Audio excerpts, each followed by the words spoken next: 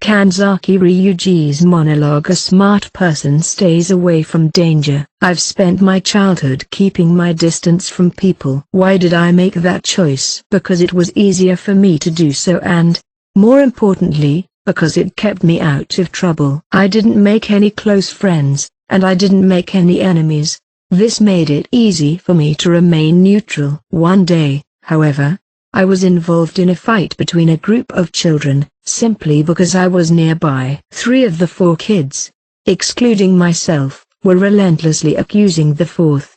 The 3 of them acted arrogantly all throughout the incident, but not without reason. A single lie is the cause of their behavior. The child being denounced, who was visibly upset, had told lies to the other 3. It really should have been something trivial. It was regarding whether or not he had gotten an autograph from a celebrity. The 3 of them wanted him to admit that he had lied and apologize to everyone. On the other hand, the liar insisted that he had not lied and refused to apologize. I, who happened to be there, objectively analyzed the situation and urged the kid who told the lie to admit it, but the kid refused to relent until the end. A flimsy lie. Meaningless stubbornness. I thought the matter might escalate to the point of harm. But even so, I did nothing. The boy was wrong for telling such a useless lie. I didn't know if it was to show off or what, but it was really stupid. I didn't need to help. It was none of my business. I truly felt that way. No, I even thought that he should be beaten at least once to learn from it, but, in the end, the kid who told that lie got away with it. An accomplice of the lying boy suddenly appeared and saved the child. He protected him without questioning him, simply because he was his friend. I didn't agree. That was not justice. The right thing to do would have been to support the 3 children who hadn't lied. I fell into a state of uncertainty. Who was right? Was it the 3 who told the truth but exhibited arrogance, or the one who had lied through his teeth? Was it the 3rd person who knew it was a lie and helped his friend? There was one adult who watched the entire scene unfold. He placed his hand on my head and said, "If you don't have the power to help, you can run away or ignore it. But if you have the power and don't use it, you are a fool." I couldn't understand it at the time. I wondered whether he meant that I should have helped the liar after all. But as I grew into an adult, I understood. Helping does not necessarily imply helping only the child who told a lie. If I had the power to control the situation, I could have brought the situation to a close no matter what perspective I held. It was at that moment that something within me came to life, something I thought I didn't possess. I still remember the words of that person I met when I entered advanced nurturing high school. I chose to socialize with others. Even though I wasn't good at it, I learned to help others who were in need, if only a little. I hoped to be there for Ichinose, who was recognized as the class leader, and support her. However, in the end, I was not able to do so, and my heart was broken. Ayano Koji Kiyotaka's words rescued me from such a situation. Ayano Koji. Truly, fate is a mysterious thing. Chapter 1. If you know your enemy and know yourself, you will not be in danger in 100 battles. It was late November, and the day of the long-awaited school trip was finally approaching. On my way to school on a sunny yet chilly morning, I spotted a small group of 3 students walking ahead of me, with Haruka in the center. They didn't look too enthusiastic, but they still seemed to be talking about something as though trying hard to keep up a conversation. "Don't you want to call out to them?" Kay, walking along next to me, said something like that. "I don't mind. It's the way it's been since Irie was expelled. I'm no longer needed in that group." "Then I'm not going to mention it again. If it's okay with you, I know it's the right thing to do." Since the state of the former Ayano Koji group is a matter regarding other people's business, Kay has no reason to care too deeply about it. Besides, this means that I get to keep you to myself. She gave me a sincere smile with no further thought. I'm sure that I've become a pillar for her after spending so much time together. I'm really looking forward to the school trip. Where do you think it'll be? I haven't given up on my dream of going to Kyoto. Oh yeah, I remember you saying that. I don't mind as long as it's anywhere but Kyoto. For some reason, Kyoto is the only place I'm not willing to go. You dislike Kyoto that much? Well, it's because of all the temples and cultural assets. It doesn't seem fun at all, does it? I think that's one of the best parts of Kyoto. I guess for Kay, visiting temples and shrines isn't fun. The destination of the trip is important. But don't you care about the results of the final exam? I'm not too concerned about the results, and I think I did pretty well for myself. This is all thanks to you, isn't it? Although her overconfidence is a little problematic, it's undeniable. Even though a high score is unlikely, Kay's minimum score is rising. I can certainly see her growth when I score her assignments. Although there's only a small change, I think I should spend more time studying with you, just like Sudo-kun. A corresponding amount of time spent studying will not necessarily improve her academic performance as much as Sudo. Kay probably doesn't understand this. Motivation is very important, but the teacher's skill is just as crucial. The reason Sudo has grown so spectacularly is unmistakably attributed to the talent of his educator, Horikita. This aspect probably gives her an edge over Casey, who has the same academic ability. In the case of Sudo's academic results, they aren't based on the foundation that more time equals better results, as Kay believes them to be. It would be easy to forcefully raise Kay's academic ability by giving her a thorough education, but that's not my role. All I have to do is the bare minimum. I only have to ensure that she is able to study. In time, I hope that the right student will be able to take over the job smoothly. Today, 2 hours were set aside in the morning for matters related to the school trip. In a normal school, they might have briefed us a little earlier, but for the students of this school, the final exam is more important. They have to know the result of the finals first. It wouldn't be humorous if, after being informed of the school trip schedule, a student dropped out of school because of the final exam. So, I will now announce the results of the second semester final examinations. The air was tense. However, no students were discouraged. This time last year, there was a different exam called the paper shuffle. Kushida's plans and Ryun's influence nearly jeopardized the exam, but Horikita's strategy and capabilities were equally as strong. However, this year was different. The rules were standardized. Students were required to take a test designed by the school, and if they scored below the cutoff point, they would be expelled.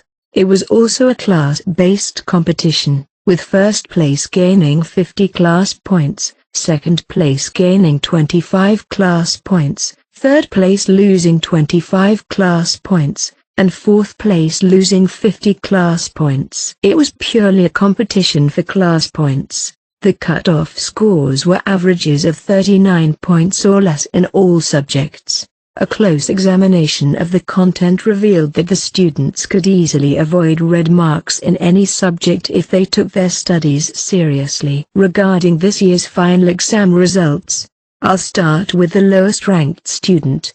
Chabashira-sensei's expression was firm. It seemed as though she was trying to agitate the students, but I guess maintaining a proper sense of tension was necessary. The student who got the lowest grade, the bottom grades are considered more important than the top grades, was Hondo, who got an average score of 53. Wow, me? But I got 53 points, so that's not so bad, right? I should be happy. Hondo's joy must have been bittersweet, considering he didn't fail but was still at the bottom of the class. Although he had always been in the lowest group, this was probably the first time Hondo placed last. After the names of the lower-ranked students were announced one by one, the names of the higher ranks began to be called soon after. It was safe to say that the scores of the lower ranks have definitely been raised. The first of these factors was undoubtedly the unanimous vote special exam that led to Irie's expulsion from the school. Since that exam, students who ranked the lowest in OAA developed a sense of urgency to avoid being expelled, so they no longer disregarded giving their best in any exam. Kay also didn't do as badly as expected, scoring an average of 56 points. She, who only wanted to study with me, was steadily improving her grades. However, I will have to solve her academic issues as soon as possible. Since I only plan on teaching the bare minimum, there's a risk that she'll be separated from the other students due to a gap in growth potential. I should ask Horikita, Casey, or even Yosuke to teach her.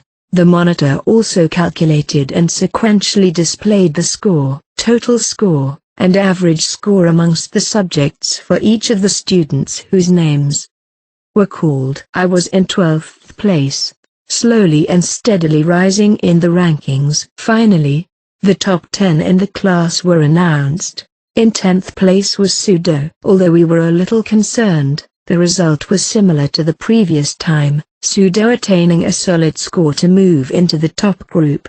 He improved his ranking by 1 while also setting a new personal best. Finally, first place went to Horikita and KC with an average score of 93.5 points, who usually tied for first place. Anyways, regarding the scores of each class, we surpassed Ichinose class, taking second place. Well done. First place went to Sakayonagi's class A, second to Horikita's class B, third to Ichinose's class D, and fourth to Ryun's class C. This raised the class points by 25. However, in Sakayonagi's class A, even the lower-ranked students performed fairly well, and we failed to get first place once again.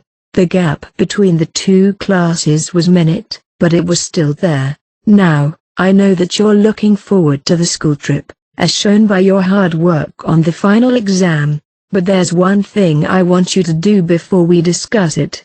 With these words, an image appeared on a monitor. Following Chabashira-sensei's instructions, each student's tablet displayed a chart with the names of his or her classmates. It was the same as the monitor in front of us. There are 3 items: name, gender, and number, of which the name and gender are already filled in. As Chabashira-sensei said, all the classmates' names were listed. Only the number was blank, which meant that the numbers were to be entered right now. The general table could be understood at a glance, but it was unclear what the numbers would represent. Not a single student understood what to do. The table lists the students in the second-year class B, that is, this class. You can see that there's a blank space next to the names and genders with a small number next to it. You will start numbering from the first number until 37, which is the amount of students in the class excluding yourself. You cannot use the same number twice. First of all, you must type myself in the number field of your name. There were 38 students in the second-year class B, excluding Irie and Yamauchi, who had been expelled from the school. A different number, up to 37, can be allocated to each student, except for myself. The question is, what did this number mean? It was unthinkable to assign them randomly without any meaning. Everyone operated their tablets and typed in their own box as instructed. After confirming this, Chabashira-sensei began to explain the numbers. The numbers you're about to assign represent how you evaluate your fellow classmates from your point of view. In any case, it's important that you give your evaluations according to your own criteria. Did this mean that we're ranking our classmates? No. Moving down the chart, it seemed that this chart existed for not only our own classmates, but the other 3 classes as well in the second year, as some of you may have already noticed. I'm going to ask you to do this ranking for the entire second year, class by class. With the students in the other classes, there may be some that you have never even spoken to, but that's also the same criteria that they have. All of them are to be assigned a number. Students evaluating students. We did something somewhat similar last year, but I would say it's also very different. What could be the point of making the students do this? Of course, we don't tell the students what numbers they have assigned to each other, and we, the homeroom teachers, we'll never know how the students have ranked each other," she said. In other words, the chart is controlled by the people in charge of running the school. And while you're filling out this form, you're not allowed to speak or refer to the OAA. You're only allowed to use the information you remember. It defeats the purpose if you set the order based on the school's evaluation without considering any of your own personal feelings. They're also restricting us from assigning numbers based on any data collected from the school. Seriously, there are a lot of girls I've never spoken to, and I have no idea about their OAA or anything like that, so it's going to be random. Is that okay? Unlike some of the students who boasted a wide range of friendships, Hondo muttered apprehensively. Yes, the most important thing to remember is that you can't just take a look on the internet. The school will use this list for a certain purpose, so you're on your own no matter what the outcome is. Basically, it should be in the order of a certain criteria, but in the end, it would be up to the individual filling out the form to input numbers at his or her own discretion. In return, they couldn't complain about the consequences that may ensue in the future. The liberty to evaluate each student based on the interactions we've had with them so far. Doing it randomly may come back to bite you, so take the challenge seriously. That's what she's saying. You have 1 hour to finish. If you fail to finish within the time limit, you will not receive the full explanation for the school trip. No one would have thought that they would be asked to do this before the school trip. While the students remained puzzled, Chabashira-sensei instructed us to begin immediately. We all started with our minds still unprepared. I decided to start with Class A, postponing the most time-consuming class, my own. If it were just about raw ability, I would have chosen Sakeonagi as the first. But what I was considering this time was an overall evaluation. It would be fine to base all decisions on simple likes and dislikes as a person. It was also up to the discretion of the individual to choose the person who was easy to get along with and whom he or she liked the most. Whatever the case may be, the numbers should be allocated based on clear criteria. I intended to start filling out the chart right away, but it was surprisingly difficult. The safest thing to do would be to consider the current overall ability value from my point of view. For students with whom I had no contact, it was fine to rank them based on the OAA value I remembered. Once I was content with this method, I started from number 1. This was probably the same for many students, but I would say that it was set in stone that Sakeonagi will place as number 1 in Class A. It took me approximately 20 minutes to complete the evaluations for the other 3 classes. The only one remaining was Class B, where I am. This wasn't a simple class to grade, as they required more consideration regarding various factors besides the OAA. I'll consider their hidden potential, communication skills, and growth potential. Although there will be some overlap with the OAA, I think Yosuke would be first at this point. If you take into account not only his simple overall value but also his day-to-day contribution to the class, he's the best choice. Without Yosuke, there would be no cooperation in this class. And for number 2, I chose Konji. His hidden potential and the concrete benefits he brought to the class, such as his contribution in the second-year Desert Island test and his unintended contribution in the sports festival, are extremely significant. Even if we ignore his strange personality and lack of cooperation, it would still be a fair evaluation. Konji is undeniably responsible for the current status of Class B. The students who have always performed well academically, such as Horikita, Casey, and Mi-chan, are also highly rated. I looked up after inputting the evaluations of all the students. Nearly 40 minutes had passed, but no one had finished other than me. That was what I thought, but when my eyes met those of Chabashira-sensei's, who was observing the students, I realized that Konji, who was sitting beside me, had finished first. I couldn't be sure, but I guess he must have assigned the numbers without thinking about it. He was already blowing lightly on his fingernails without even looking at the tablet again. What special test could these numbers be used for other than group formation? When the school inspects these results, for example, is it possible to conduct an exam with only the students who are selected as the first and second in each class overall? On the other hand, if only students with low overall ability are gathered, they will have to do a well-balanced task. However, if this is the case, the students should be told in advance that they will be assigned a number based on their abilities, and there would be no need to have them evaluate it themselves. The risk of distorting the competition by assigning numbers based on likes and dislikes would be much higher. 2. Out. With only a few minutes left until the time limit, Chabashira-sensei called, "All right. It looks like everyone has finished, so that's the end of the list-making process." It seemed that everyone successfully completed their evaluations in time. It's a little earlier than we expected, but let's start talking about the school trip now. Yes, finally. Ike and the others clapped their hands, freed from the rigid list-making process. Unlike before, Chabashira-sensei paid no attention to Ike and began operating her tablet. "We were told that we would be going on a school trip, but we still don't know where we're going." The unanimous vote special exam offered us 3 choices: Hokkaido, Kyoto, and Okinawa. Each class had to cast 1 vote for each of these 3 locations, and the location with the highest number of votes would be chosen for the excursion.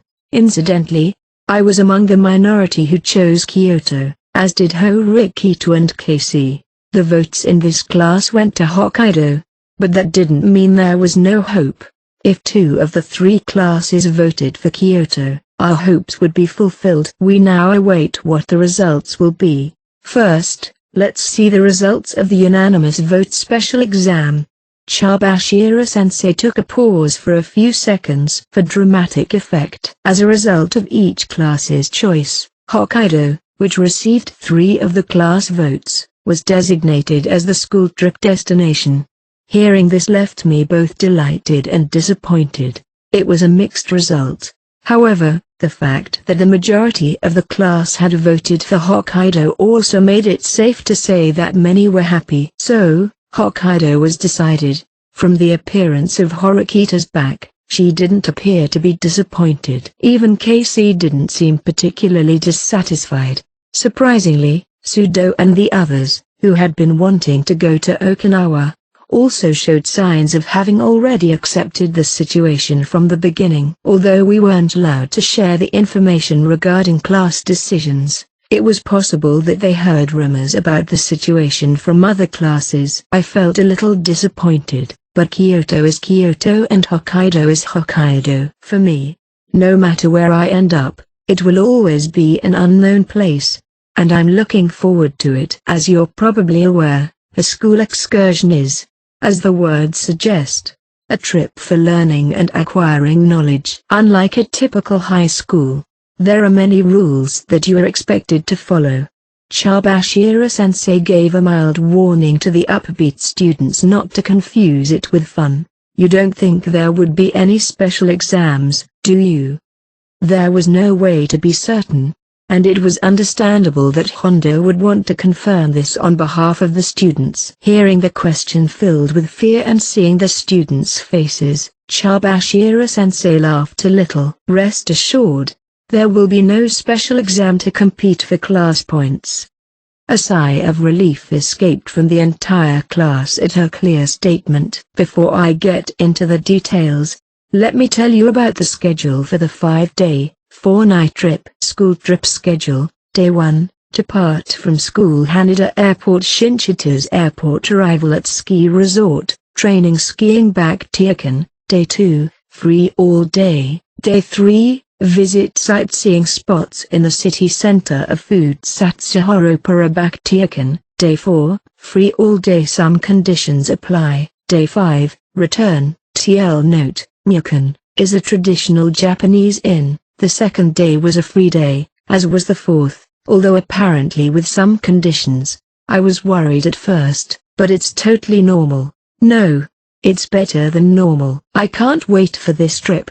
Apparently, Almost all the students seemed to have a favorable impression of the normal school trip schedule, which seemed comparable to that of a typical school, and they became unusually excited about it. Certainly, this school would usually have some sort of irregular schedule. It's fine to be excited, but have you already forgotten what I said? While you are promised freedom of movement, you guys have a few assignments to do as students of advanced nurturing high school. She clarified there would be no special exams, so what exactly would be required of us then? If you know the enemy and know yourself, you will not be in danger in 100 battles. That's the theme of this school trip. What? Hondo tilted his head, unable to understand the famous quote from Sun Tzu's The Art of War. Understand the reality of the opponent you are fighting, and know your own strength. That way you'll be able to fight a battle you won't lose. That's what it means. Sudo, who explained the proverb before anyone else, broke it down into easily comprehensible phrases. Oh, wow, you can understand all that? It's not that amazing. It's just what the phrase means.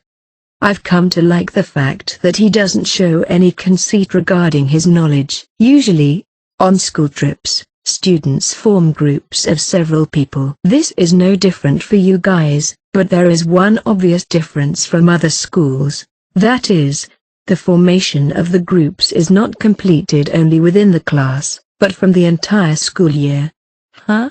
Then, is it possible that there is a very high chance that we will be with someone we don't get along with? The students, who had been so excited about the new Hokkaido trip, were quickly brought back to reality. As if to indicate this, Chabashira-sensei began to explain the details. That's right. Depending on your social circles and combinations of friends within the other classes, the majority of you may have to interact with new people.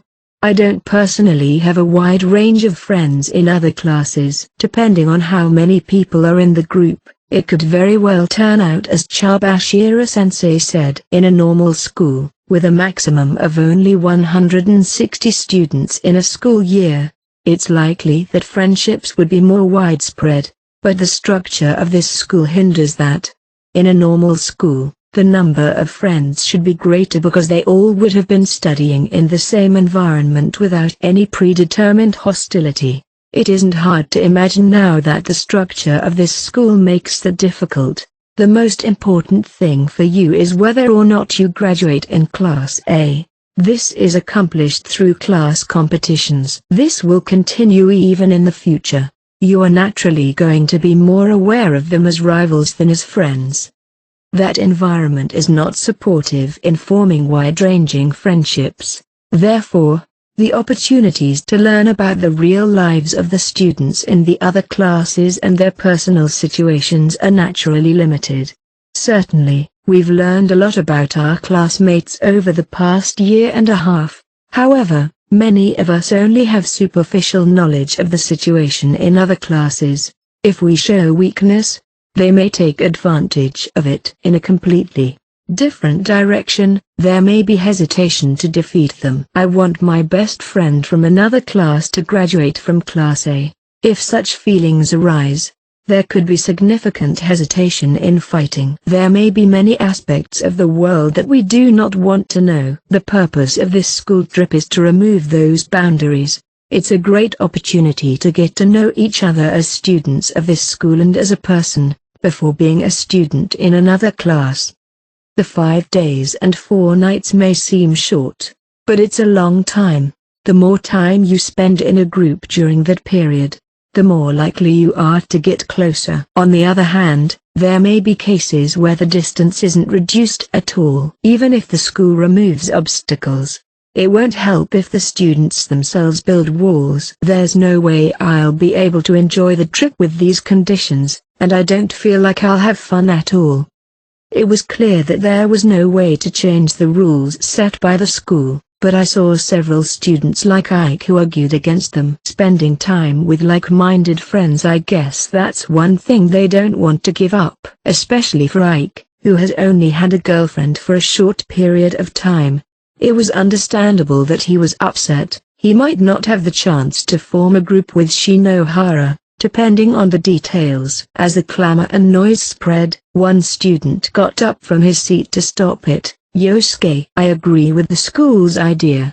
Amidst all the opposition, he took the initiative and expressed his approval. That's great for you, Hirata. I'm sure there are a lot of guys in the other classes that you get along with, but even if you're proud of it, there's no need to rub it in. Indeed, Yosuke's friendships are wide and diverse, and he seemed like he'd have little problem no matter who he was partnered with. However, there was no way that Yosuke would say something like that to brag. That's not what I mean. Even I don't have anyone in the other classes who understands me better than my classmates. I don't think it's a good idea to think about it like that.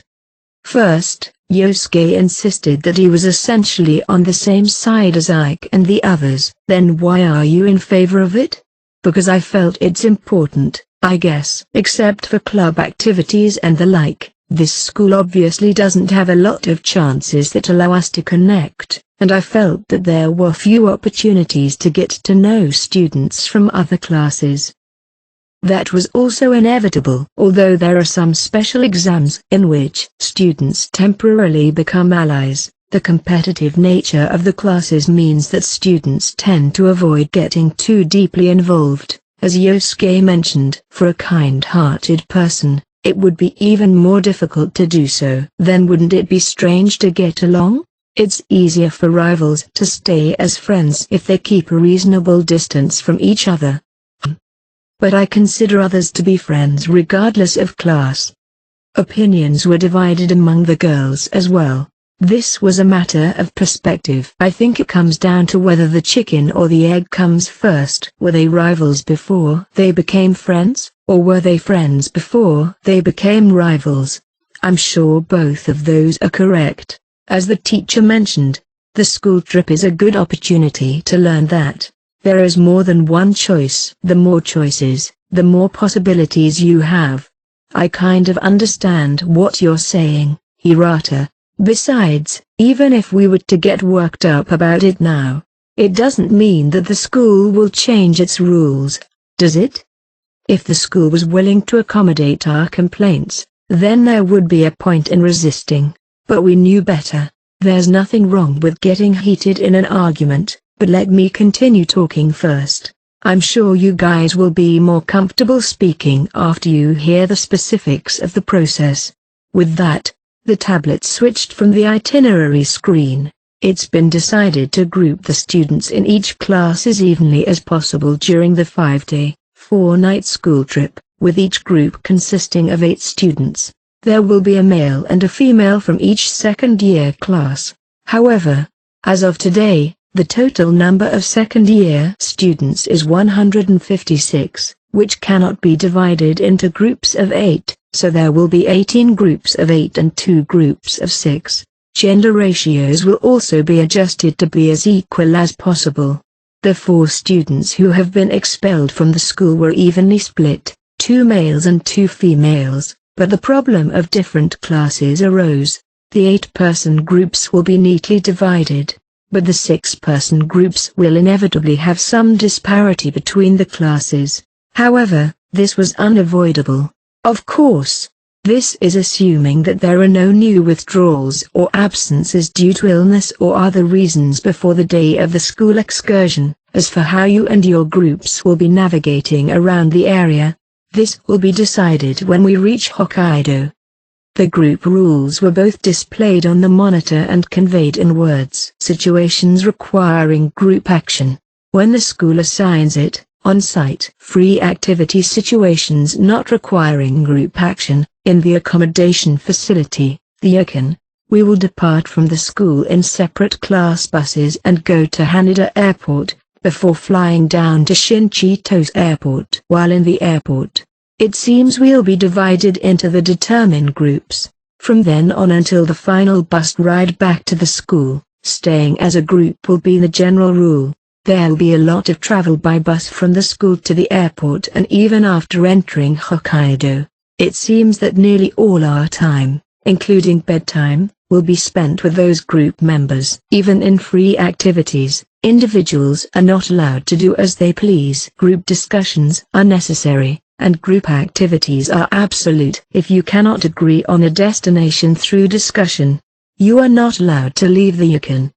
It's easy to concede when you're friendly with a specific person, but it can be tricky with others. If a group of insistent students gathers together, they won't be able to come to a consensus. As a result, there could be a situation where they can't go anywhere. Basically, you are free from group activities in the hotel. You may go to the public baths at any time you like, relax in the lobby, and eat at any time within the regulations. The only exception to group activities is the yukon where the students stay. The rooms are shared by separate groups of men and women, but they are free to have breakfast and dinner, bathe, and otherwise explore the facilities on their own. We'll be staying at the same yukon for all 4 nights, and it is a very well-known and respectable place to stay in the prefecture. I'm sure you'll never become bored and will have a comfortable stay. The yukon may be the only place where you can have fun and relax. Once again, this trip is a great opportunity to get to know the other classes. Students in depth. After the explanation from Chabashira-sensei, Yosuke seemed to have another question. If we're going to be in contact with a large number of people, isn't it a little strange being in the same group for the entire trip?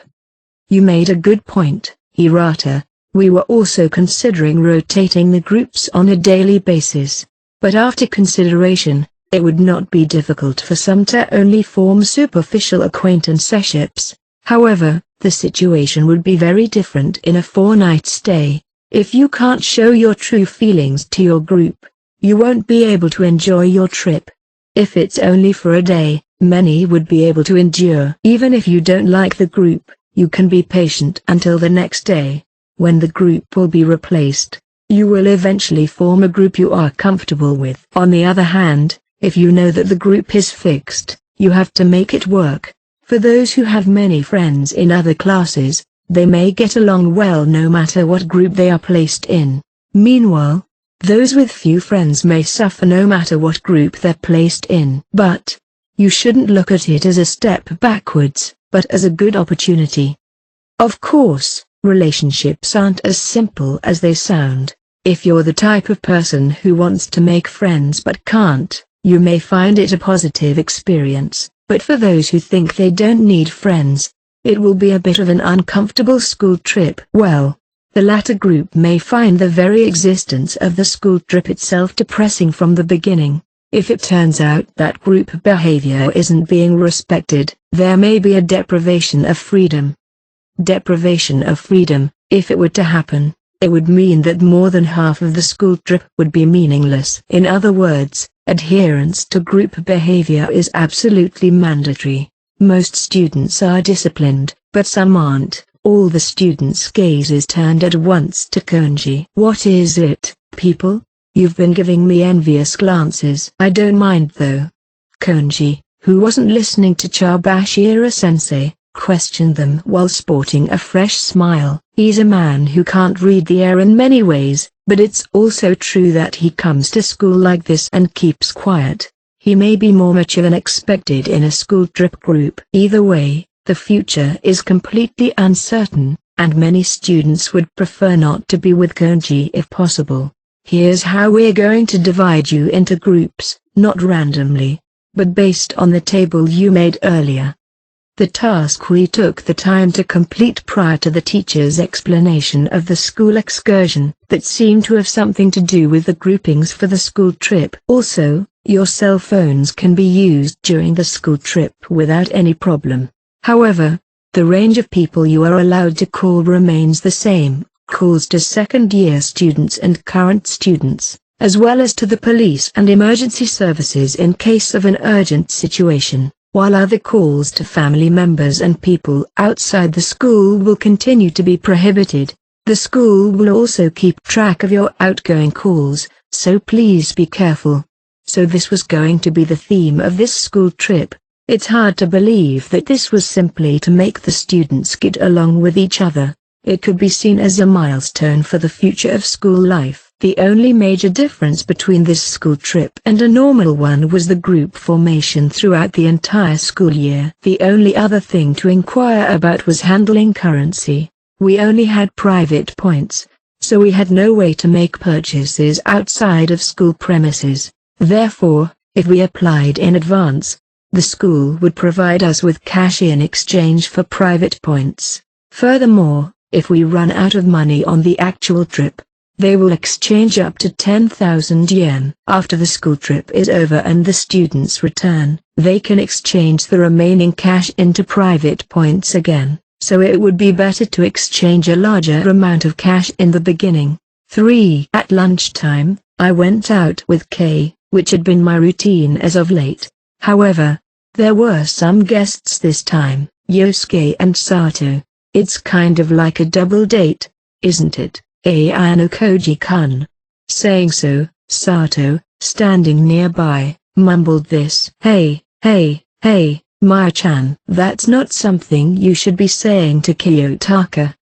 The girls were walking around, talking to each other, however.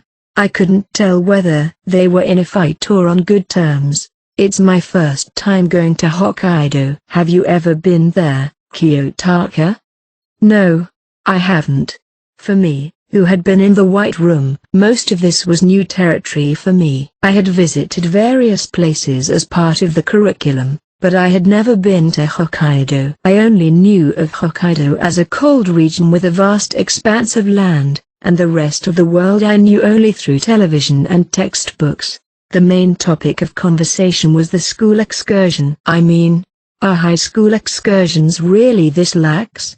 Isn't it too much freedom? I was surprised too. I thought they would only give you an hour or two of free time a day.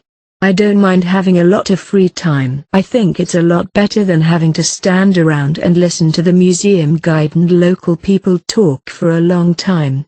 Yosuke laughed at this response, and Sato nodded her head in agreement. As far as I was concerned, that kind of orthodox schedule wasn't so bad. The more freedom you have, the more it deviates from the original form of a school trip. I guess I'm a little concerned about the group aspect. I welcome trying to get along with other classes, but I can't help but feel that there's something beyond that.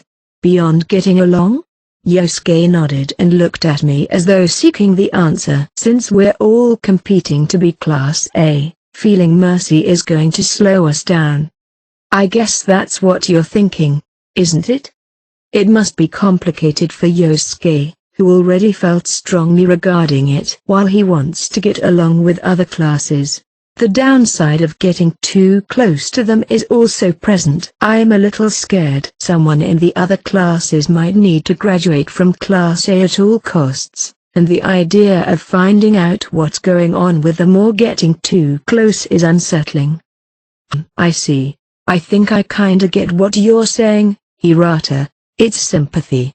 Sato, too, was somewhat convinced after imagining it herself. I don't really think of it that way, though, because it's more important for me to get up to Class A. Am I cold? Kay flatly denied the sentiment.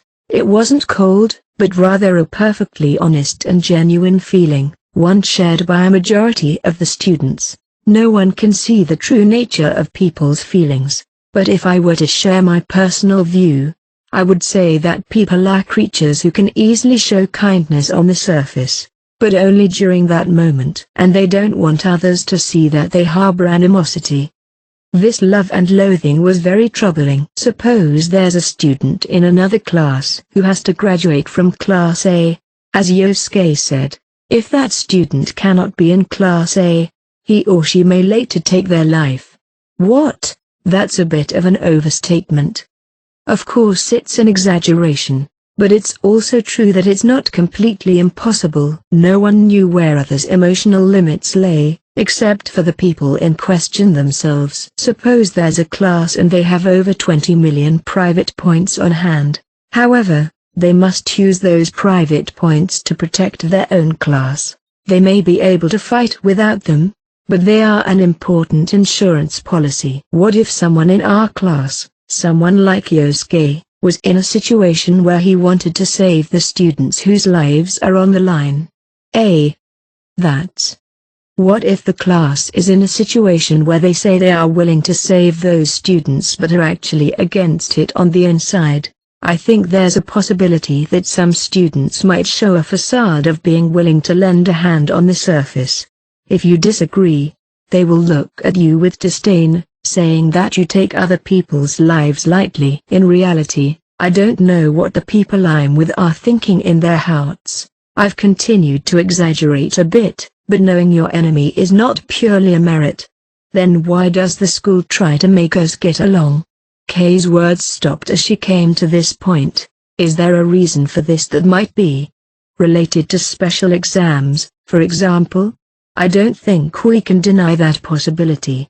At least, with how we are now, most of us don't care who gets expelled from the other classes. The more of us that are gone, excluding those closest to us, the better off we are when reaching Class A.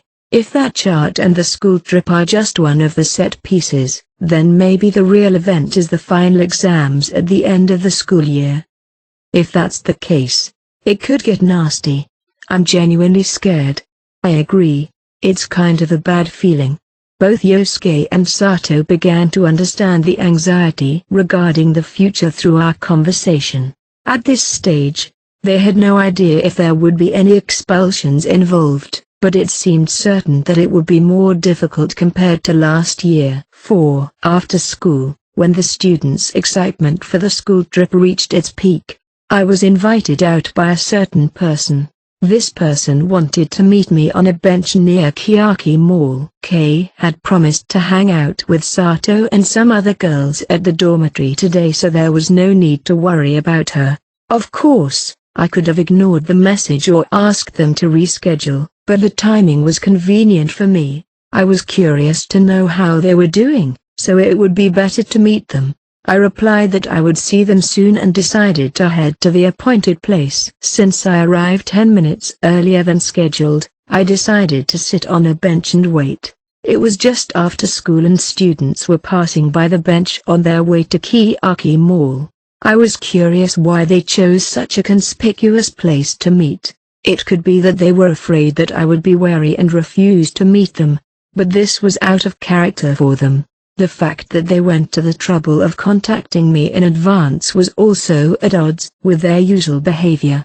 Was it simply a psychological issue, or was there another force at work? For a while after that, I watched the crowd of students heading to Kiyaki Mall. The appointed time arrived, but the person didn't seem to have arrived yet. I decided to continue surfing the web without worrying about it too much. Hey Tilda. As I was killing time on my cell phone, I heard a girl's voice from a distance, directed at me.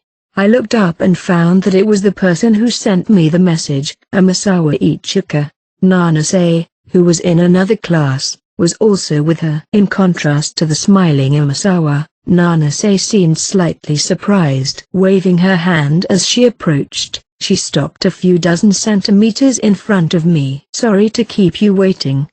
I see Nanase is with you. I couldn't ignore her since she was right in front of me, so I mentioned it as a formality. Yes, please forgive me for being present without informing you. No, there's no need to apologize. It was a bit unexpected, though. I had assumed that today's call would be a one-on-one discussion with Amasawa. That assumption was soon answered by Amasawa's words. The reason I was late was because Nanase-chan stopped me. Saying this, she pointed her finger at Nanase as the one responsible, and she also asked to come along with me. Did you really want to see Ayano Koji-senpai that badly? Oh, is that so? No. Nanase was a bit flustered, but quickly corrected Amasawa's words. I was curious about what Amasawa-san was doing, so I followed her, but I didn't know that she was meeting up with Ayano Koji-senpai here. Hilda, didn't I tell you? I thought I did. Only after we had already approached him. Oh ho, you may be right. so that was why she was so flustered when her eyes met mine. I listened as the two first-year students explained the situation. I guess Nanase had her own reasons for being here, seeing as how she didn't simply walk away. I put Nanase aside for the moment and turned my attention to Amasawa. I heard you were absent from school for a while? You know very well, don't you? I'm sure you were curious about me after all, so you looked into me. If it's Ayano Koji-senpai, you're welcome to stalk me. Amasawa hadn't been seen at school since the end of the festival and the holidays. I doubt it was because she was sick. I was the one who reported it to Ayano Koji-senpai. Hatilda, so that means Nanase-chan is my stalker. Amasawa deliberately overreacted and raised both hands. A girl, huh? Well, this is the age of diversity, right? And Nanase-chan is cute and adorable, right? Maybe it's possible. Please don't twist reality in your favor. Nanase calmly told Amasawa, who was in high tension. That's exactly why I approached Tomisawa-san today. She had been absent from school ever since Yagami-kun was expelled. It was obvious that it wasn't a physical issue, but a mental one. It's natural to distrust her when she suddenly returns to school. It's only normal to keep a close eye on the movements of White Room students who have suddenly resumed attending school.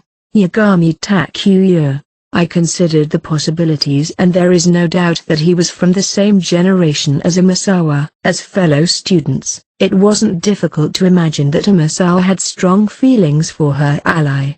Yagami, when I found out that you were going to meet Ayano Koji-senpai here, I couldn't turn away, she said. You sound like a knight protecting her senpai. It's not anything that great, but I judged that, with your current state of mind, Amasawa-san, I don't know what you'll do. It may seem like a coincidental sequence of events, but Nanase must have been making her own speculations. It was hard to imagine Amasawa coming to school solely to attend classes after a vacation. So that's how it is. Amasawa was trying to act cheerful up to this point, but I still didn't sense her usual energy. It's a little disturbing, but I thought it was okay. If you're still in school, that means you've given your own answer, right? When I asked this, Amasawa's smile quietly receded. It seems that this wasn't the case, as I could see something wavering in her eyes. Why didn't you instruct them to take me with Yagami? You could have expelled me along with him if you wanted. You were prioritizing your own enjoyment of this school over expelling me, at least that's how I perceived it. I didn't see the need to have you expelled. No, it was initially the same with Yagami as well. Although we never found a chance to discuss it directly. If he had prioritized remaining in school, there would have been no need to expel him. I haven't given you an answer yet. I'm sure there's no place for me even if I go back anyway. It's just that the time passed while I was thinking about that. After saying this, she smiled to herself. In other words, she hadn't decided whether she was going to stay or move on, or turn on me. But you've still found some kind of direction. That's why you called me here, isn't it? Well, yes. I'm starting to think that if I have the option to stay, I might as well. I can't go back to the White Room, and even if I leave, I don't know where my parents are. I don't want to be forced to find a part-time job in order to live. If you're on the streets, you have to do whatever it takes to stay alive. However, as long as you stay in this school and don't drop out, you're guaranteed to live until graduation. Moreover, the school will eventually buy back your private points. Even though it won't be an equivalent exchange, even half the monetary value would provide substantial capital. It would be possible to use it and find a legitimate job down the road. There was a third option. Amasawa didn't seem to be considering it, but in fact, there was the possibility of finding her parents and returning to them. However, if she was formally declared a dropout from the White Room, there was no guarantee regarding how she would be treated. In other words, whether or not that option is available would be contingent on Amasawa's parents. Firstly, they must be wealthy, famous, or otherwise powerful. If the White Room knows that the child is famous, they're more likely to treat the child with respect. And secondly, the parents must be in need of a daughter and willing to accept her. If these two conditions were met, there may be an opportunity to start a normal life. Still, there was no need to force that option now. Amasawa, perhaps bothered by our silence, stated in a subdued voice. I've been thinking about this school for a long time. I've decided to stay, as long as Ayano Koji-senpai doesn't mind. What if I ask you to leave? I'll drop out. Would she cling to me, get angry, or even be saddened? I wondered how she would react, but Amasawa immediately replied as such. You have no hesitation. Don't you want to get revenge for Yagami? I don't want to cause you any more trouble. That's how prepared she was to come to this place, in her own way. Those words don't suit the belligerent Amasawa-san. That's correct. Only Ayano Koji-senpai gets this kind of special treatment. Other than you, I won't go lightly on any others in the future. This must have been her sincere intention. Amasawa seemed to value Yagami very highly as a member of the same White Room generation. It was quite possible that anyone involved in Yagami's expulsion would become Amasawa's target in the future. There's no reason for me to stop you. If you want to stay, you can do whatever you want. I don't know how much encouragement it would provide her, but she happily relaxed her cheeks a little. My ability isn't close to that of my senpai, so I'm not even considered a threat? That's not what I meant. I'm one of the people who chose to remain at this school, and it's natural for me to want to support you if you make the same choice. Whether we were allies or enemies was a trivial matter. Of course, I won't let her be if she interferes with my plans. I would like to think that she understood that very well from Yagami's case. I see. If that's what you truly believe, Amasawa-san, then I'll support you as well. Nanasei's expression seemed to suggest that she had yet to completely lower her guard. Hey, something's making my eyes water. What's this? This is the first time I've ever felt this way. No, there aren't any tears at all, no matter how I look at it. Ha ha, I'm so moved by all this anyways. She acted the same as always, but it seemed like a means to force herself to be inspired. You may not want to be asked this, but what kind of person was Yagami? I'm curious too. I don't even know why he kept going around causing unnecessary trouble before trying to expel Ayano Koji-senpai. Why did he hurt Shinohara and her group even though he knew it was risky? Why did he expel an unrelated first-year Class C student? The school also announced the incident as Yagami's misconduct, and many people became aware of it. Even someone like Nanase, she must still have many things to worry about, I guess. She pretended to think for a moment but soon began talking. I think he was scared.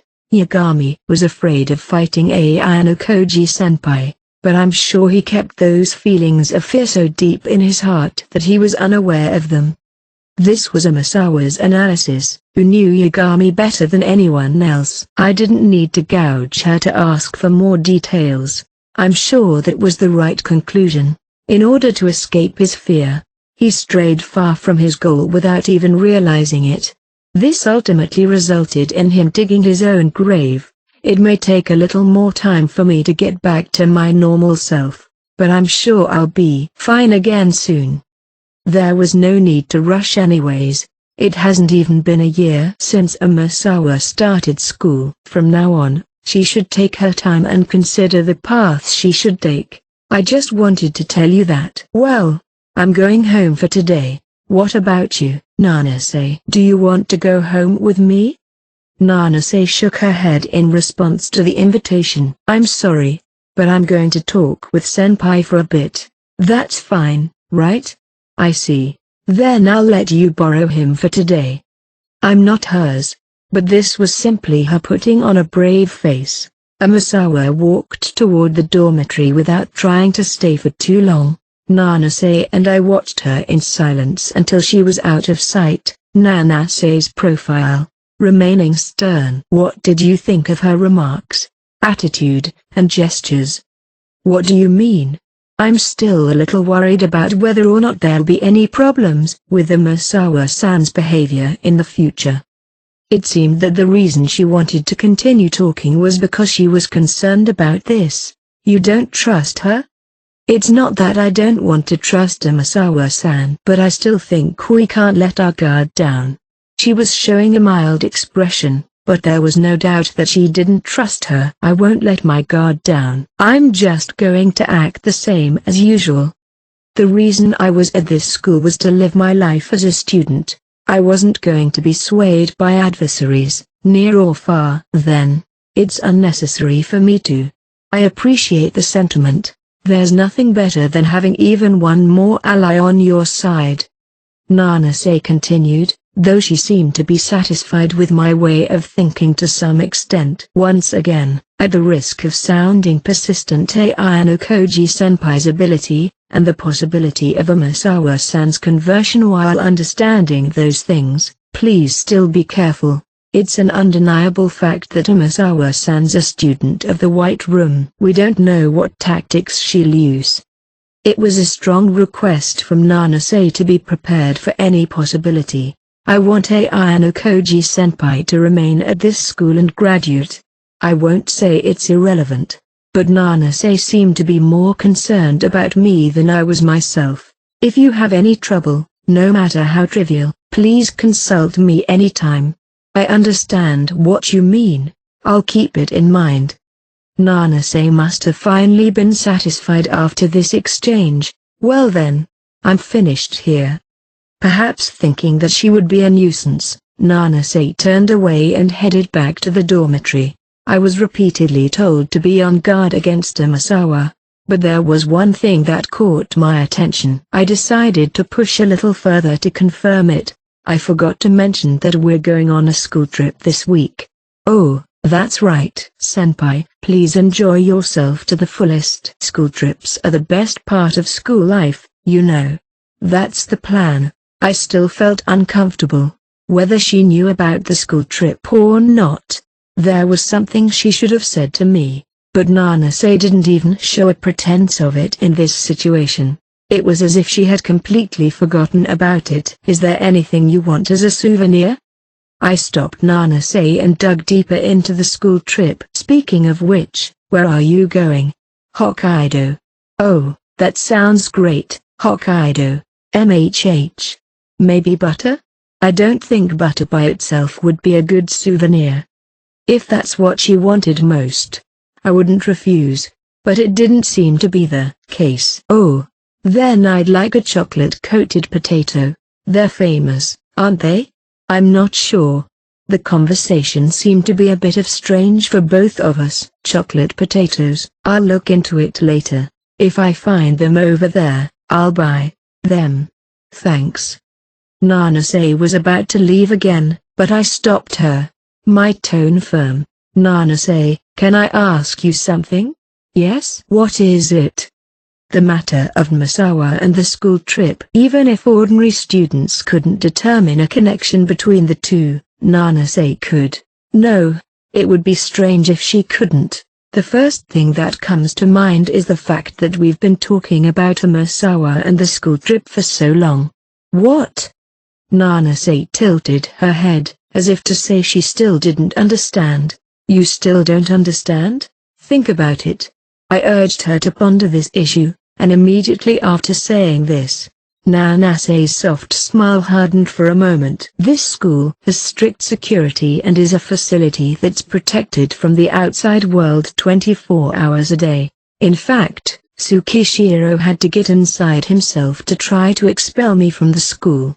However, when it comes to school trips, the story is very different. Teachers are out of sight, and there's a greater need to be vigilant than on a deserted island.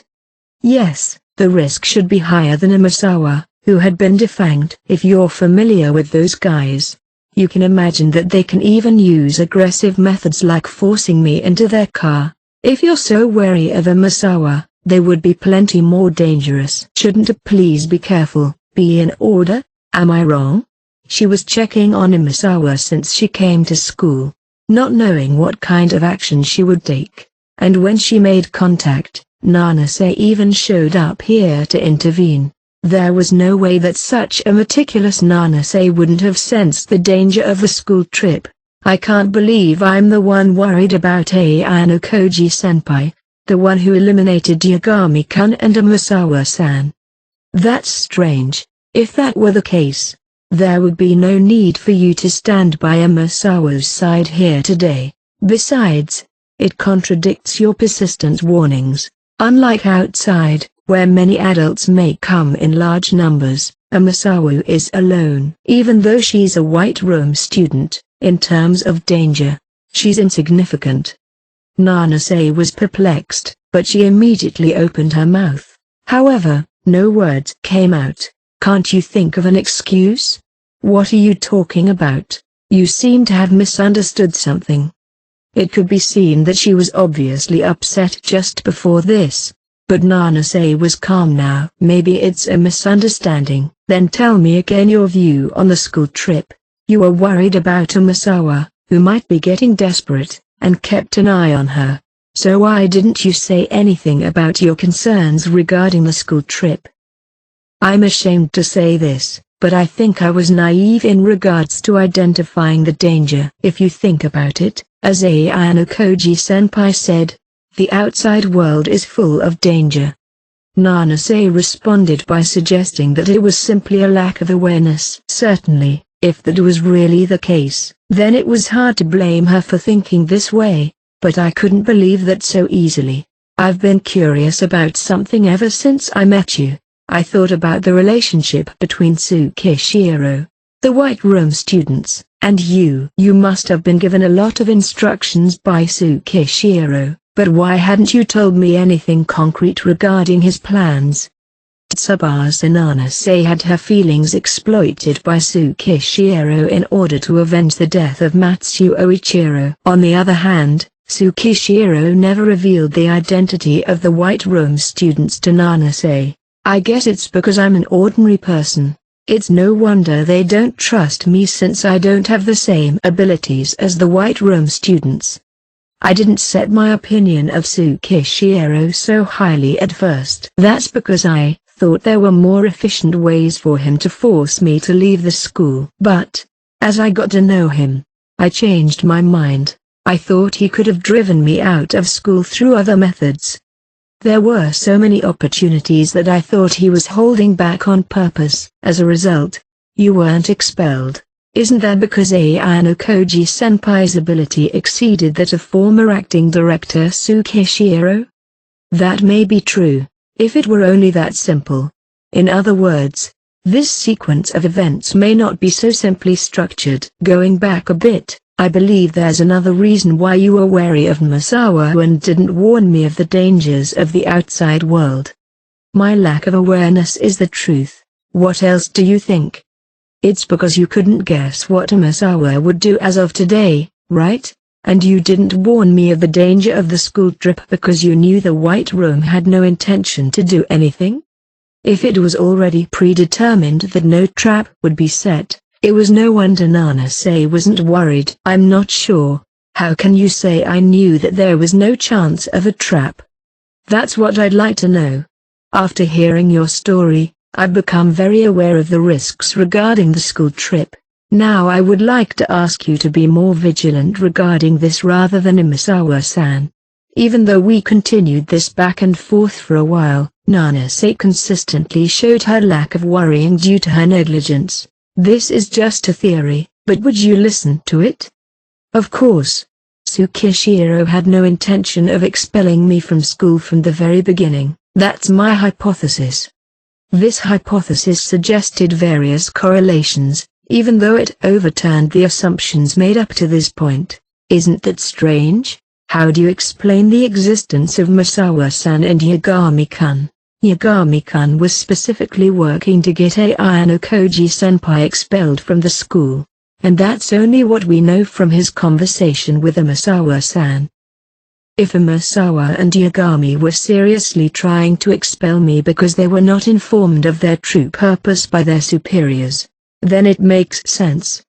But what about acting director Tsukishiro? He was using his influential position to employ a number of forceful methods. If he was serious, I would have been expelled. Before it became a matter of ability, he would have forcibly buried me through numerous other options. I understand what you're thinking, senpai. Perhaps such an intention was really concealed within. But it's a little disconcerting that I am involved in that series of events. I don't want to be considered an enemy simply because I overlooked the dangers of the school trip. Then, while we're at it, what about the cultural festival? The people involved with the White Room were nearby, but you didn't even show up in front of me. Is this another one of your lapses in perception? Thats. Were you simply too busy with your own class project that your concerns became secondary? No. Well, of course I was worried. I also occasionally watched over you. Is that right? Are you sure you want to say you were watching over me? If you say that, I'll have to ask you when and where you were watching me. Whatever Nanase position was, I'm sure she understood me well enough. If she were to utter a false statement, it would inevitably be exposed. I still remember every detail of the day of the festival. At the festival, they didn't try to force me to leave the school, but they urged me to do so voluntarily. That's why you didn't show up. Nanase gulped quietly, suppressing her emotions. The White Room's people had no intention of expelling me during the cultural festival or the school trip. No, there was no such plan from the beginning. If this hypothesis is correct, your existence appears extremely strange, Nanase. Did Matsuo really commit suicide? And did his son, Ichiro, die? Your statement, which I thought was coming from a third party, gave more credibility to Matsuo's death. But if you're here with your mind made up from the beginning, then all credibility is lost.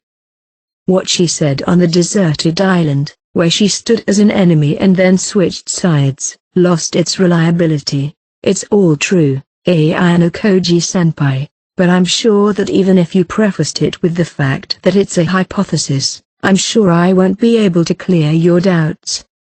The only way to find out whether this was true or not was to investigate it through a family register, for example.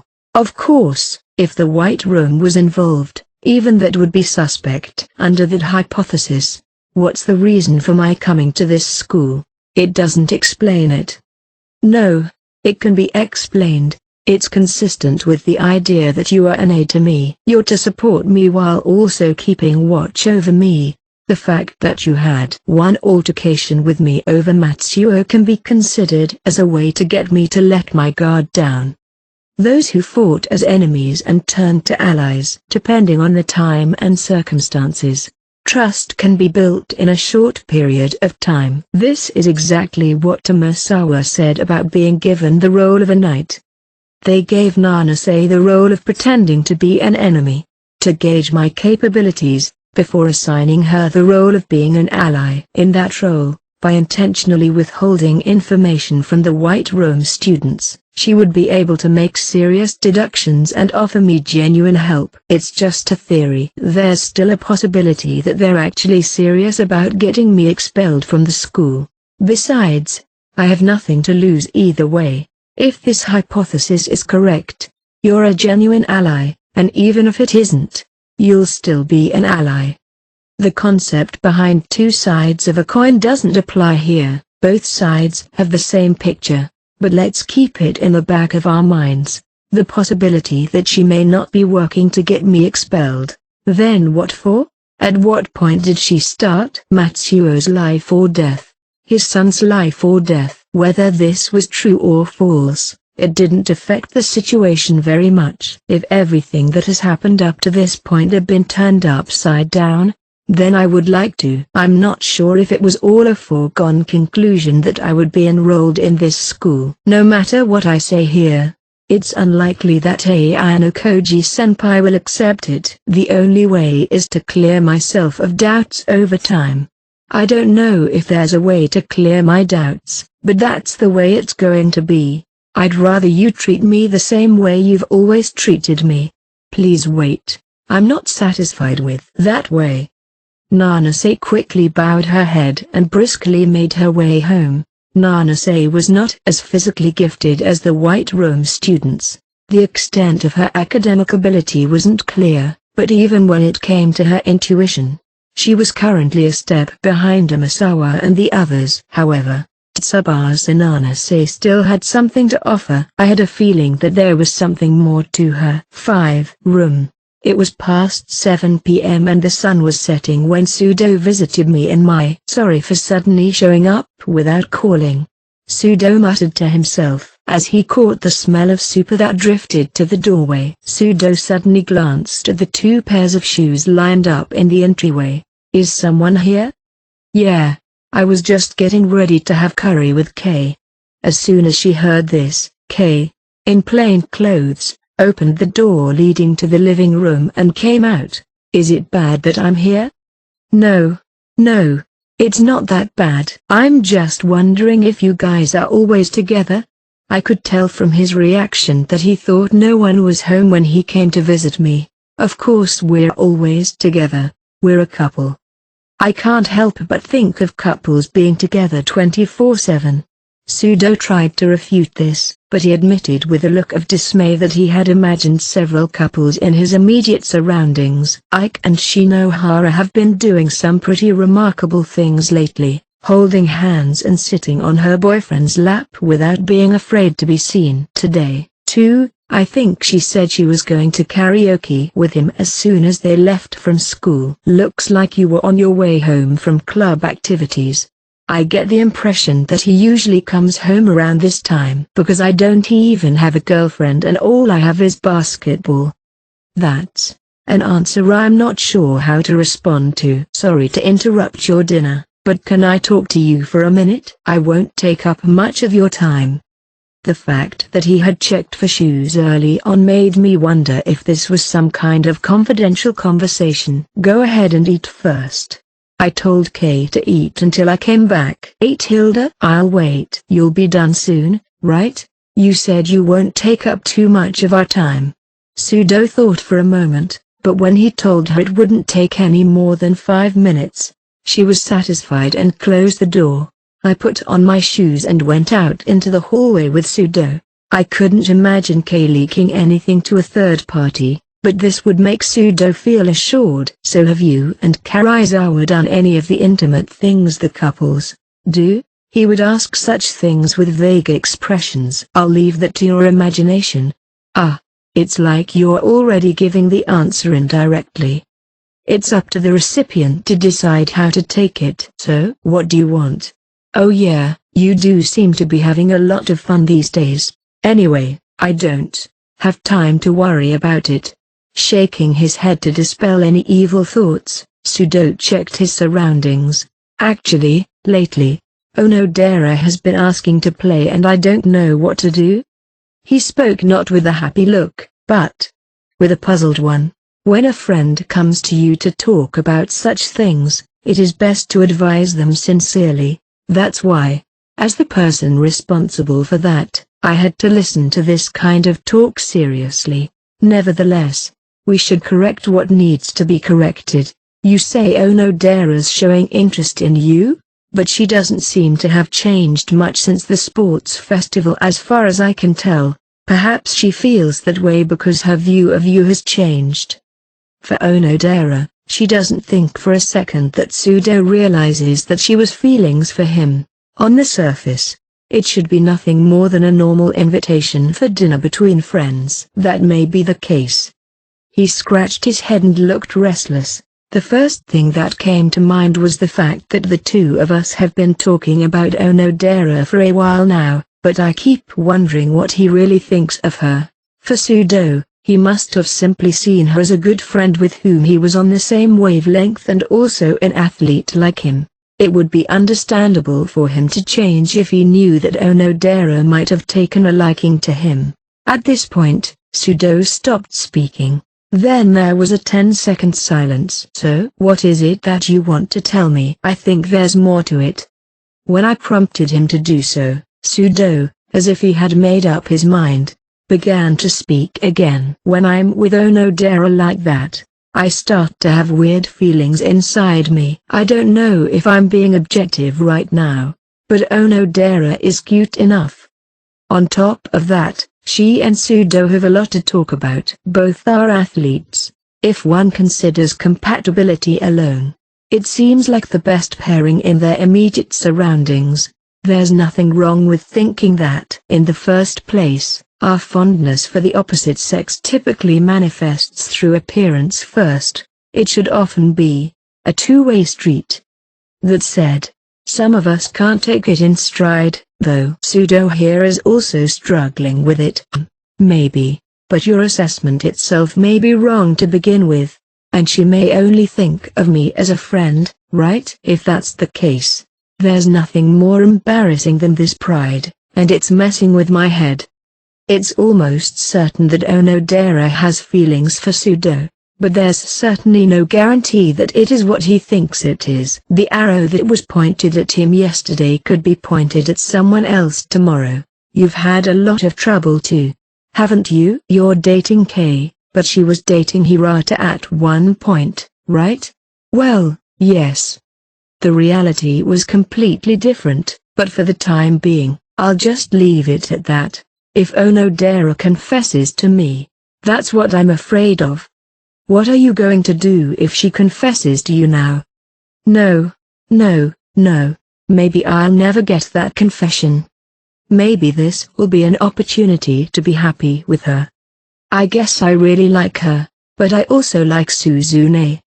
That is one of the uncertainties Sudo has at the moment, but if I imagine hurting Onodera's feelings with my rejection, it leaves a bitter taste in my mouth. So you're saying you came here because you didn't know what path to take?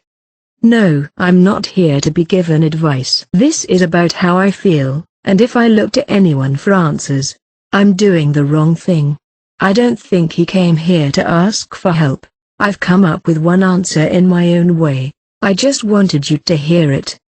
Let me ask you, what kind of answer did you come up with? I'm going to officially confess to Suzune on a school trip. I'm serious. I want to say, please go out with me. I see. I guess he's not talking about whether or not he has a chance now. He decided that the only way out of this situation was to make his move. I like Suzune, and I can't think of going out with anyone else right now. Whatever the outcome, I want to make it clear. Up to this point, Sudo had been showing rapid growth. No doubt Horikita herself appreciated this. The probability may be low. It might even be embarrassing. Still, Sudo thought that if he didn't convey his feelings, he wouldn't be able to move forward. That's probably why he expressed his determination. I don't think that's simply due to being rejected. I'm just going to go to Onodera.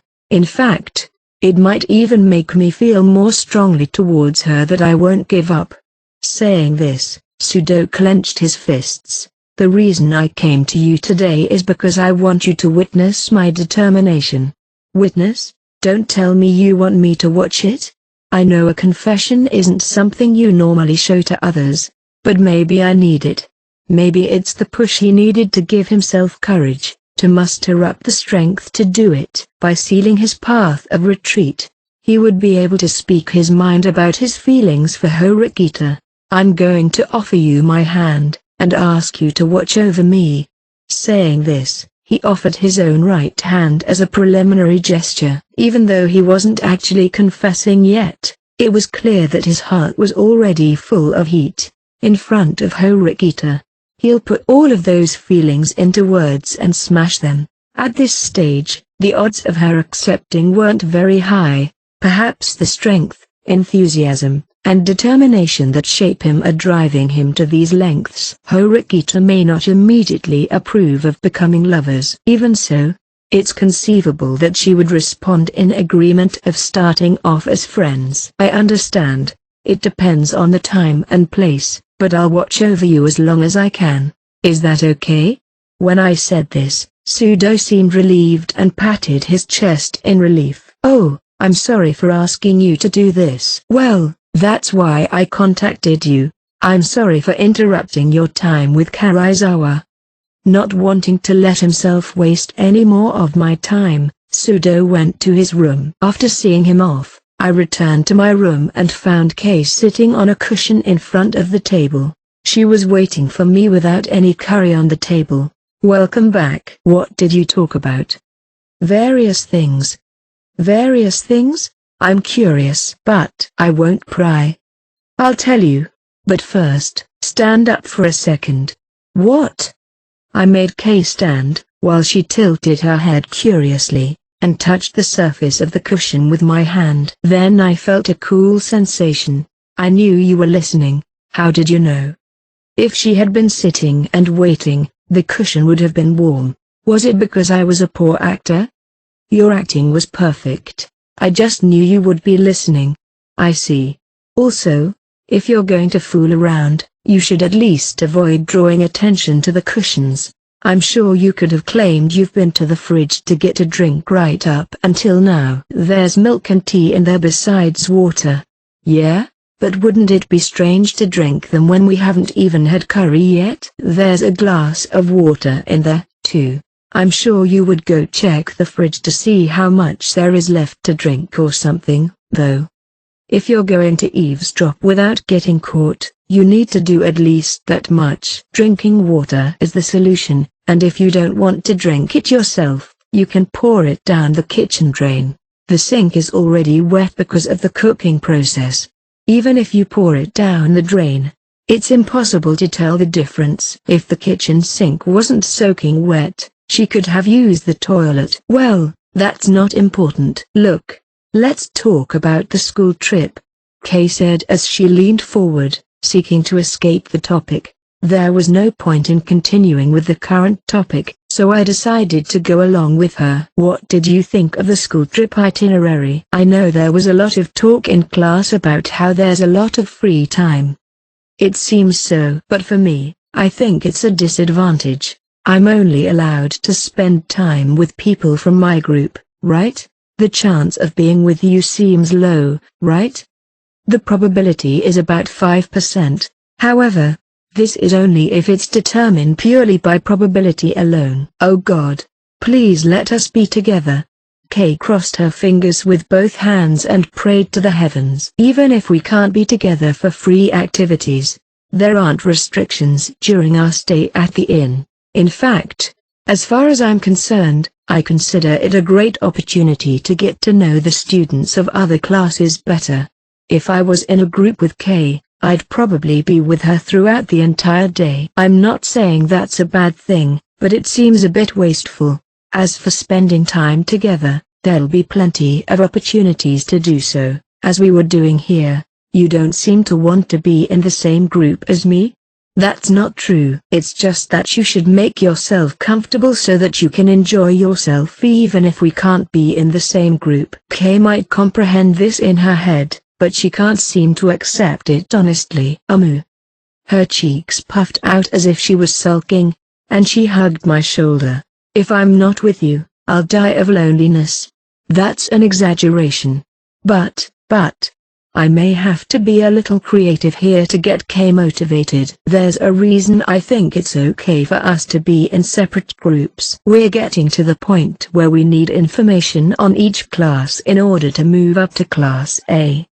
There will be a lot of students who will be unprotected on the school trip, too. To Kei's frustration, I continued. When I heard about the school trip schedule and groups, I did some research on the internet about other schools. I found out that it is quite rare for a school to have almost 2 full days of free time. From this, I thought that the school's goal was to cause a change in the relationship with the other classes while we're there. For what reason? That remains to be seen, but it could be for something at the end of the second semester or the end of the third. Anyway, in the near future, the information from the school trip could come into play. So you want me to gather information that could be used as a weapon? You've got a remarkable ability, you know. I'd like to make the most of it. I said this while patting her head. Her dissatisfaction wasn't completely gone, but it changed to a not-so-satisfied look. Well, I can understand why you would want to rely on me. Of course. I'm going to have fun if we're in a group together. But even if that doesn't happen, don't lose motivation to have fun while also being useful to the class at the same time. Yes. But I'm not sure how much I'm going to be able to accomplish. Repeatedly patting her head, I decided to change the subject. About what Sudo said earlier. Oh, you're talking about Sudo-kun wanting to confess to Horikita-san, right? Yeah, that might be of some interest. I wasn't sure she'd bite, but she seemed to care more than I thought. Girls seem to like hearing about other people's confessions, don't they? That's right. Well, I'm pretty sure he'll get turned down. Really? Eh? You think he has a chance? I feel like it's possible, if we treat it as them becoming a little more than friends. I'm betting on success. Oh really?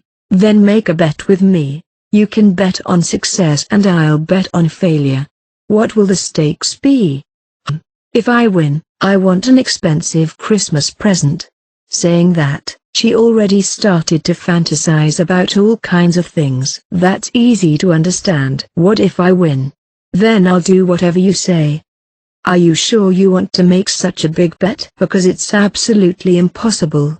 It's not about whether Sudo-kun is good or bad. It's about Horikita-san. I don't think she's interested in love. I don't know. Indeed, at first glance, there's no indication that Horikita is interested in love, and if you were to ask her if she likes someone in particular at this point in her life, there would most likely be no one. However, it would be hard to say that a confession wouldn't be successful just because she isn't interested in the other person. Horikita is also at the stage where she's learning a lot right now. We cannot deny the possibility that she'll take a step up to that stage, just as I did. If the other party is Sudo, Horikita will already have an impression of him. Oh, I'm looking forward to Christmas, Tilda. What should I have you buy me?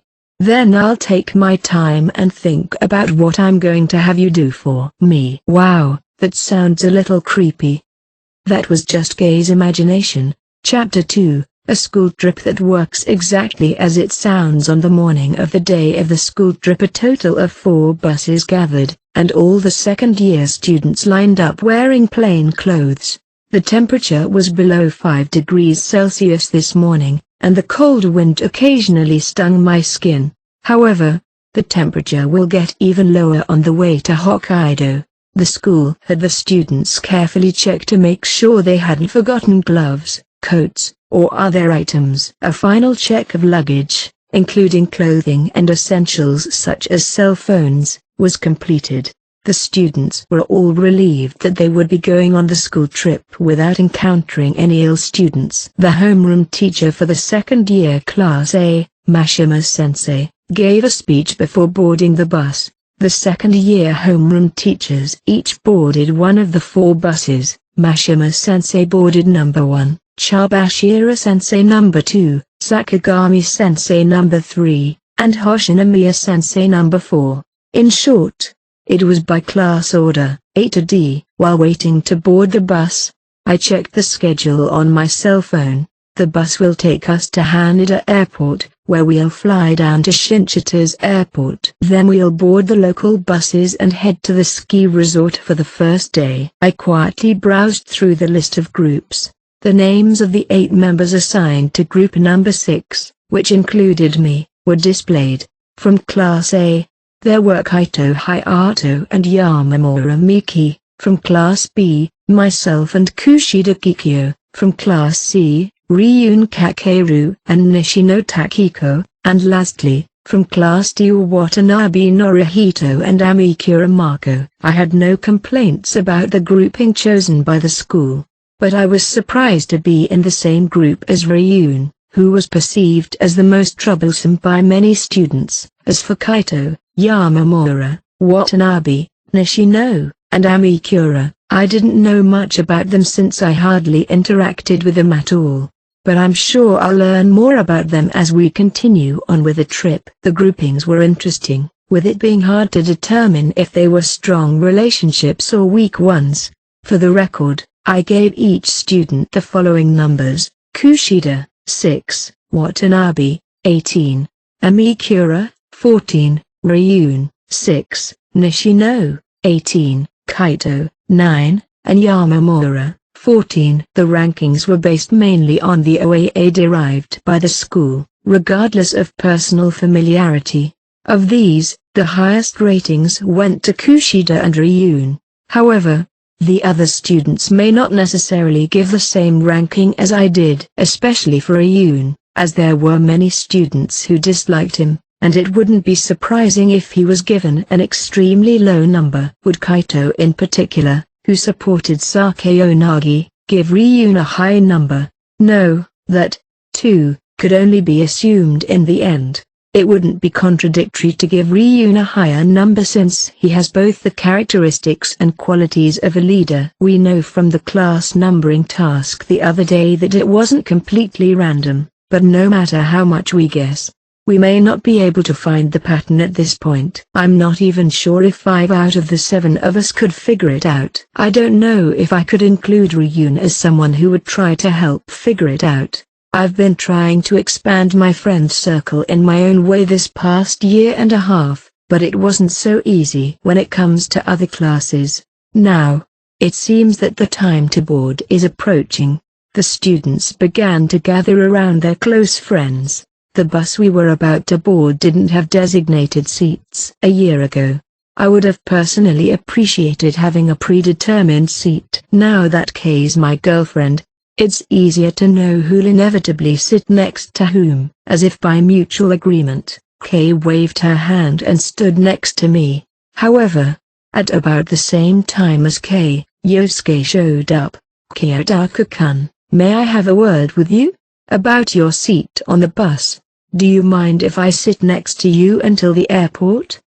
Next to me? Why again? Because of Kashida's revelation. Mi-chan, who had the fact that she's in love with Yosuke exposed, didn't seem to have the courage to openly ask him out. I wasn't sure if I could take that away from her. But she wasn't the only one who was eyeing him.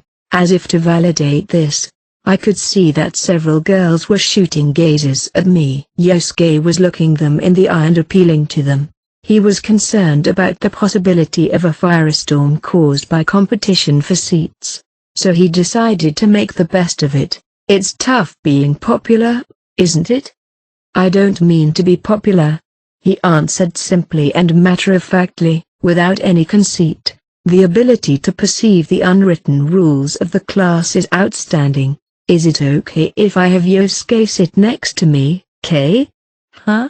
I'd like to say no, but I don't have a choice. Okay. Kay seemed to be very open to Yosuke, to whom she owed a debt of gratitude, and agreed. In exchange, Kiyotaka will sit on the aisle side. I'll sit on the opposite side of the aisle.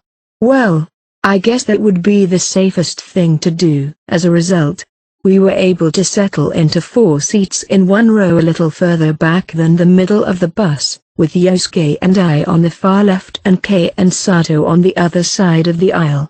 A few minutes later, all 4 vehicles had been fully boarded, and we departed for the airport. During the bus ride, students weren't allowed to get up from their seats but were free to chat and consume the food and drinks they brought with them. Some of the students began to take out snacks and drinks as soon as they could. It's starting to feel like a real trip, isn't it? Yosuke, sensing the state of things around him, murmured happily. The man who considered other people's happiness to be his own was probably comfortable with the frivolous feelings of his fellow students. It would have been great if Kiyotaka had also been in my group. Kei was in the same group as Akito, with whom she usually had no contact at all. That's why it's a good opportunity, isn't it? It's not often you get the chance to interact with other people. I guess so. I guess she was expecting me to miss her too, and her lips pouted in frustration. Yosuke was in the same group as Matsushita, and Sato was in the same group as Akutani. How are you and Kei doing these days, Ayano-koji-kun? Are things going well? You don't need to confirm that, do you? Maybe she's just trying to be nice. Don't be silly. We're super in love, right?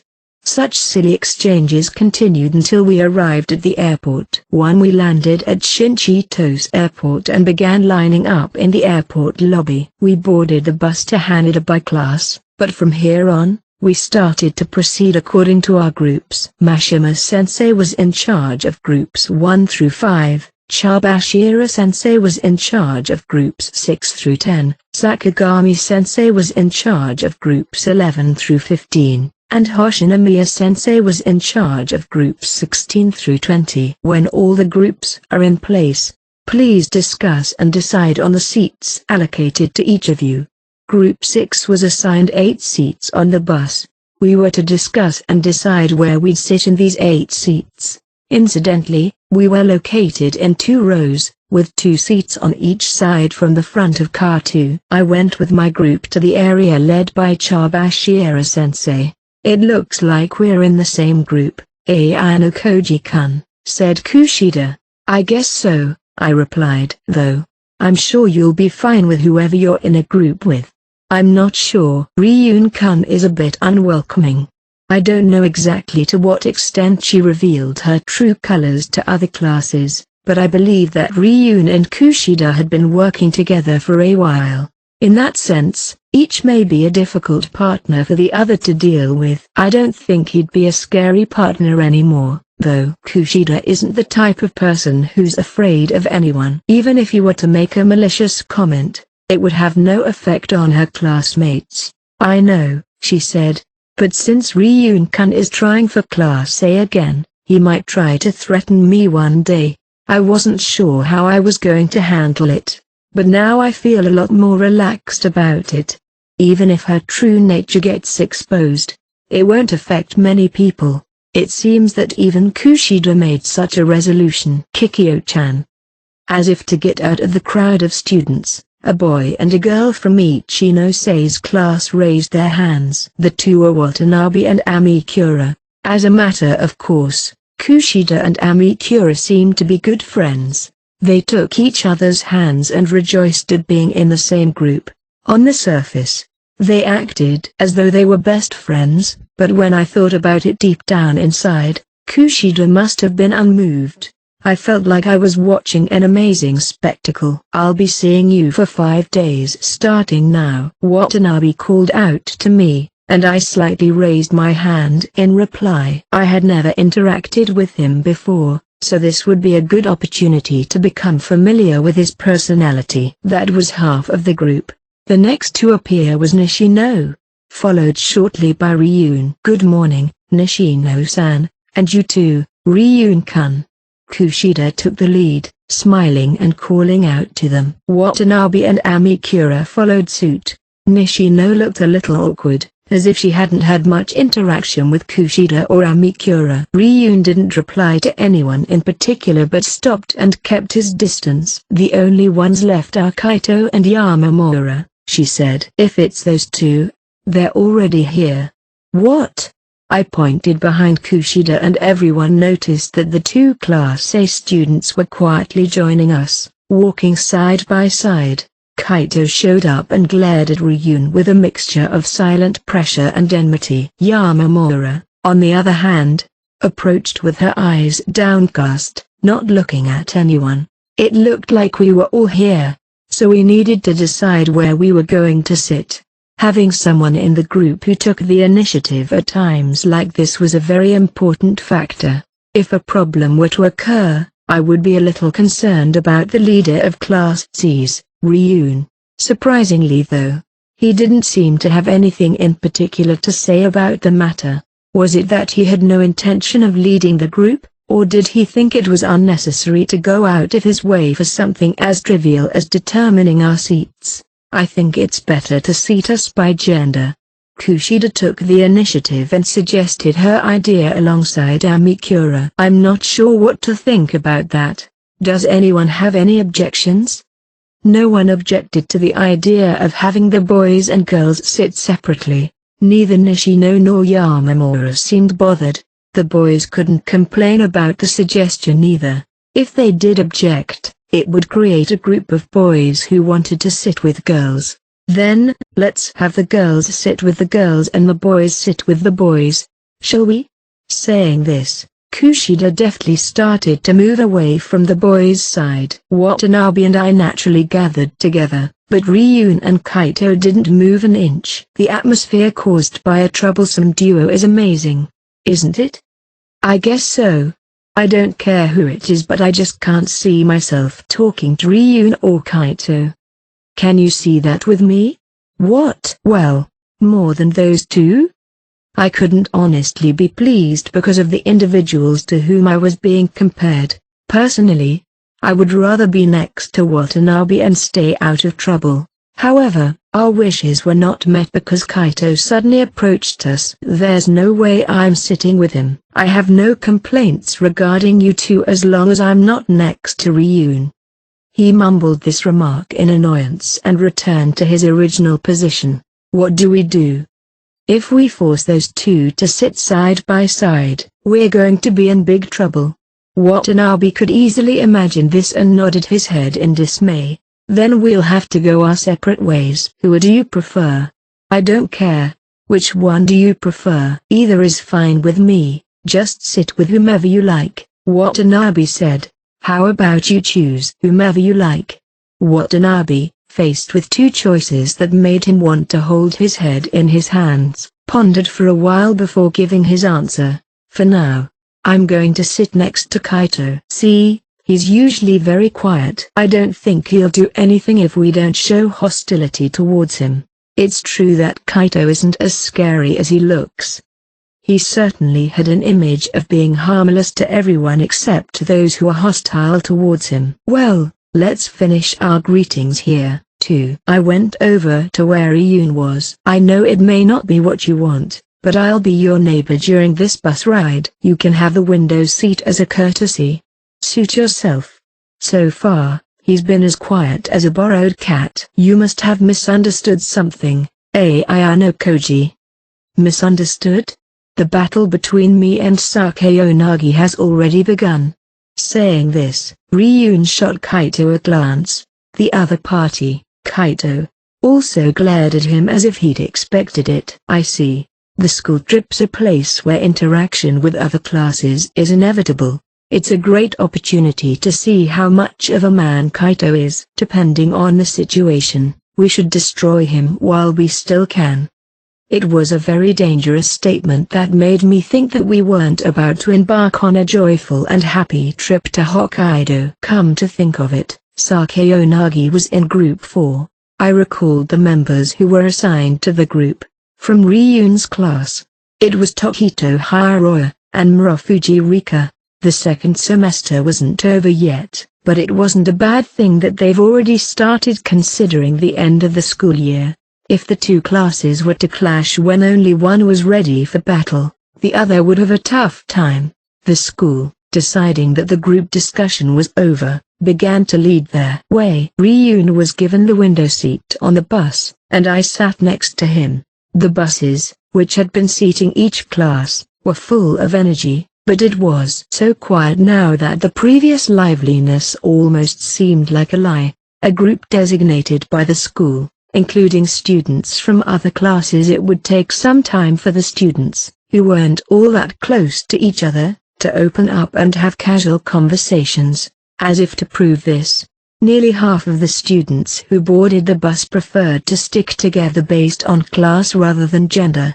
This was an example of how it inevitably winds up when you can't take the initiative to decide who to sit next to, as Kushida did. Still, the students were all analogous in their desire to have fun. By the time the bus had been driving for about 30 minutes, the introductions were mostly finished and group chatter was beginning to spread a bit beyond just people's own classmates. Then, when we were told that karaoke was available, one of the boys started singing with a microphone in hand.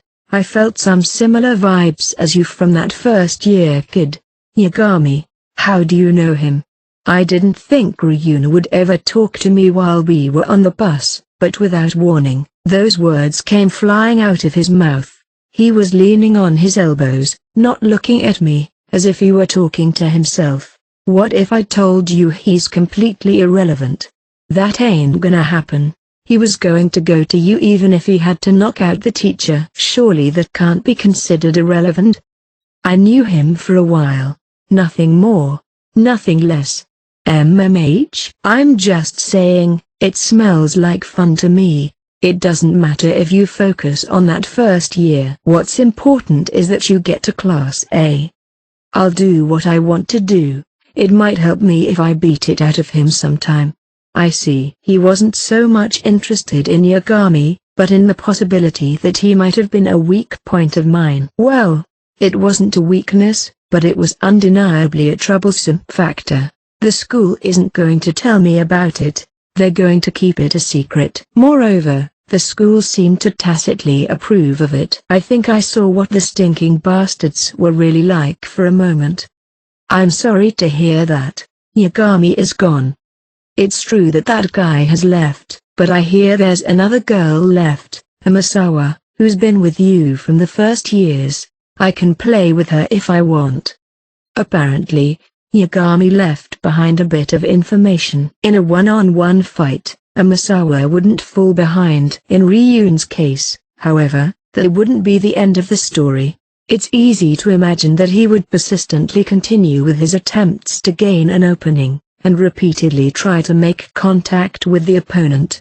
Of course, under normal circumstances, a Masawa would have the ability to handle this to some extent, but now that Yagami had left the school, the situation was unstable. Oh well, it'll be a little while before I fuck with you anyway.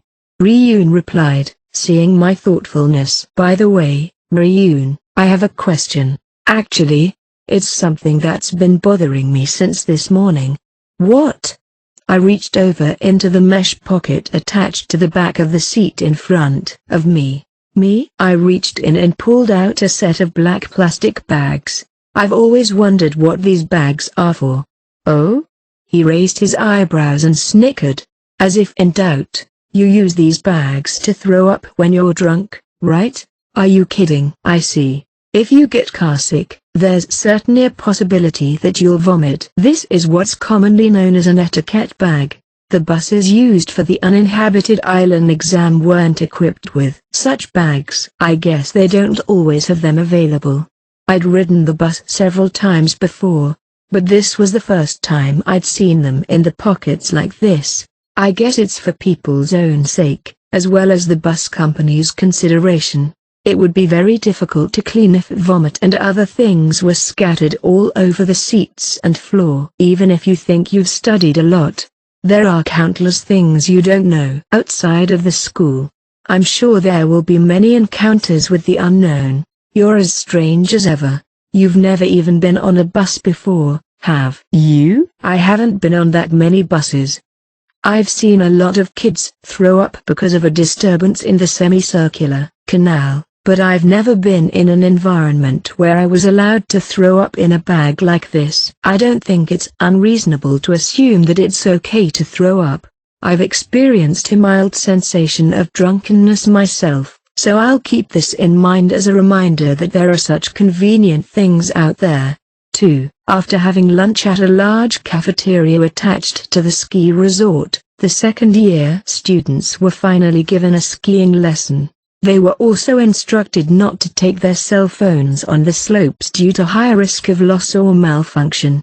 There were some complaints from students who were dependent on their cell phones and other students who insisted that they were used to handling them, but it couldn't be helped as the school's instructions couldn't be broken. Fortunately, the school also informed the students that they would be allowed to bring their cell phones if they voluntarily went to the ski resort from the next day onward. However, in case of loss or destruction of a phone, a reasonable amount of private points will be required. After that, we wore our rented ski wear and received our ski boots. The outside of the boots seemed to be made of plastic. Following the instructions, we unbuckled them, opened the inner lining, and put our feet into the boots. I adjusted them to fit my heels, straightened the innerwear, and tightened the buckles from the bottom to the top. Finally, I donned the power belt and powder guard. They said this was the bare minimum of preparation. I tried to walk normally, but apparently that wasn't correct. Following the instructor, I landed on my heels and walked smoothly. When I was done preparing, I went outside. We were divided into 3 groups: advanced skiers, intermediate skiers, and beginners. Having no skiing experience, I joined the group of beginners without hesitation. I could have looked it up in a book or on the internet beforehand, but I didn't want to listen to any unnecessary information when I could learn on site instead. About 60% of the students in the class requested the beginner course. I wasn't sure if this was considered a large number, but I was a little surprised that about 40% of the students were intermediate or advanced skiers. It would seem that people in the Kanto area rarely had a chance to ski, but they must have had some experience. The 6th group's members, Ryun, Kaito, Nishino and Kushida, were absent, probably because they were intermediate or above, and the rest of the members seemed to be beginners. The beginner course, with a large number of people, was further divided into groups of about 10 people each, and the instructor taught them how to ski from the basics. I listened to the instructor's explanation with great interest as I was touching ski equipment for the first time. On the other hand, the smallest group, the advanced skiers, seemed to be free to ski after receiving only a brief explanation, and they were already getting ready to go out onto the slopes. Ryun was among them. He brushed the snow off the soles of his boots, adjusted his boots to the bindings front to back, and stepped on them with his heels. I see. He would walk with both feet in the same position. I was surprised that I didn't fall down when I walked, but I was puzzled by the sensation for the first time. I think that, for now, I tried to start sliding a little more forcefully using the poles and deliberately tilted my center of gravity to the left. My body fell down as opposed to both boards moving forward. "Are you okay?" Yamamura, who was watching nearby, called out to me in a small voice. "Yeah, I'm fine. I just wanted to see how cold the snow was." "Huh?" There was a bit of laughter around us, but we didn't care. Ryun, who I thought was already headed for the lift, raised the corners of his mouth slightly when he saw me falling, and walked away, as if satisfied. Perhaps he wanted to see me fail. "Be careful there."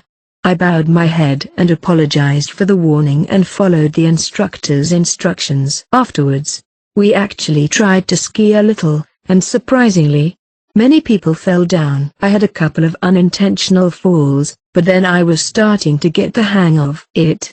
3. We were given a 30-minute lesson. After the whole process was over, it was time to let loose. "Okay, let's go." After the training, Watanabe and the others were all heading towards the beginner course, which had a gentle slope. "Anokoji, you're not going?" Watanabe, who had started walking away with his board, turned around and opened his mouth, curious. "I think I'll ski somewhere else." "I see. I'll see you later." I watched his back as he walked away and decided to start moving on my own. "Hey, Anokoji, you're on the beginner course over there, and this is the advanced course."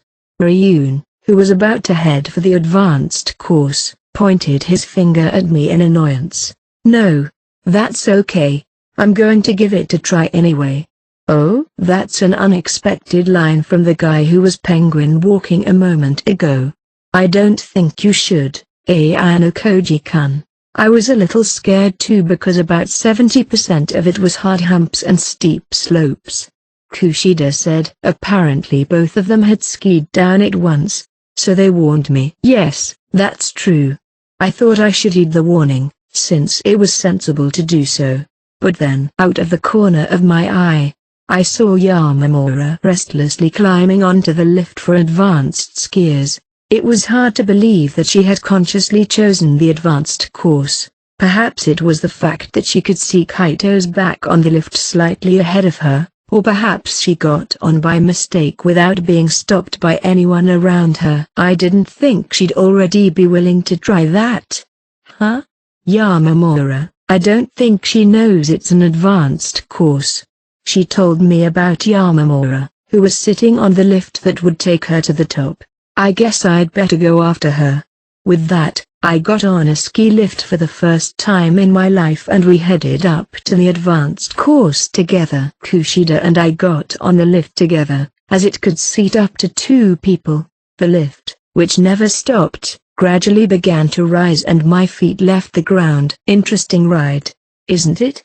It's your first time riding it, right? Aren't you scared? I'm not scared. We're still at a relatively close height from the ground, so even if I fall, it won't hurt much. Oh, that's the problem. Isn't it the danger of falling that you're afraid of? Yeah, I guess that's what it's about. She looked puzzled, caught in her words, but I wasn't sure why. Oh well, I've been thinking lately that it's useless to wonder about you. She exhaled, and a bit of Kushida's skin peeked out. The distance between the lifts was relatively short, and the wind was blowing slightly, so she decided that the chit-chat wouldn't be heard by Ryun in front of us or those who were behind us. That's not a very nice thought. No one would be pleased to be told that it was useless to even think about them. I can't help it. I actually feel that way. After saying that, Kushida gazed at the mountains in the distance. I'm confident in my ability to read a person's aura and understand what others are thinking. This applies to Horikita-san and Ryun-kun as well. That said, there are times when I'm outperformed by other factors and lose. Even if you can read your opponent's thoughts, it doesn't mean you'll always win. As for you, Ayano Koji-kun, I thought I could read you before, but I was completely wrong. I've never met someone whose thoughts I've had no idea about until you. As a reference, how does that make you feel? What? You want to hear that? She didn't look back, asking that with her head turned. I guess I shouldn't have asked after all. The atmosphere strongly suggested that she was unwilling to answer. By the way, Kushida clearly had something on her mind as she was trying to get the words out. This is important, so I need to confirm it here and now, but you're not trying to get me expelled, are you? You're asking me very clearly. As long as I can't read your thoughts, this is the only thing on my mind. If I were you, Ayano Koji-kun, what would I think and how would I act? So you're saying that the conclusion you came to was that you're going to get expelled from school? Kushida nodded without hesitation and peered into my eyes. She seemed to be trying to shake me up and draw out my true feelings. I dared to avert my gaze and give the impression that I was trying to get her to drop out of school. If you looked at it from a normal person's perspective, I was caught off guard and upset, and then looked away. I thought it would be interesting to see what Kushida would think. Are you kidding me? I'm sorry. The darkness that had been hiding under her face revealed itself, and I immediately apologized, understanding that I was being glared at furiously even though she was still smiling. I mean, you're definitely making fun of me. Is that supposed to be funny? No, it's not funny at all. I'm sorry.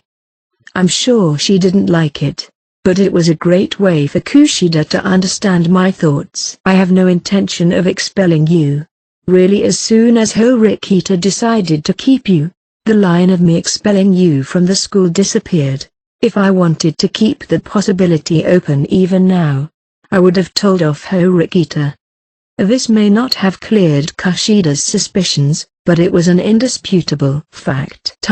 During the unanimous vote special exam, right for her, that special exam must have been an unforgettable and humiliating. However, it was necessary that Kushida doesn't repeat the same mistake in the future, though I don't need to go to the trouble of mentioning that here. That was no longer a realistic possibility now that all of our classmates knew about it. Even if I can't expel all of them, there's still the possibility that I'll abandon this class. Perhaps I can get a class transfer ticket or save up the necessary private points. I could even escape that way. Can you close your eyes to such a risk? It's a funny thing to think that Kushida could call herself a risk. That's not treachery or anything. It's just a personal strategy. There's nothing wrong with moving to a class where you can win, as the school actually has that system in place. In fact, If you think your class doesn't have a chance to win, you should move on when the time is right. Who has the right to tell her that she should continue to sail on a sinking ship? I still can't read you, Ayano Koji-kun. I can't even tell if you're really speaking from your heart at all. Maybe I'm someone who doesn't show it on their face. It's not at that level, but... Kushida turned her attention to the soon-to-be approaching destination. I wonder why my secret, which I absolutely wanted to keep hidden, has been exposed, and I'm so frustrated and bitter that I'm sure it doesn't matter anymore. But I'm enjoying myself, coming on a school trip and skiing, and I even feel like it's not a bad thing. School trips are fun events for a lot of students, right? For a lot of people, yes. But for me, I've always found any event to be a hassle. The effort to keep pretending to be something you're not. That's what's needed at events like this. Hey, can I ask you a few questions about Yagami-kun and Umasawa-san? They're both first-year students. I've tangled with Umasawa a bit, but I know very little about Yagami. I made sure to remind her like so, but Kushida may have just wanted to ask the questions she had been keeping inside. If Ayano Koji-kun doesn't know, then I don't think it can be helped. It's fine. So what's wrong with those two? You know Yagami-kun was expelled from school, right? I heard that it came to light that he was violent during the uninhabited island exam. It serves to reason he'd be expelled from school. The most important thing to remember is that you can't just take a chance on a new person and expect them to be good. Yagami was a white room student. In other words, there was no connection between Kushida and her past. He probably faked it based on the information given to him by Tsukishiro, and it was likely he had Yagami pretend to be her junior in order to avoid the risk of learning about his past. However, there was no way for me, an outsider, to deduce this, so I had no choice but to give this answer. No, it's not that. Yagami-kun knew about my past. The only people who went to the same junior high school as me were the Horikita siblings. Then how are you sure he knew about your past? Because he told me directly. I naturally suspected Horikita-san and you. Ryun-kun also knows my true nature, but he doesn't know about my past, so we can rule him out. Indeed, one's true nature and past were two completely different things. But it doesn't add up in Horikita-san's case, does it? There's no merit in talking about my past. If that's the case, then by process of elimination, you would be the only one. That's what's been bugging me. I see. Indeed, I was one of the few students who knew about Kushida's past. It was inevitable that the unanimous vote special exam would turn hostile.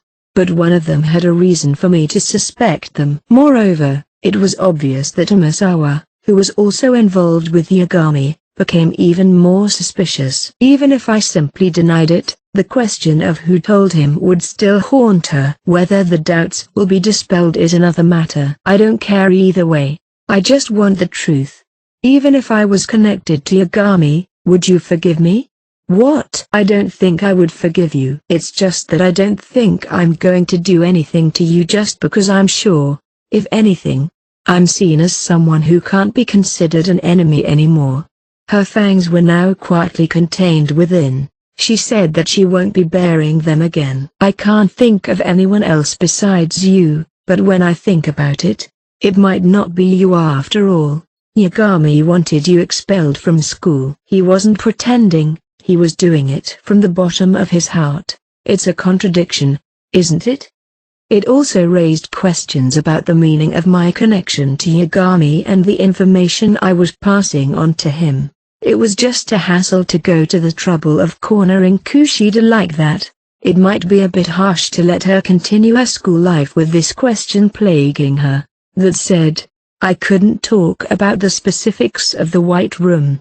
I used to know Yagami, even though we were in different schools. We used to live near each other. What? And so did Umasawa.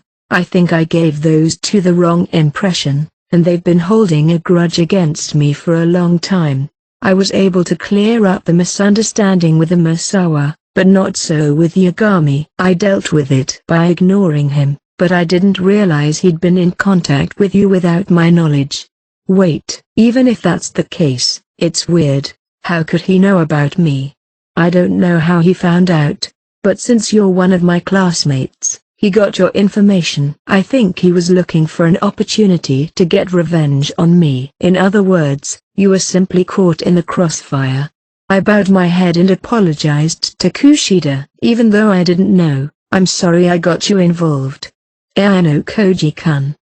I'm not saying it was going to clear everything up, but I think the revelation that those two and I had a connection in the past will help answer some of the questions in Kushida's mind. Could it be that Yagami-kun was expelled from school because of you?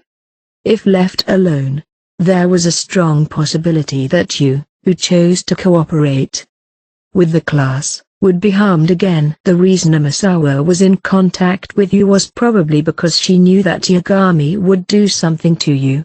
I answered along the lines of an honest admission. I had been in contact with Nagumo, Ryun, and Horikita, several people who either knew of or suspected my involvement.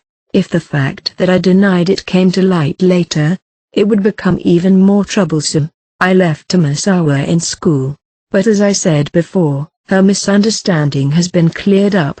She shouldn't interfere with you in the future. There may still be some problems with her behavior, though. An environment in which Kushida could maximize her abilities in school from here on out, that could have been created from this unexpected discussion. A strong wind blew, and Kushida's white knit hat was about to be blown off. To prevent this, I reached out and held the hat in my palm. At the same time, Kushida's hand came up to meet mine. Sorry, thanks. She could have prevented it from being blown away even if I hadn't helped her. But Kushida turned her face towards me and thanked me. Immediately afterwards, she stiffened up and kept staring into my eyes. What's wrong? Nothing. It's nothing. I didn't know what that expressionless face was thinking, but she shifted her gaze soon after. The lift then reached its destination and we began to prepare to get off. Can you make it? I think I can, somehow. I answered in the positive, but Kushida had gone down first as though she was illustrating how it's done, so I followed her example. After a long lift ride, we arrived at the advanced course. As expected, there were fewer people on this course than the easier ones, but there was still a good number. This is pretty awesome. But isn't it steeper than you thought it would be? The slope looked more compact than the sight from below suggested, as Kushida pointed out. Are you sure you can handle it? Well, I'll manage. If it comes down to it, you might want to take off your skis and then walk down the side. It might not look good, though. Many were sliding down the slope, but no skiers appeared to be obvious beginners. Meanwhile, several men and women were gathered around Ryun. Those are the students in Ryun's class, right? I wonder if he's surprisingly popular. They don't look like they're talking happily, though. Indeed. The gathered students were telling Ryun something with rather serious expressions. Ryun, who was at the center of the circle, didn't look at any particular student and seemed to be listening nonchalantly. What was the point of gathering all the way at the advanced course, where there would be fewer people? If he wanted to keep in touch with the class, he could just use his cell phone. Later, then I could only assume that they intentionally gathered here. Did they have something to report by any chance? Looks like it. The gathered members were those who often received instructions from Ryun, such as Kaneda, Ishizaki, and Chikon Todo. There she is, Ayano Koji-kun. Yamamura-san. Sure enough, in the direction Kushida was looking, was Yamamura, not slipping out. She was staring at Ryun's class and the others as they disbanded. I signaled to Kushida, who was about to call out in a loud voice, to be quiet with my finger and a glance. What's wrong? Wait a minute. Yamamura's movement seemed a little puzzling. She knew she was making a mistake. but she quickly stepped into the advanced course, and then, as if to hide, she continued staying there. Her own presence muted. What kind of student is Yamamura? What kind of student? I don't really know either. What kind of student do you, Kushida, the one who is familiar with the largest number of students, not know about? It's true. I can understand a student who spontaneously engages in conversation with me, but Yamamura-san is different. She's never approached me, and when I've approached her, she either responded with a short answer or a silent nod. And that's it. That's not a good way to get to know someone, is it? If she was closed-minded, then surely that was something even Kushida could do nothing about. Who are the students she gets along with in Class A? I don't know that either. I can't picture her talking to anyone at all. She's very, very invisible, isn't she? Although the group had only just formed, she certainly didn't leave much of an impression. Yamamura's OAA shows that she wasn't physically strong, but she had high academic ability. Soon after, the students who gathered around Ryun scattered and returned to their own groups. At the same time, Yamamura shifted her gaze from Ryun and slowly began to move. The two of us followed so as not to lose sight of Yamamura. Oh! I fell. Yamamura fell down on the spot. Perhaps having been caught in the snow. There seemed to be people around, but no one noticed or even pretended to help or care. It's not easy being in the shadows, is it? So why are you looking at her? Because she seems to lack presence. It's a sad aspect of life that can't be denied. No matter how hard you work, it's not easy to progress in that area. By the way, what do you think of Yamamura's movements? You ran away from the conversation. I'm not running away. I denied it, but Kushida laughed in a funny way. Yamamura-san's action seems to be under the instructions of someone who wants to keep an eye on Ryun-kun's movements. That would be the most likely explanation, although that someone is probably only one person. Sakayonagi-san, right? But I don't think she has any connection with Yamamura. That's why it's perfect, right? No one's aware of their connection. If I hadn't been in the same group as Yamamura, I probably wouldn't have cared. The fact that we were in the same beginner group made me wonder what she was intending. If I had been an intermediate skier or higher, I wouldn't have continued caring and would have already begun skiing. If we don't know whether or not they have a connection, we should make sure. It could be important when we fight Sakayonagi in the future. We can't avoid identifying Sakayonagi's important limbs. I see. Yamamura is on the move.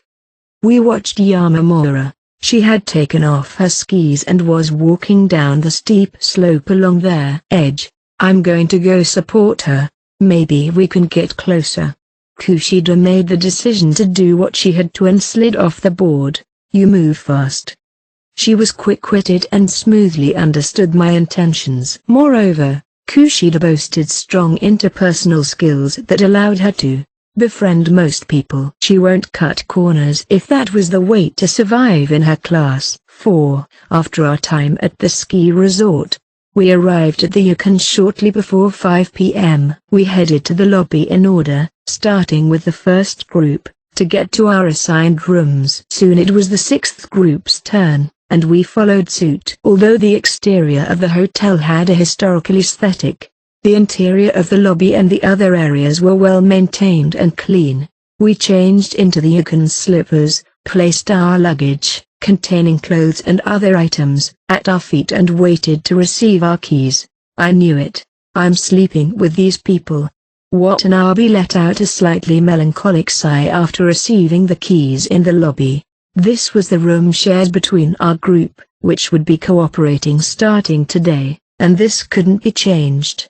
It was up to us to make it a comfortable space. Hey Watanabe. Watanabe turned around when his name was called, and a Boston bag loomed in front of him. Whoa. Watanabe, who caught the bag with both arms, was still surprised, unable to comprehend what just happened. Take it to the room. I'm going to the bathroom. Ryun had thrown his own luggage, and he seemed to be planning on having Watanabe carry it, while Watanabe, who didn't have the guts to refuse, was smiling bitterly. Ryun disappeared towards the back of the building, probably to the large baths. I don't think I can do it. I'll take it. No, it's fine. I was asked to do it. I offered, or rather, I insisted on taking the issue off his hands. Give it to me. I'll send it back to him, or rather to hell. Kaito, seeing Ryun's arrogant behavior, tried to snatch the Boston bag from his arms. I put my arm between Kaito and Watanabe to stop him. It's better not to do anything troublesome. The one who'll suffer the most later on will be Watanabe, who he entrusted it to. Then are you going to let that man do what he wants? If you back off now, something similar will happen next time. I don't care if he treats his own classmates as slaves, but Watanabe is a student from Ichinosei's class. What he said was correct, but even so, that didn't mean he should mess with the baggage. You should separate the matter from the Boston bag issue and tell him directly. What if I don't say anything or he doesn't listen? Are you going to make Watanabe suffer through the trip? Oh no. I'm not that much of a slave driver. If Ryun imposes his selfishness onto Watanabe again, I'll stop him. You will? If he doesn't listen to me, I'll take responsibility for everything. That's a radical solution. Not really. If the person entrusted with the work doesn't want to do it, only then is it force and coercion. In this case, however, the problem has disappeared. Don't you agree? Kaito believed that everything should be done by themselves. He may not agree with my point, but he understood. Do as you please. He glared at me for a while, but finally gave in and backed off. I'm sorry, Ayano Koji. It's my fault. It's not your fault. It's only natural that we should join hands to solve the problems we have in this group. Just as I saw an expression of relief spread on Watanabe's face, the Yukon provided him with 2 keys to our room. At about the same time, Kushida and the other 3 girls also received their keys and came over. You know what? I think we should talk about our group activities for tomorrow. This Hokkaido trip is very special, and I'm sure everyone has a lot of places they want to go. It was important to make plans in advance, but since we had been the only members of our group present, we hadn't been able to discuss our free activities until now. So, I was thinking that at night, the girls can visit the boys' room. Oh, that would be great, wouldn't it? Watanabe lowered his eyes happily at the suggestion of the girls coming to visit. Kaito, who was listening on his own, didn't respond with anything in particular, maintaining his silence. You're fine with it too, right, Ayano Koji-kun? That's fine. Kushida smiled and clasped her hands together, not wanting to ignore the troubled Watanabe. Then it's settled. See you later. I'll call Amikura and the others and I'll let you both know when we settle on a time. The girls would now enjoy the Yukon, soaking in the hot springs and eating dinner. Shall we go to our room too? Right. It seems that the boys will be using rooms in the Yukon's East Wing area. The girls, on the other hand, will be in the main building. Since they're connected by a lobby, coming and going won't be particularly difficult, but I guess they had to keep the genders separate. Isn't Kushida-chan too nice? She's cute and adorable. I had experienced firsthand that Kushida had a certain charm that attracted boys. It was no wonder they were attracted to her based on their surface-level relationship. If a student like Watanabe were to discover Kushida's true nature, who knows what would happen? I had considered it, but I still shudder to think what it would be like if it weren't for Kushida-chan. Indeed, Kushida has been invaluable in guiding the group. Even a meeting to decide on a free activity would be troublesome if there was no one to take the initiative in leading it. I could only thank her for working to avoid that, but I don't know if that will solve all the problems. I still think the more pressing problems will be Ryun and Kaito. Ever since they started traveling together as Group 6, they've been constantly at each other's throats. They've been gauging and probing each other, so they were always in a state of constant confrontation. We arrived at room 203, clacking our slippers as we proceeded down the corridor. Inserting the key, I opened the door leading into the room. The inside was reasonably spacious. It was a traditional, Japanese-style room, about 12 tatami mats in size, and it had a table with 4 chairs. In addition, there was a mini table and 2 single-person sofas by the window. I had seen a similar scene many times on TV, depicting a ryokan on the high street. After putting my luggage in the Japanese-style room, I immediately opened the refrigerator. It contained a small supply of soft drinks as well as free water. However, the price per bottle was higher than the market price, and I saw no reason to touch them. There seemed to be a vending machine in the lobby, so we could go buy some if needed. After entering the room, Kaito sat in the corner in silence and closed his eyes. Moreover, he was sitting in a zazen-like posture for some reason. I left him alone and opened a thick file containing a guide.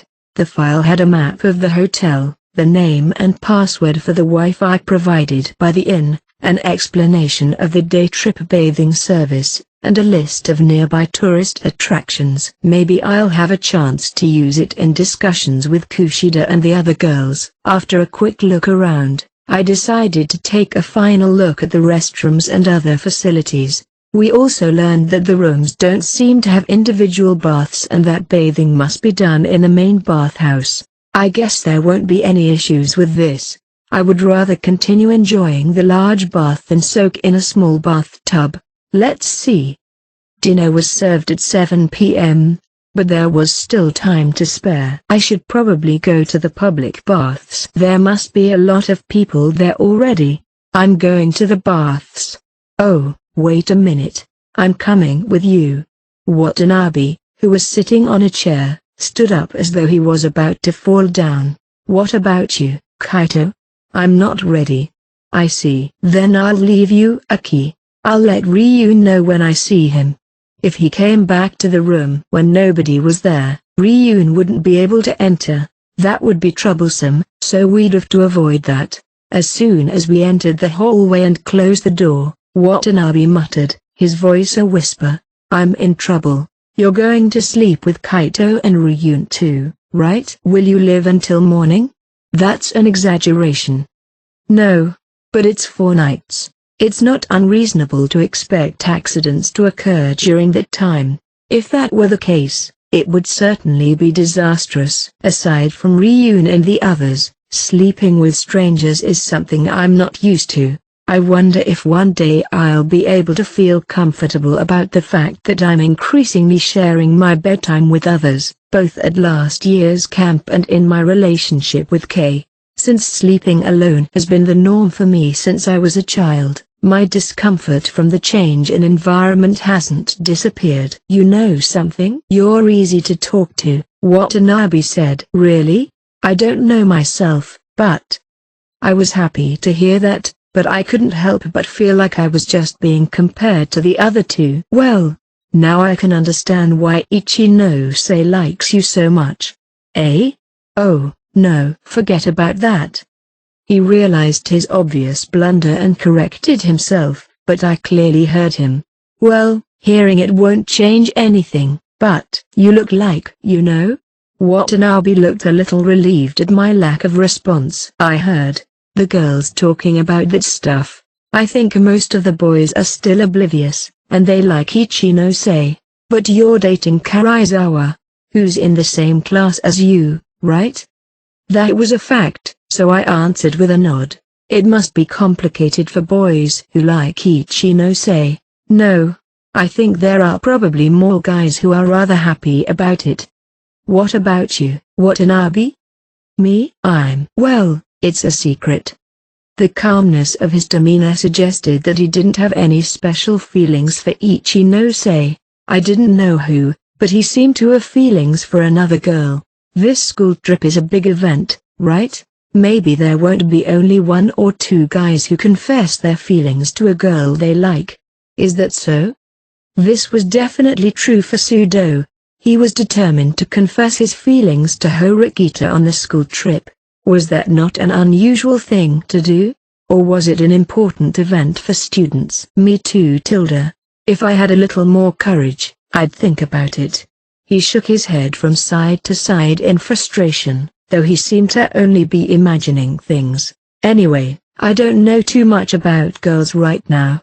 I'm going to start by practicing how to make myself more likable so that the girls in my group will like me. If I can be the kind of guy who leaves a lasting impression, I can build on my experience for the real thing. I've only been in contact with Watanabe for less than half a day, but I didn't get any bad impressions from him. Basically, there's no doubt that he's a good guy. His academic and physical abilities on the OAA are both C+, slightly above average. He also scored a C or higher in other areas. In other words, he didn't have any flaws that seemed to be issues. Depending on the partner, it seems reasonable to believe that there'll be enough potential. There were many factors intertwined with love, and appearance and ability alone didn't determine the success or failure of a confession. It depended on the relationship built between the two parties. 5. It was 8:37 p.m. After finishing dinner, many of the students went to the large baths, the best part of the yukon. This was no exception for Suzune, one of the students who had been eagerly looking forward to dinner. Relatively speaking, Horikita finished her meal earlier than the other students. However, she was surprised to find that 3 students had already started undressing in the changing room. This included one girl who, not wanting to be seen naked, decided to cut off her meal early and make quick work of it. For Horikita, on the other hand, there was no such thing as aversion or shame at being seen naked by the same sex. Originally, in elementary and junior high, she was a shadowy, inconspicuous figure in a friendless environment, and this was partly due to the fact that no one paid any attention to her appearance. Even so, she opened the sliding door to the large bathroom, spreading out her face towel to cover her front body as if it was some kind of etiquette. A rush of heat traveled through her, and the large bath, which was one size larger than she had imagined, burst into view. There were 2 large indoor baths. There was also an outdoor open-air bath, but it was a large, rocky bath that could be seen through the window glass. After lightly washing off the dirt on her body in the hot water, Horikita immediately headed for the rock bath. She then saw 2 unexpected guests. One of them was her classmate, Kushida Kikyo. Horikita-san. Kushida, who immediately recognized the visitor, replied with a light wave of her hand as if to welcome her. Of course, Horikita understood that this wasn't her real intention. The reason was that Rokaku Momo, a student from Class A, was also present. Kushida would never do anything that would reveal her true feelings in the presence of other classes. Horikita, who answered with a light glance, entered the bathtub and headed for the edge without joining Kushida. She wanted to secure a spot where she wouldn't be disturbed and no one would call out to her. She listened to Kushida and Rokaku's idle chatter and continued to enjoy the hot spring for 5 or 10 minutes, not speaking to anyone. Before she knew it, Rokaku had left and only Kushida remained. No trace of her previous smile remained on her face. Why didn't you go out with Rokaku-san? Weren't you together? Huh? I don't have any reason to. I love hot springs. Did you think I wanted to talk to you? No. That wasn't what I was thinking. Really? I thought you asked me because you were aware of me. You're coming at me, aren't you? Horikita sighed with slight regret at Kushida's sudden belligerence. You really have a wide circle of friends. I've never even spoken to Rokaku-san. Trying to change the subject, Horikita turned the conversation to Rokaku, who had just left the outdoor bath. Momo came crying to me, asking me to come with her. She said she was embarrassed or something. It wasn't too much to ask, though, since it's coming from such a poor body. Even though she knew no one was listening, she spat out a moderately strong venom. You're as well endowed as you'd expect. It's not so interesting for us, though. After a pricey observation, Kushida closed the distance to Horikita a little. What? Why are you coming here? Nothing. It's just that the distance between us is unnatural. Isn't it strange? You and I are classmates. If it were me, I'd be talking to you from closer. With Rokaku in the bath, it wouldn't be strange if the two of them were far apart. However, if they were blatantly separated in this large, open-air bath, there was a possibility that new visitors would have questions. I understand too well that you don't truly want to do that. You're right. The best thing would be for you to get out of here and go to the indoor baths. I'm going to have to turn that down. You're pretty stubborn, aren't you, Horikita-san? Horikita sighed even more at the fact that she would suggest something like that. Seeing this, Kushida smiled. You have a very elegant smile. Of course I do. People can see this place from the inner bath, so I can't do anything bad. In addition to her voice, she was also constantly calculating how she appeared to others. From the inside, the students who glanced at them in the bathhouse will only see classmates chatting amiably with each other. If you care that much about having the upper hand, maybe you should have spent your school life in a way that prevented others from finding out about you. I was under a lot of stress when I first entered the school. I didn't think that Horikita-san would be here. Would I? That must have been unexpected. The disappointment was immeasurable for Kushida, who thought she was completely cut off from the people she had known in middle school, living only on the premise of building new relationships. You had to vent somehow, right? As a result, the tragedy began when Ayano Koji found her venting. You're free to continue hating me. If that makes you contribute to the class, I have no complaints. I saw your performance at the cultural festival, and it was remarkable. Well, I can do something like that without difficulty. It's a weapon to protect myself. At this point, Kushida stopped talking and looked at the sliding door leading to the open-air bath. It opened and out came Ibuki, draping a face towel over her shoulders. Kushida, alarmed by the visitor, suddenly relaxed. Ibuki already had a good understanding of Kushida's true nature, along with Horikita. Ibuki was looking for Horikita, and when she caught sight of her, she raised her voice. What do you want? As she approached, completely naked, she jumped up and entered the open-air bath.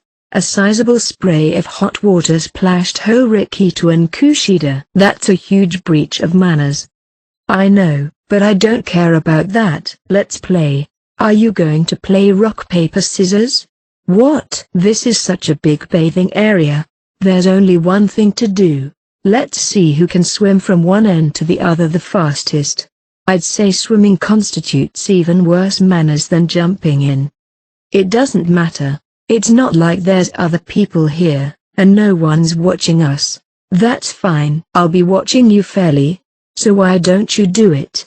Kushida supported the idea of having a race. What are you even talking about? In the first place, you're the one who's supposed to stop such things, aren't you? It's okay because Horikita-san and Ibuki-san will pretend that they started it on their own without asking me to stop them. As long as you make a confused face and feign ignorance, I don't mind others seeing this. Kushida said it's okay too, so we'll play. I won't. What? I came here thinking I could compete with you. I lost. Saying that, she quickly got out of the bathtub. Did you really show up just for that? Are you sure you don't want to take an outdoor bath? I don't want to go in there with you. She quickly got out, not wanting to take a long bath if she couldn't compete. You're an idiot, Ibuki-san. After the sliding doors closed tightly, Kushida laughed. You're insanely obsessed with competing with me too. You're just like her. Off. Kushida had also repeatedly asked Horikita to engage in battle. When Horikita suggested that she and Ibuki were similar, Kushida chuckled. Don't be like that. What she said and her expression didn't quite match, but Horikita brushed it. She thought more people would arrive so that there would be no further need for conversation, but no students showed up after that as it was still mealtime. By the way, you were lucky, weren't you, Horikita-san? Lucky? What on earth are you talking about? Because Ayano Koji-kun was seated next to you as soon as he entered the school. It was because of that you two were able to get closer, and he helped you out a lot behind the scenes, didn't he? So far, Kushida didn't know the details of what actually happened, but she did know that Ayano Koji was involved in one way or another, in some key points. If it weren't for Ayano Koji-kun, you would have been expelled by me by now. It wasn't my own ability that got me to this point. If such a thing had been said in the past, Horikita would have immediately objected, but now she was able to reflect and see things calmly. I can't completely deny that. But it wasn't just a lucky break for me. It would have been a lucky break for you as well. Without Ayano Koji-kun, you wouldn't have been exposed for everything. You would have continued to play the good girl all these years, and you would have made the same mistakes all over again.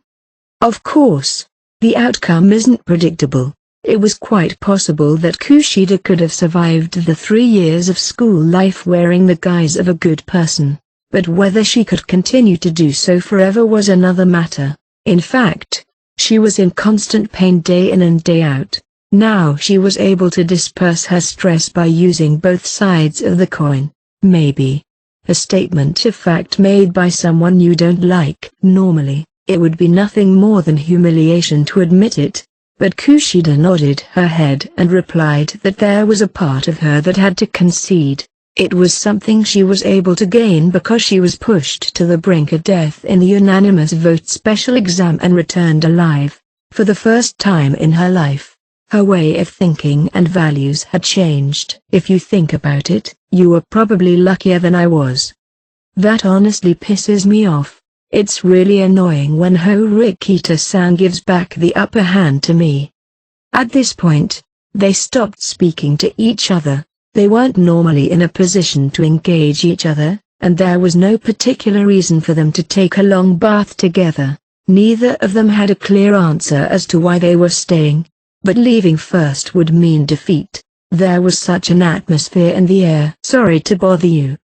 It was a few minutes after Ibuki left that their time alone together came to an end. Ichinose appeared in the open-air bath a little reservedly. Ichinose-san, you're alone? That's kind of unusual.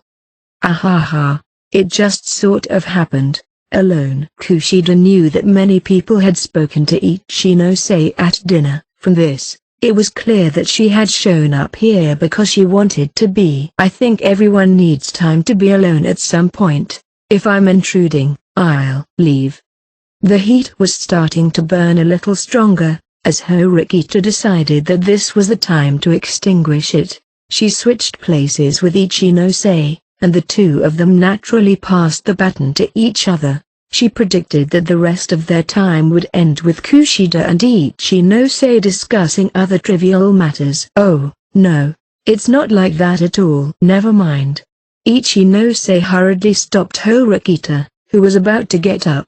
Then, as if to add to the flame, Kushida turned her smile to Horikita. There's no need to leave, Horikita-san. Ichinose-san says this too, so let's chat together. Shall we? What do you mean? I think we haven't talked enough. Is that okay? Kushida spoke as if she really meant what she said, even though it was in contrast with her thoughts. Ichinose also looked slightly worried, wondering if she had cut her bath short by coming here. I've decided that Okay, I'll stay with you for a bit. After agreeing, she got up and sat down on a rock to let the night breeze cool her burning body. It was cold outside the bathtub with the snow beginning to fall, but the contrast was comfortable in its own way. I wanted to ask you something, Ichinose-san. What is it? Ask me anything. Is there anyone you're dating, Ichinose-san? Yeah? What? Ichinose fell into a flustered panic as she was asked a question she never expected. Recently, many guys in various classes have been asking me if you're single, Kushida said, seemingly unaware of what was going on. But the truth was different. In fact, she knew that Ichinose was single at the moment, and that she had feelings for Ayano Koji. That kind of information was gathered at an early stage. She was more well-informed than anyone else in Ichinose class, but she didn't show it. No, there's no one. I see. Then is there someone you like?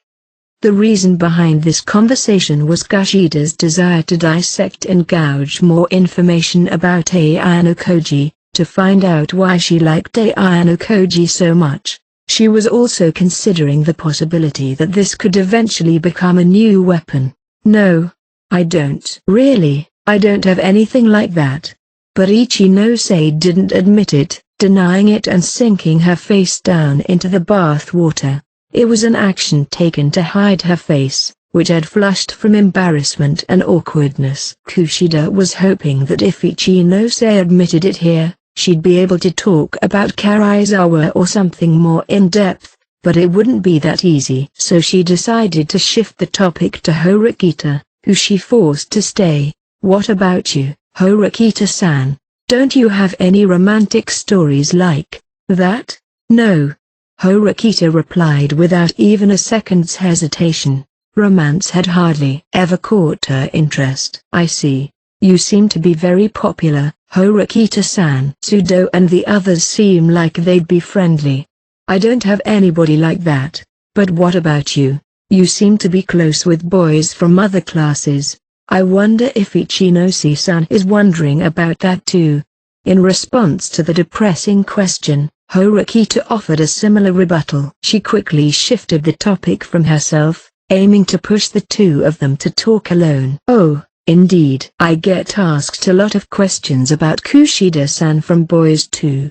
Inwardly, Kushida clicked her tongue at Horikita and gave Ichinose a bashful smile. Yeah, really? I don't know much about love either, so I just think it's a waste to fall in love while you're still a student. That can't be true?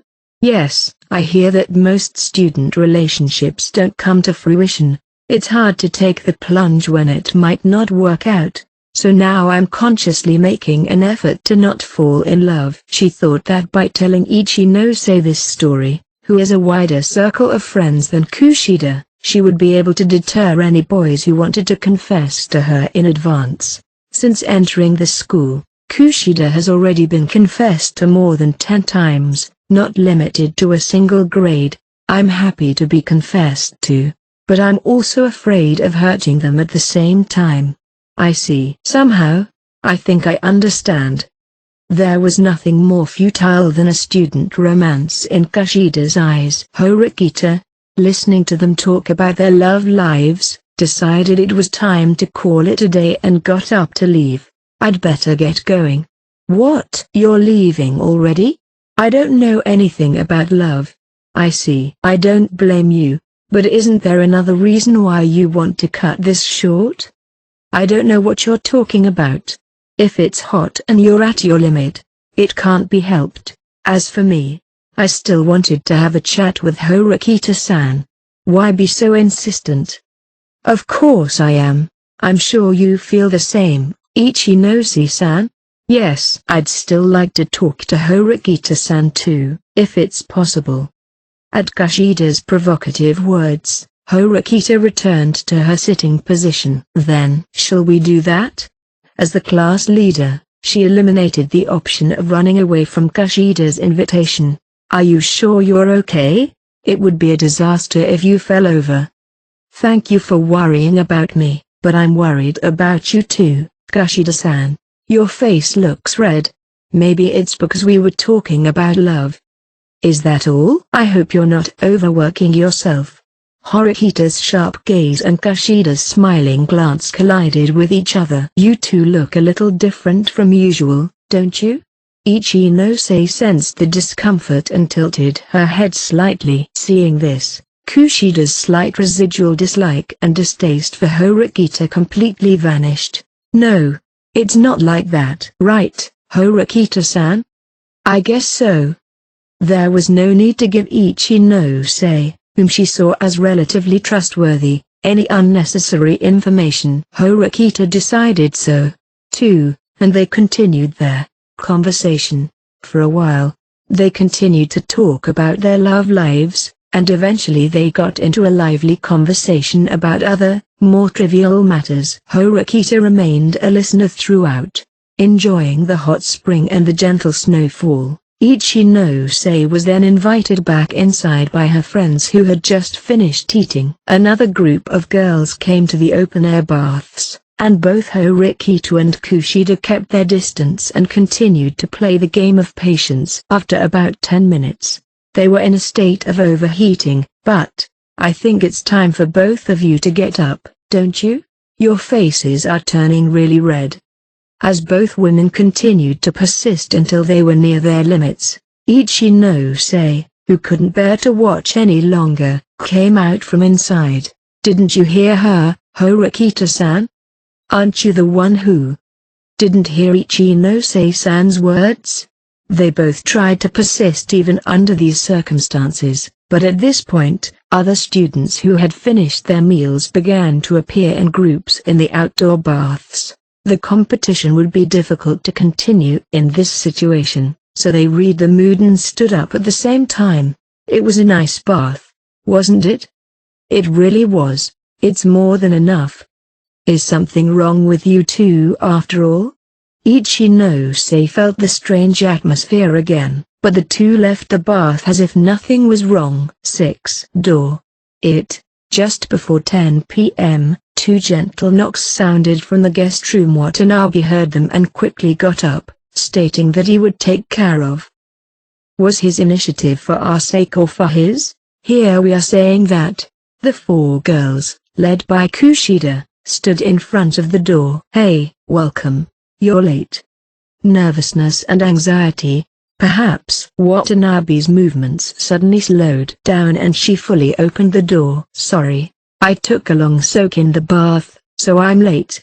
Kushida's face was indeed slightly flushed as she answered. At the same time, her hair was glossy. It wasn't often that we got a chance to meet girls like this at night, just before bedtime. That's probably why Watanabe was having such a valuable experience right now. When the four girls entered the room, an indescribable aroma immediately spread throughout. This group of boys didn't smell bad, but it seemed like a different space now. Why does it smell so good? Come on, it's a mystery for sure. The men's baths were equipped with large shampoo and conditioner bottles made with soy milk, perhaps for commercial use. I wasn't complaining, but some aspects, such as the lather, weren't particularly great, making it seem like a relatively inexpensive product. Normally, one would think that the same items would be placed in the women's large bath, but the aroma wafting from the women was clearly different from the soy milk shampoo. Or maybe they brought it on their own. Hey, ask them how they smell so good? I'm sorry, but I can't ask that. Even I, who wasn't familiar with the world, understood. If I said something like that, I was sure to receive a bad reaction.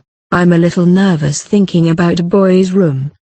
Amikura whispered uncomfortably to the other girls as she looked around the room. The layout of the room may be the same, but it looks strangely different. After we're done talking, why don't we go to Honami's room? They're having a girls' gathering until just before lights out. Really? Yeah, I'm totally fine with that. Unlike Kushida, who readily agreed to the meeting, Nishino refused, seemingly uninterested. I'll pass. I don't have any good friends there. Taking advantage of this, Yamamura also lowered her head and muttered, I think I'll pass too. Yeah? I think everyone is welcome to join, but, well, that's fine.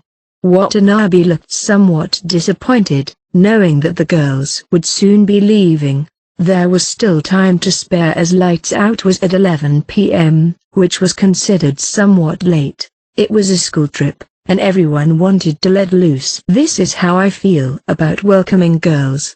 Watanabe was intoxicated with ecstasy as he whispered. More importantly, Watanabe, you should follow up with the girls as soon as possible. Isn't this your chance to make a good impression? Just inviting them into the room was something that even I, Ryun, and Kaito could do. To leave a lasting impression, he would have to take it a step further. What? A follow-up? What? He was so impressed with the girl's arrival that he didn't seem to recognize what was happening. Having come the whole way to the men's room, the girls didn't know where to settle down. Where should we sit? Because 4 futons had already been laid out in the Japanese-style room, spaced slightly apart by the customer service staff. We had no choice but to move closer to the edge of the room to sit on the tatami. Deciding whether to force them to be cramped or to take other measures would show the person's aptitude. Anywhere would be fine, right? You don't really care whether or not it's on the futon, right? Watanabe said, not quite understanding, and removed 2 sets of blankets from the futon to prepare the space. The girls looked a little surprised, but there was no other suitable place, and Kushida showed her agreement. The 4 of them each sat on the 2 sets of futons closest to the entrance. Well then, it's almost lights out, so let's get started. Where's Ryun-kun? Behind the shoji. If they opened the closed shoji, they would find a small table, 2 single-person sofas, and a small refrigerator. Nishino, as was expected of someone from her class, opened the shoji vigorously. Ryun seemed to be relaxing on the single-person sofa, fiddling with his cell phone. You heard me, didn't you? Gather around. I'm fine right here. I can hear you just fine. That may be true, but I'd like everyone to come here. I'm trying to build group solidarity. Without a hint of fear, Kushida motioned for Ryun to come closer. Not liking Kushida's demeanor, Ryun powered off his cell phone screen with a laugh. You seem to be all worked up, but you do understand your position, don't you? What do you mean? It means exactly how it sounds. If you don't get it, I can make you understand, can't I? The other students couldn't understand and accept the purpose of his checks and balances, as he was the person outside of the class who knew Kushida best. Ryun's words were heavy. What are you talking about? Nishino, perhaps taking it as a sign that Kushida was simply arguing with him, pressed closer to Ryun. Don't just say things that annoy me, get your ass over here. Nishino was neither frightened nor timid and was about to grab his arm and pull him up. Nishino, you've been opening your mouth a lot lately, haven't you? I've always been like this, I just didn't get more involved than necessary until now. I guess she had no choice now that she was in a group, or something like that. I thought he was going to lay into her further from there, but Ryun stood up in an annoyed manner and stepped toward the Japanese-style room. The air instantly became tense as Kaito looked at him. Still, it was clear that, for the time being, 8 people had gathered in one room for discussion. Is this something we should all gather here to do? We can just use our cell phones. Kaito, who hadn't said a word since the girls arrived, asked. Surely it would be easy to notify everyone if we created a group on a messaging app. It seems that the other groups are making these decisions through face-to-face discussions. Hey, that's great, Kushida-chan. Watanabe gave an exaggerated nod, as if impressed by her informed nature, and sat down between me and Yamamura. Perhaps alarmed by the unexpected approach of a boy, Yamamura took a half-step backward in a hurry, as if to get away from Watanabe. Oh, my bad Yamamura. There you go. No, don't worry about it. Apart from this trivial exchange, there was still a strong sense of tension from Ryun's confrontation. Forget other people, there is a certain way of doing things here. Kaito was probably worried about Ryun's presence. It was clear that he feared they wouldn't be able to have a proper discussion. I think it's important to have a face-to-face meeting. Everyone wants to hear what the others are really thinking. Kushida, however, was not ready to back down, replying that there were many things that couldn't be understood through texting. Kushida may not want to step on Ryun's landmines, but she had her own position to protect. If Kushida, on the surface, decided that there was no backing down here, she'll just push forward. Well then, let me get right to the point. About the free time after tomorrow. I forgot to mention that there's one thing we need to agree on first. Ryun looked around the Japanese-style room where the futon was laid out and opened his mouth. I have no intention of sleeping side by side with you guys. But even so, I can't say that in this limited space. I'll sleep here. He looked at the futon at the far end of the room. It was the ideal position, where no one could get between you and the bedding, and where you wouldn't be disturbed if someone woke up in the middle of the night to use the bathroom or something similar. We certainly hadn't decided who was going to sleep where yet, but is this something that had to be decided now? I thought it would be better to decide after the girls leave. Did he simply not read the room, or did he say that now on purpose? Considering Ryun's personality and actions, I can only feel it's the latter. But what about the others around us? It was clearly an out-of-place remark, and the others seemed to think it was nothing more than selfishness. You don't have any objections, do you? He took one look at Kaito and Watanabe to make sure, and then said in a slightly more forceful tone, Well, I don't care where I sleep. Watanabe agreed, like a frog staring at a snake. Now, what should I say? While I was thinking, Ryun had already shifted his gaze away from me. Hey, Kaito, if you have something to say, don't hesitate to say it, okay? He seemed to think that the only one who would argue was Kaito. I don't approve. His rebuttal seemed to symbolize that. Oh? He told him not to hold back, but Ryun tilted his head as if he was dissatisfied with the refusal. I won't approve of an unbiased approach. Moreover, it's not something we should be discussing now. Can't you even understand that? I don't know. I don't remember allowing you such a veto. I'm free to speak when, where, and how I want.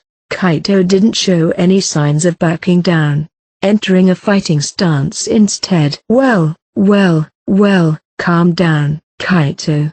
How about I give you a place to sleep? No. Watanabe was about to get up and stop him when he was met with a powerful glare. With his raw looks, Kaito surpassed Ryun in terms of intensity and power. I have no intention of letting this man's irrationality pass. Wait. Hey boys, that's not what we're talking about right now.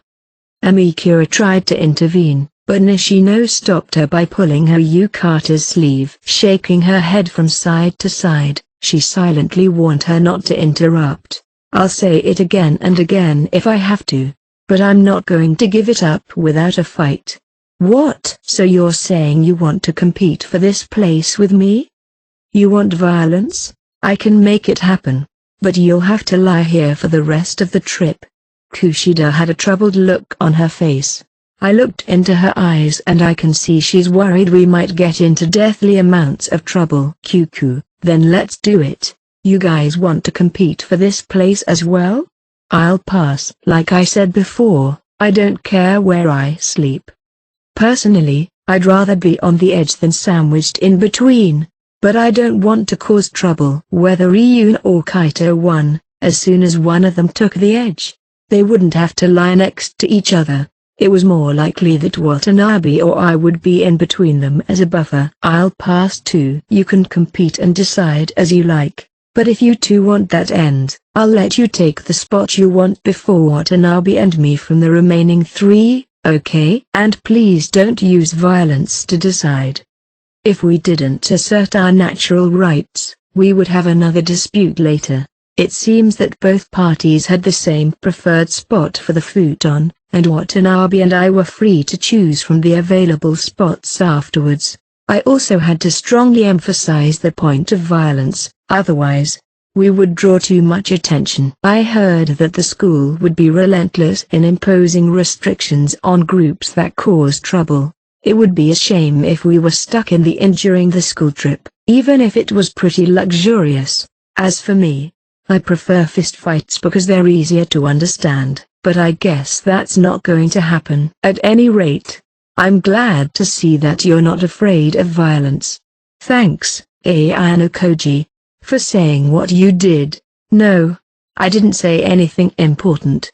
That's not true. I didn't say anything. At least you did. You can sleep on the edge of the bed. I wonder if the students in Ichinose-sei's class were fundamentally made up of goodness. He gave up the end of the room even though I didn't ask him to do so. The third to choose was the one who lost the game. The third one to lose the game was decided by me sleeping on the end closest to the entrance. I've got to build up a little tolerance too. Apparently, one of his reasons for giving it up was for personal reasons. I don't think it'll be too stimulating to be sandwiched between Ryun and Kaito, though. If it's a school trip, this is the only way to go about it, isn't there? Before I knew it, a pillow was clutched in Ryun's hand. I don't have to explain the rules, do I, Kaito? Of course not. What are you doing with the pillow? I tilted my head, not knowing what was waiting for me at the end of the exchange. Well, there's only one way to combine a school trip and a pillow, isn't there? Only one? I had no idea. However, all the others seemed to understand, and Kushida quickly got up. Well, I'll be the judge then, right? It would be better to settle this in a fair way. Kushida, who seemed to regret being in the wrong place, offered. You're so disciplined, even at a time like this, aren't you, Kushida-chan? I'd like to get the real explanation out of her, but there were other girls nearby, as well as Watanabe. Rather than that, I was more interested to see what he would do with the pillow. I'll allow you the first move. Don't do that. You don't want to lose without a single throw. Come at me without regrets, Ryun. Ryun laughed as he bounced the pillow on his hand. Then I'll kill you without mercy, Kaito. Saying this, Ryun took a big swing and threw the pillow at him, using it as a ball. The pillow filled with buckwheat chaff attacked Kaito at high speed. Even though there was some distance between them, the pillow was thrown with such intensity it would be hard to miss. However, Kaito calmly and surely caught the pillow. I'll kill you. This time, Kaito himself swung and threw back a pillow with equal power. On the other hand, Ryun also caught the pillow and immediately shifted into a throwing position. Kyukaku, I'm going to show you true pain. The pillow was returned again. It's a pillow fight. Ayano Koji-kun, haven't you ever done this before? I thought that all the boys did this in their elementary and junior high school trips. That was new to me.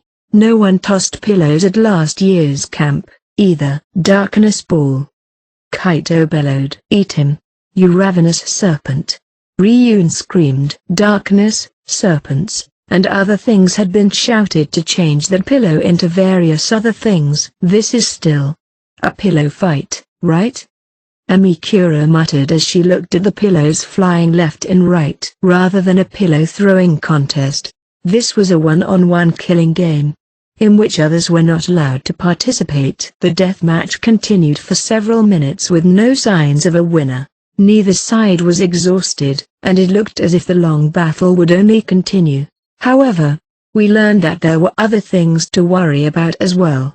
Is that pillow going to be okay after being thrown so hard for so long? It's already very tattered, isn't it? Kushida calmly muttered, and everyone's eyes were drawn to the pillows. I didn't need to explain, but a pillow isn't a tool to be thrown. There was no way the pillows wouldn't accumulate damage, as they weren't throwing it at each other lightly, but rather continuing to catch and throw a series of stiff fastballs without restricting their power. Come to think of it, whose pillow is that? At Watanabe's comment, we suddenly checked the futons on the floor. Of the 4 futons, the pillow was missing from the one at the end that Watanabe had given me. Is that mine? What should have been on my futon wasn't there. Right now, it looked as if Kaito was clutching it in his hands and infusing more dark power into it than ever before. I could feel the pillow screaming, I'm going to have nightmares if I sleep on that pillow. No. To begin with, there was no guarantee that the pillow would maintain its shape, which was terrifying. Whichever side won, I hope my pillow returned in one piece. HNNNN. The pillow was filled with an unprecedentedly dense killing intent. Perhaps because Kaito's thick fingers had dug into it so forcefully. It burst open the moment it left his hand. The cloth was torn, and the buckwheat straws inside scattered throughout the room. The sound of the buckwheat straws flying through the air caused everyone to fall silent. The pillow that was supposed to gently support my head had met a miserable end. The pillow. I strongly wished for its safety, but it didn't come back intact. I would like to express my condolences to the victims who were scattered so cruelly on the battlefield. I can't help but think that boys are really just children, aren't they? The two boys, without seeming to care, reached for the new pillow at hand, whereupon Nishino raised her voice.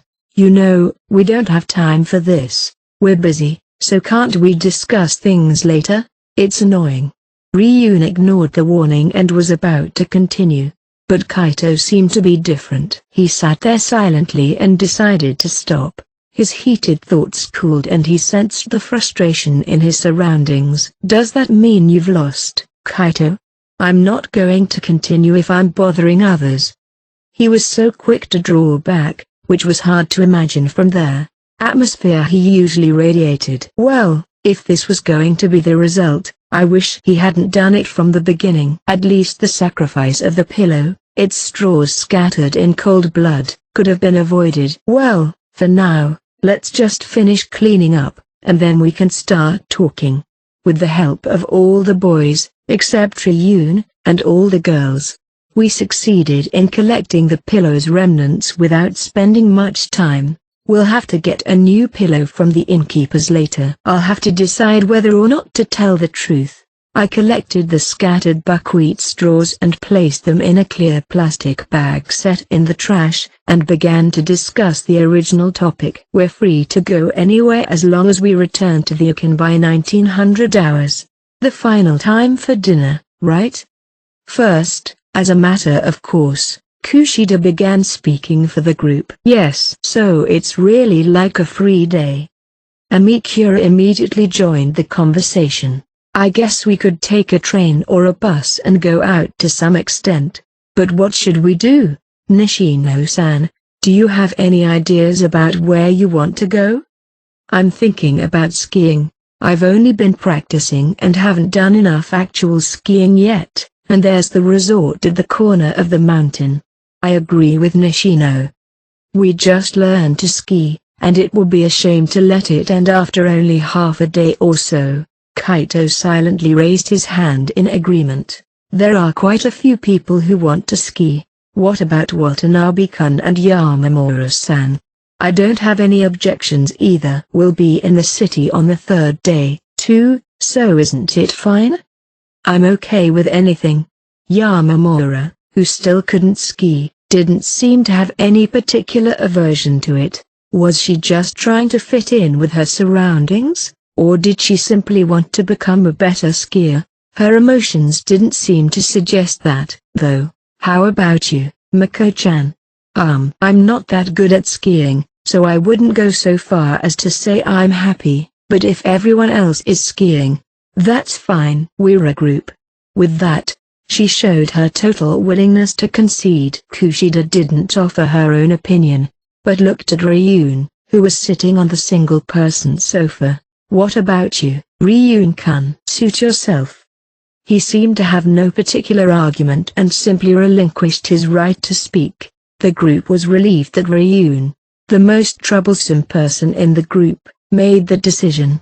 It was more accurate to think that Ryun was also intending on enjoying skiing rather than being uninterested in going anywhere. Chapter 3, School Trip. Second day. It was the morning of the second day of our school trip. After breakfast and getting dressed, we were relaxing in our room until the bus left for the ski resort. Watanabe and I casually turned on the TV. On the screen, people were reading out a summary of this morning's news, and making casual comments. After a bit of this, the atmosphere changed when the program moved on to a special on kittens. Ryun, who was in the same room, had already taken his place on the one-seat sofa, and Kaito was browsing through a stack of magazines that the Yukan were available for free.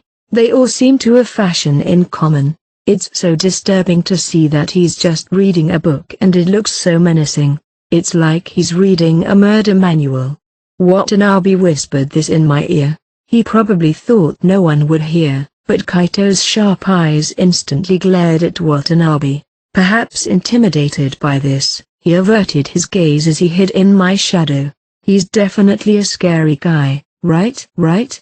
He shook me by the shoulders, but, if possible, I wanted to concentrate on the cat special on TV. Hey, Kaito, you got a little indigestion from yesterday's pillow fight, didn't you?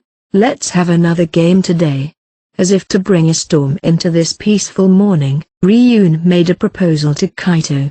Needless to say, this wasn't a welcome proposal for Watanabe and I. You fool. Do you wish to embarrass yourself? If you want to regret it, I won't stop you. Well, then, let me suggest something. What kind of game do you want? The skiing we're going to do sounds good, doesn't it?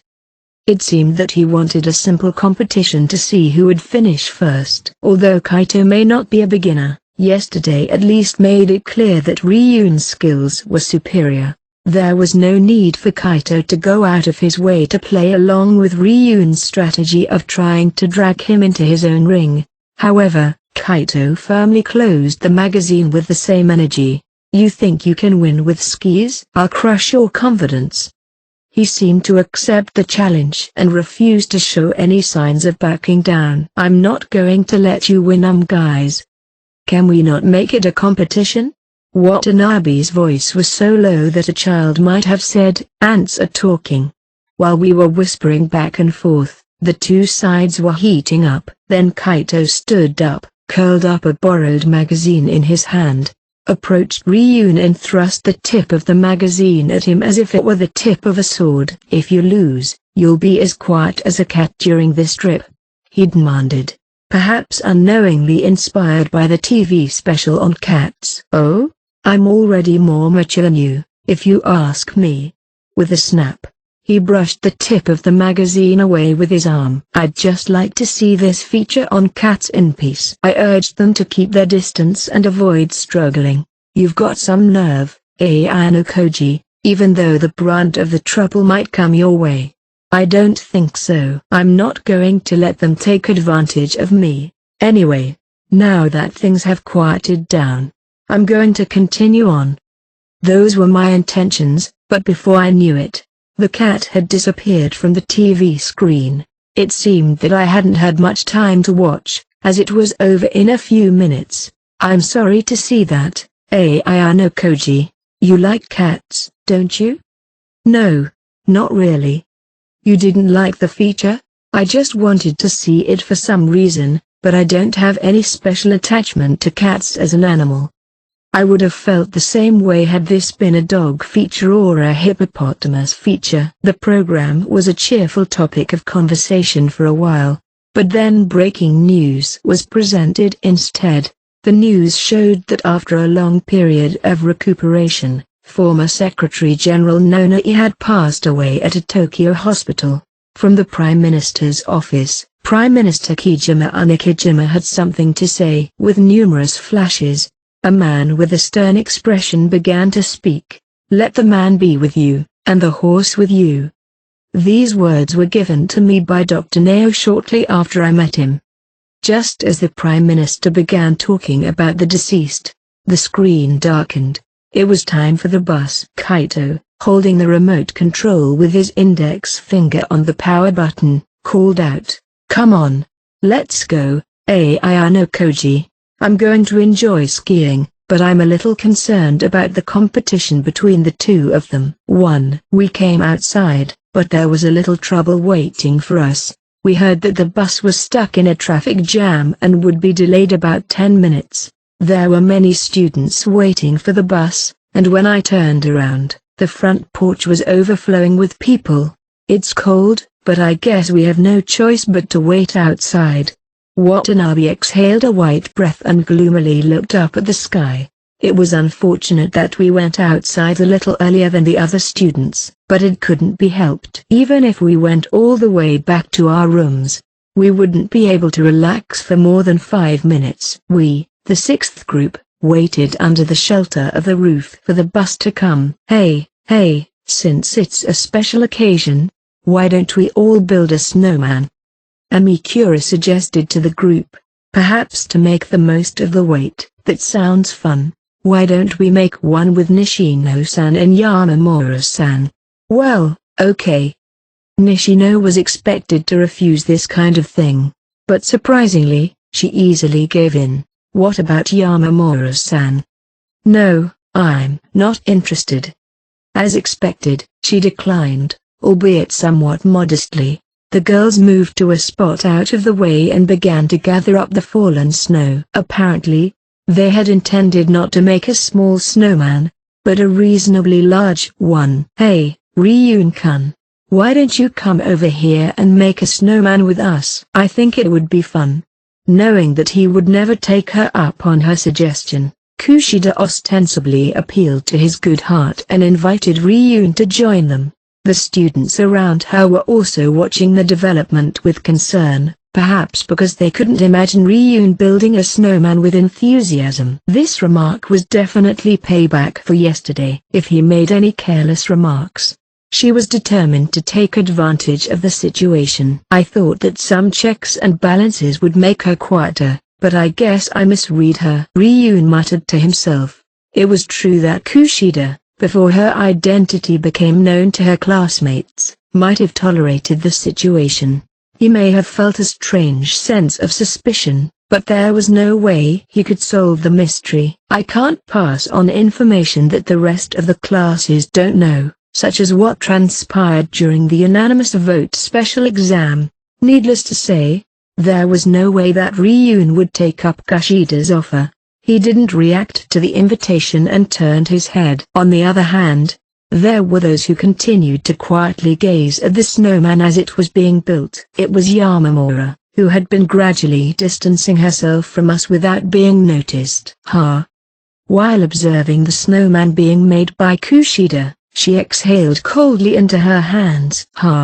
Kushida and the others building the snowman were naturally wearing warm gloves. Looking around, none of the students outside except for Yamamura had bare hands. It was only natural. In this cold weather, they wouldn't go barehanded for an extensive period of time unless they had a special reason to.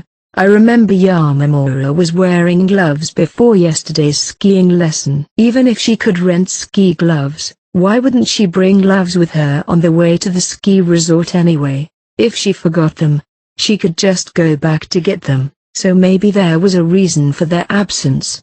She looked dazed and stared out, repeatedly exhaling. I was curious about the mountain village, but more and more students were beginning to come out while we waited for the bus. It's snowing all over, isn't it? The owner of the familiar voice was Sakeonagi Arisu, a member of the fourth group. She should be with Hondo and Onodera from Horikita's class. As I recalled this, students continued to show up, the snow continuing to shock them. Since Sakeonagi couldn't ski, she was probably going to a sightseeing spot. We didn't get particularly involved with the members of the sixth group, and all Sakeonagi's group members seemed to be together. Soon, the bus heading to the city center arrived. Before the others heading to the ski resort, the teacher leading the way gave the order to get on, and the students began boarding one by one. Sakeonagi walked with her cane on the unfamiliar snow-covered road. As I watched, I wondered if she was in danger. Perhaps my prediction came true because Sakeonagi slipped and fell on her buttocks. Fortunately, she wasn't in pain as the snow seemed to cushion the impact. Are you okay? Tokito, a Class C student assigned to the same Group 4, who was walking slightly behind me, rushed up to her. He seemed to hesitate for a moment, but then extended his hand. Thank you, Tokito-kun. She grabbed the hand that was being held out to her as she thanked him a little shyly. It would be easy to forcefully pull the petite Sakeonagi up, but Tokito did so carefully and slowly. Despite his stern face, he was surprisingly sensitive and considerate in his help. Don't push yourself. You have a bad leg. I'm sorry. Fortunately the snow was soft and it didn't hurt. So there's no problem. Sakayanagi usually employed relentless strategy as the class leader, but their other classes' group members must have felt a vastly different impression. Grabbing her cane, Sakayanagi got up and thanked him once more. Thank you for your help. Nothing, I'm glad it didn't turn out to be a big deal. Embarrassed, he shifted his gaze, unable to look directly at Sakayanagi. I thought Tokito-kun was a much scarier person. Eh? Me? No, I don't know. Sakayanagi stopped to talk. It was an exchange that seemed to show the change in their relationship. Because you usually seem to walk with a scary look plastered on your face when we pass each other in the hallway. Hey, how do you even know me? When asked this, Sakayanagi replied without pause and with a smile on her face. Because we are both second-year students, I know Tokito-kun very well. If they were an ordinary boy and girl in an ordinary high school, this would be a scene that would likely cause misunderstandings. However, behind that smile, there was always the possibility that Sakayonagi's wits and tricks were at play. In some cases, even falling down may have been part of the calculation. Sakayanagi and Tokito walked side by side to the bus doorway, where he let Sakayanagi board first. The only other person who might be interested in this exchange was Ryun, who was staring at them with great curiosity. Whether or not there was an underlying reason behind this, it was clear that those who normally had no contact with each other were gradually beginning to close the distance between them. The delayed buses to the ski resort also arrived, replacing the buses to the city center. After getting off the ski resort bus, the 8 of us decided to walk around the area instead of immediately entering the resort. This wasn't planned. It was Amikura's idea, who noticed several souvenir shops around the area from the bus. A 20 or 30-minute detour wouldn't make much of a difference. It's cold in Hokkaido this morning, isn't it? It was warmer in the bus, so I can feel the temperature difference even more. Saying so, Kushida rubbed her gloves together, her body shivering. Yes, this weather is surprising at the end of November. It's weird that there's snow on the ground. If you're going to look around, get on with it. But I'm sure most of them aren't open yet. Ryun called out to the group that was standing still. The time was still just past 9:15. The ski resort opens at 9:30, so most of the stores in the area were still closed. It seems that Ryun intended to just enjoy skiing for the day, so he wanted to head there and wait. Among the few stores that were already open, there was an unusual apparel store, and for some reason, Kaito walked in and began to stare at the clothes. There were some very fancy and unusual clothes on display. Did he find anything he liked? Just as I thought, he replaced the clothes he had picked up and began rummaging through another set of clothes. By the way, Kaito's feet are so big, they look like a snowman's footprint. Man. Watanabe looked at the snowy footprints leading up to the apparel store and compared them to his own, as if impressed. Kaito was certainly tall, but even without taking that into account, it seemed certain that his feet are quite large. Let's all go browse more shops. Amikura, the one who proposed the idea, called out to everyone and started walking away, as if time was of the essence. Kushida immediately accepted Amikura's invitation, but Yamamura refused, apparently intending on staying behind. Watanabe and Nishino also seemed to have decided to walk around by themselves. Yamamura-san, aren't you going? I'll stay. Please don't mind me. Only Ryun, Yamamura and I remained at this spot. I really wanted to browse with Amikura and the others, but since they didn't invite me to go with them, I missed out on that chance. What should I do now? I could look around by myself like Watanabe and the others. Since Yamamura declined the invitation, she must be planning to stay here and wait for everyone to return. If I left, I would be leaving her alone with Ryun. It would have been fine if the two of them were on good terms, but they had never interacted with each other before. There was no prospect of them getting along with each other. It would be a terrible idea to leave them alone. Therefore, unless Yamamura or Iyun started to act alone, it would be necessary to stay behind until then. Despite it being frustrating, Yamamura shuddered as she watched Amikura and the others, whose backs were getting smaller and smaller. The cause for her shivers was clearly her lack of gloves, which she normally kept hidden in her coat. It was certain that she came here without gloves. So, should I lend her mine? But if she refused, it might make things a little awkward. The sixth group, including Kaito and the others, had already left, leaving just the three of us in a quiet situation. Yamamura seemed to be holding back her trembling as much as she could, but she still couldn't hide it. "Hey, Yamamura, give me your hand." "What?" As I continued to wonder whether I should call out to her or not, Ryun instructed Yamamura, who was standing there with her hand in the inside pocket of her coat, in a harsh tone. Apparently, Ryun also noticed Yamamura's shivering and the unnaturalness of her hands remaining in her coat. He thought her cold hands would come out, but Yamamura averted her gaze and "I don't want to," she said no firmly, albeit in a small voice. "Oh? I don't want to pull them out. It's too cold." Without mentioning whether or not she had gloves, she stated her reason. "I could feel the cold, Hokkaido wind even through my gloves. It was definitely warmer to have your hands inside your coat if you didn't have gloves." I thought the conversation would end here, but Ryun stepped onto the snow-covered road and invaded Yamamura's personal space. Then he grabbed her right arm and forcibly pulled it out of her pocket. After confirming that she was not wearing gloves directly, Ryun let go of her arm and Yamamura hurriedly moved to hide her hands inside her coat. "Well, that must be cold. Where are your gloves?" Ryun forcefully proved that she was barehanded, but Yamamura didn't answer. She turned her back as if asking to be left alone. "You're probably not even good at skiing to begin with, but you're not gonna wear gloves on top of that?" Ryun's point was valid. As a beginner, Yamamura wasn't even halfway decent at skiing yet. If her hands were so cold that they were useless, she wouldn't make any progress. On the contrary, it would only increase the risk of falling. "If you get into a lot of trouble and cause a commotion, my skiing time will be cancelled. Can you take responsibility?"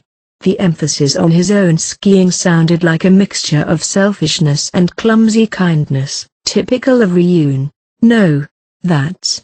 Yamamura seemed unable to retort to an issue that wasn't merely about feelings. "So, where are your gloves?" "I forgot." "Ha, I guess there are dumbasses like that. Not many people would forget their gloves in this cold weather." Laughing through his nose, Ryun looked down at his own gloves. "I didn't think he was going to lend his own gloves for Yamamura's sake. Oi, Ayano Koji, lend her your gloves." "Mine." He didn't even show any kindness yet he imposed demands on me. "I'm a skiing novice too, you know. You'd have no problem if you got hurt, right?" I'm not quite sure I understood the logic behind it, but, unfortunately, there were no stores open around here that sold gloves. "I guess I'll have to lend them out for the sake of the trip." There may be special gloves in the ski resort, but even 10 or 15 minutes of warmth would make a difference. "No, that's okay. I'm fine." Yamamura said that and exhaled as she moved away. "You shouldn't do that. The cold causes vasoconstriction. Your body's shivering because your muscles are trying to raise your body temperature. It might be dangerous to start skiing in that condition." Isn't it extremely frustrating that Ryun is right? That's... I half forcefully pushed the gloves I took off to Yamamura. "But, Ayano Koji-kun, I'm fine. Don't worry about it. I don't have a special tolerance from the cold, but as Ryun said, if I try to endure it, it won't be a problem. I'm sorry." While dreading it, Yamamura wore the large pair of gloves with her hands shaking slightly. Then she slipped her hands back into her coat. "They will remain cold for a while. but after a few minutes, it'll improve. You'll have to buy a new pair of gloves in your size later. Yes, you're right. When we get to the ski resort, please let me reimburse you for the gloves. Reimburse? I'd feel bad giving them back to you. After I wore them. They're dirty. They're not dirty. No, even if you fell and stained them, I don't really mind, as long as you return them as they are. That's fine. That's not what I mean. I'll get them dirty by wearing them. Is this a germaphobe's way of thinking? No, but Yamamura wore the gloves without resistance, albeit reservedly. That's a way of thinking I don't quite understand. I would still like to reimburse you.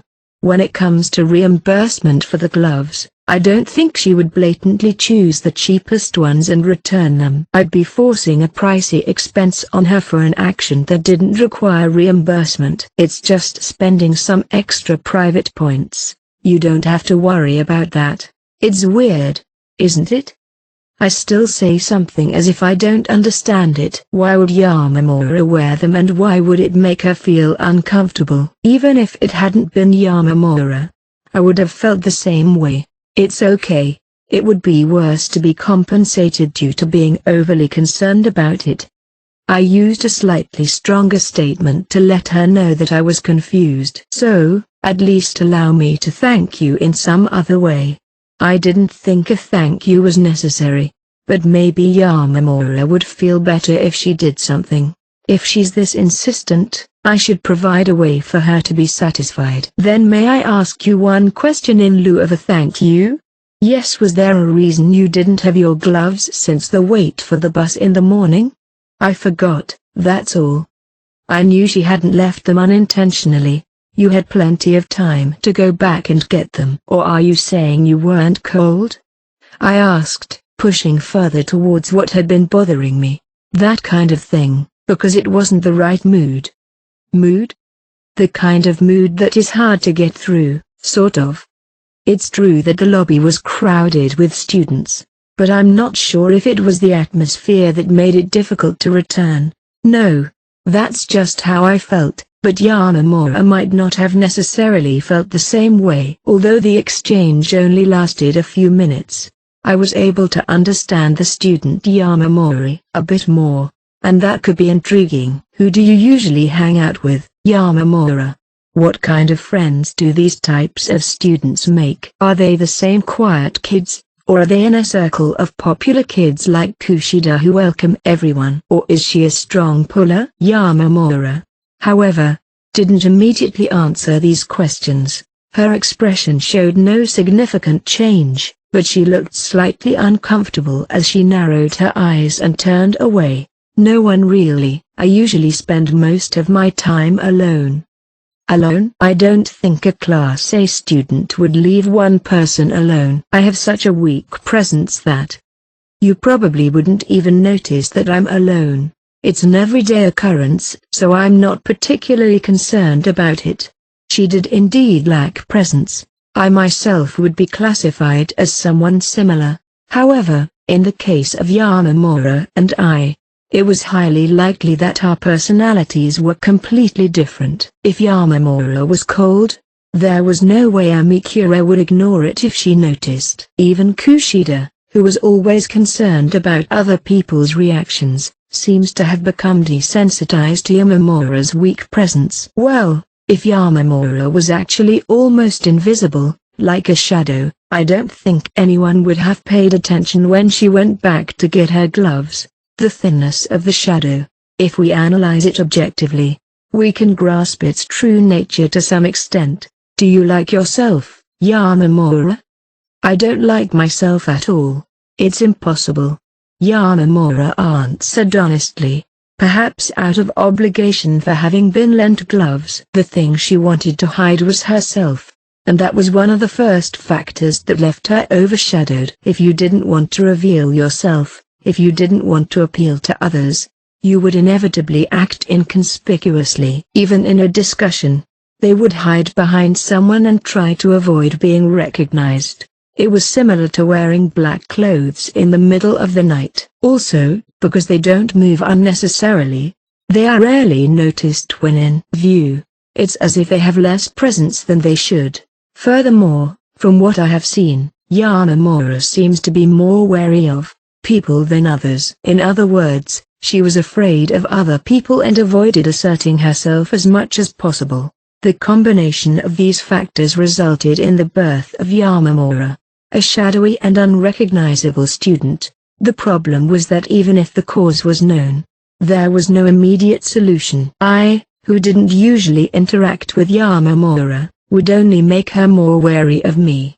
It would be easier to reach her if there was someone close enough for her to trust. Eventually, our conversation ended here and we went silent. About 10 minutes later, just before the doors opened, everyone returned. So how should we divide ourselves up? We don't all have to ski together, right? Even though acting as a group was mandatory, it didn't mean we had to match every detail. There was a mix of beginners and advanced skiers, and it would be difficult or even bothersome if everyone had to fit in with one or the other. The key was balance. Whether or not the people around you would judge it as reasonable when they see it, the team division would have to be considered, starting with the least technically skilled of the 8. Yamamura and I are confirmed for the beginner course. I don't mind if the two of us ski together. There was a gentle beginner course at the bottom of the ski area, so it was definite that both of them would ski there. Yamamura quickly agreed to Watanabe's offer. I think it would be better if someone who can ski to follow Yamamura-san and the others. If you want, I can. Oh, that's okay, Kushida-san. I'll do it in the beginners area. What? Is that okay? Don't worry about it. You can go ahead and ski. Even if you can ski, the advanced course is a bit scary. Amikura offered to follow Yamamura and the others, even though she was at the level where she could ski normally. I'm not sure about the advanced course either, so I'll do that. Nishino answered and told the others at the same time, as if she had also planned to do so from the beginning. Unexpectedly, we agreed to split into groups of 4 people each and ski different courses. If you want to ski on the intermediate or higher courses, let me know anytime. In case Nishino and Amikura weren't willing to put up with it, Kushida added, I'll be there to support you. Well, lunch is at noon. Let's all meet up at the restaurant. As the group began to move toward the entrance of the ski resort, an unfamiliar sound, the beating of horses' hooves, began to fill the air. Konji happened to be the rider. The students in the other classes were truly astonished, and even the devil himself seemed to be a little taken aback. It was an understandable reaction for students who hadn't known Konji for very long. Sir! You aren't on the course. Immediately after, we saw several panicked staff members in the distance, shouting as they chased after him. What was that? That's amazing, isn't it? Stunned, Nishino stared at Konji, and her figure seemed to shrink. What is this? I've never seen anything like this before, but I'm not surprised. Kushida said this so that only I could hear. As classmates, we're used to seeing Konji's outlandish behavior. Strangely, I felt it wasn't surprising that something like what just happened would happen with Konji. Familiarity. To put it bluntly, 3. Kaito. We split up to change our clothes, got ready, and met at the rendezvous. We moved to the front of the lift in a car with myself, Kushida, Ryun, and we decided to board the 2-person lift in the combination of me and Ryun, and Kushida, and Kaito. We decided that this combination would be the least likely to cause trouble. To be on the safe side, we let Kushida and Kaito go first and put a couple of pairs between us before getting on the lift. By doing this, we also aimed to avoid a standoff on the lift. Can't you and Kaito get along a little better? That's impossible. If Kaito insists on it though, that's a different story. Staring at the snowy mountains, Ryun replied as if to throw up. So you're saying there's not much hope? If that's the case, so be it. But it's a rare chance. Kaito seems to have gained some trust from Sakayanagi. I thought you might be thinking of using this as an opportunity to get into their pocket. In some cases, you might be able to make an ally of him. Ryun, sitting beside me, thought that this school trip was mainly about gathering information, and he wasn't wrong. In fact, it was likely that Sakayanagi thought something similar. Kaito's appearance ain't completely human, but he seems to be full of loyalty. Besides, Sakayanagi was naturally wary of me when he formed a group with me. A bad negotiation would be counterproductive. You're rather pragmatic, aren't you? So far, I had little interaction with Kaito, and I still didn't know anything about him in detail. However, we could strongly sense from his attitude that he thoroughly disliked Ryun and that he was trying to protect Class A together with Sakayanagi. I hadn't heard of any problematic behavior from Kaito himself. If he carelessly negotiated to bring him into his side, it would be like asking for information to be passed down the tubes. Besides, the only personnel we needed from Class A was Katsuragi. Kaito and Hashimoto are good enough as small fries, but not good enough to be our pawns. It's not worth the risk. That seemed to be the reason why they treated Kaito and Hashimoto with continued hostility instead of a friendly manner. While he acknowledged Kaito and the others, he seems to give special recognition to Katsuragi by far. The lift arrived and we got off at the advanced course. Kaito, who was waiting ahead of us, called Ryun to the starting point with a glance. He said he wouldn't waste any time and got straight into the race down there. Hill. Hey, give the signal. Ryun instructed Kushida and ordered her to count for the start. Both of you, be careful. Kushida raised her hand and began the countdown for the start. They were a few meters away from each other and poised to start skiing. Who would be the winner? Start. The moment Kushida lowered her hand, they both got off to a good start at nearly the same time. Let's go after them, shall we? Oh, are you sure? I'm not sure I can keep up with you. Well then, you can slowly catch up to us. After a few seconds, Kushida and I started to slide down the slope. Ryun and Kaito were battling back and forth, going with the flow. They skied down the slope at high speeds, arcing beautifully to the right and left. My technique, which was still incomplete yesterday, began to improve with their example. A longer, more advanced course would allow me to learn more in-depth and deliberately. Apart from that, the battle between Ryun and Kaito was almost even. I thought one of them would pull ahead sooner than the other, but it was pretty much a dead heat. As far as I could tell, there wasn't much difference in technique, and they were equally competitive. Even after the halfway point of the course, there was still no sign of a decisive advantage. The two skiers were still tangled up, and just as the race was coming to a close, the horizontal distance they had maintained between each other began to close. It resulted in a dangerous situation. The two skiers were now at risk of colliding with each other due to the overlap in course positioning. No, this wasn't a mere coincidence. It should be considered a warning, as through they were suggesting that it'll still be a victory even if you tackle your opponent and make them fall. I copied both of their moves and accelerated, absorbing almost all of their techniques. Die, Kaito. Get lost, Ryun. I sensed the delayed sound of such voices, and just before they were about to collide, I forcefully inserted myself in the small gap between the two. The intrusion of a third party caused the two to scatter to the left and right in a panic. Both sides glared at me, but I succeeded in forcing them to keep their distance. After skiing down the advanced course in one go, Ryun and the others stopped slightly ahead of me. Ryun and Kaito immediately turned round and approached on foot. Why did you interrupt us? The two men were about to grab me with an angry tone. Because I thought it was dangerous, I said. You got overzealous and tried to win in something other than skiing. A match is a match in any form. Ryun knew that.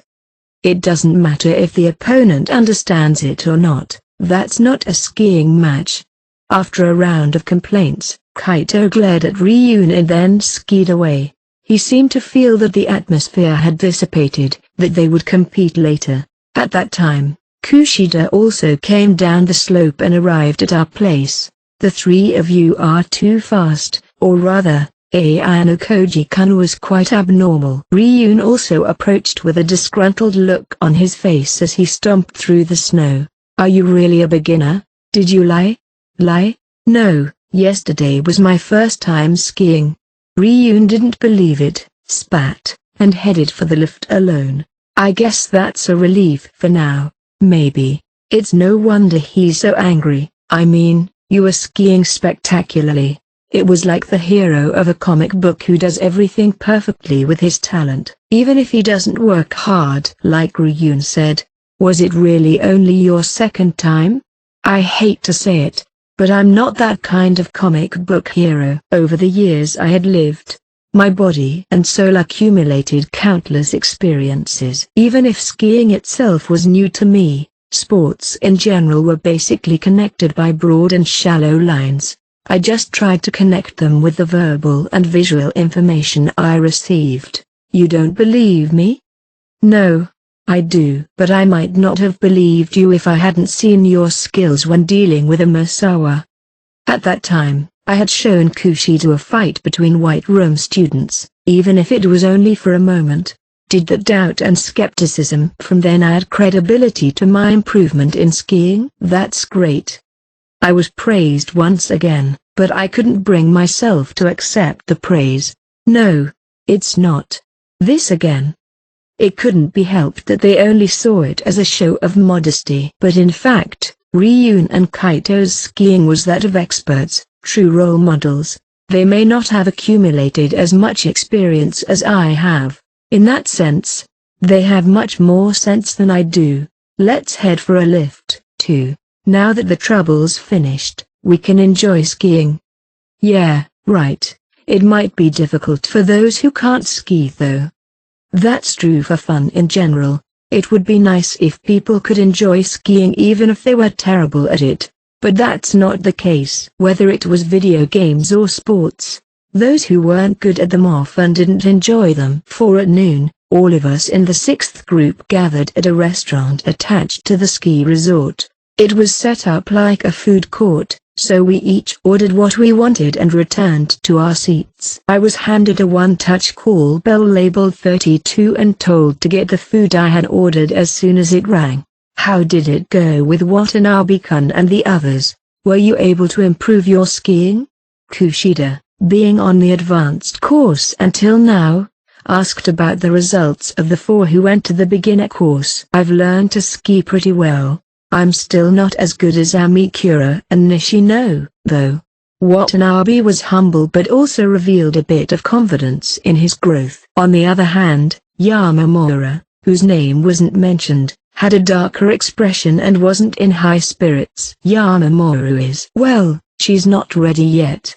They reported that there was no sign of improvement. The air of not calling out to the person in question was also very strong. So I decided to keep quiet. Then the one-touch bell rang and I went to get my meal. I took the hot soup curry to the table on a tray. Then, when all 8 of us were present, we started our lunch. Ryun, who had chosen a hamburger as a light meal, was the first to finish eating and pushed the wrapping paper and tray to Watanabe. Watanabe smiled bitterly and stacked the empty tray on top of his own. Give me your time. Ayano Koji. I'm still in the middle of eating, aren't I? About a third of the soup curry remained. Waiting too long would ruin the hot soup. Get on with it. Watanabe sent me off silently, feeling sorry for me. Ryun wasn't looking at me in the first place. I'm going to take a break. Yeah, I'll wait while everyone else eats.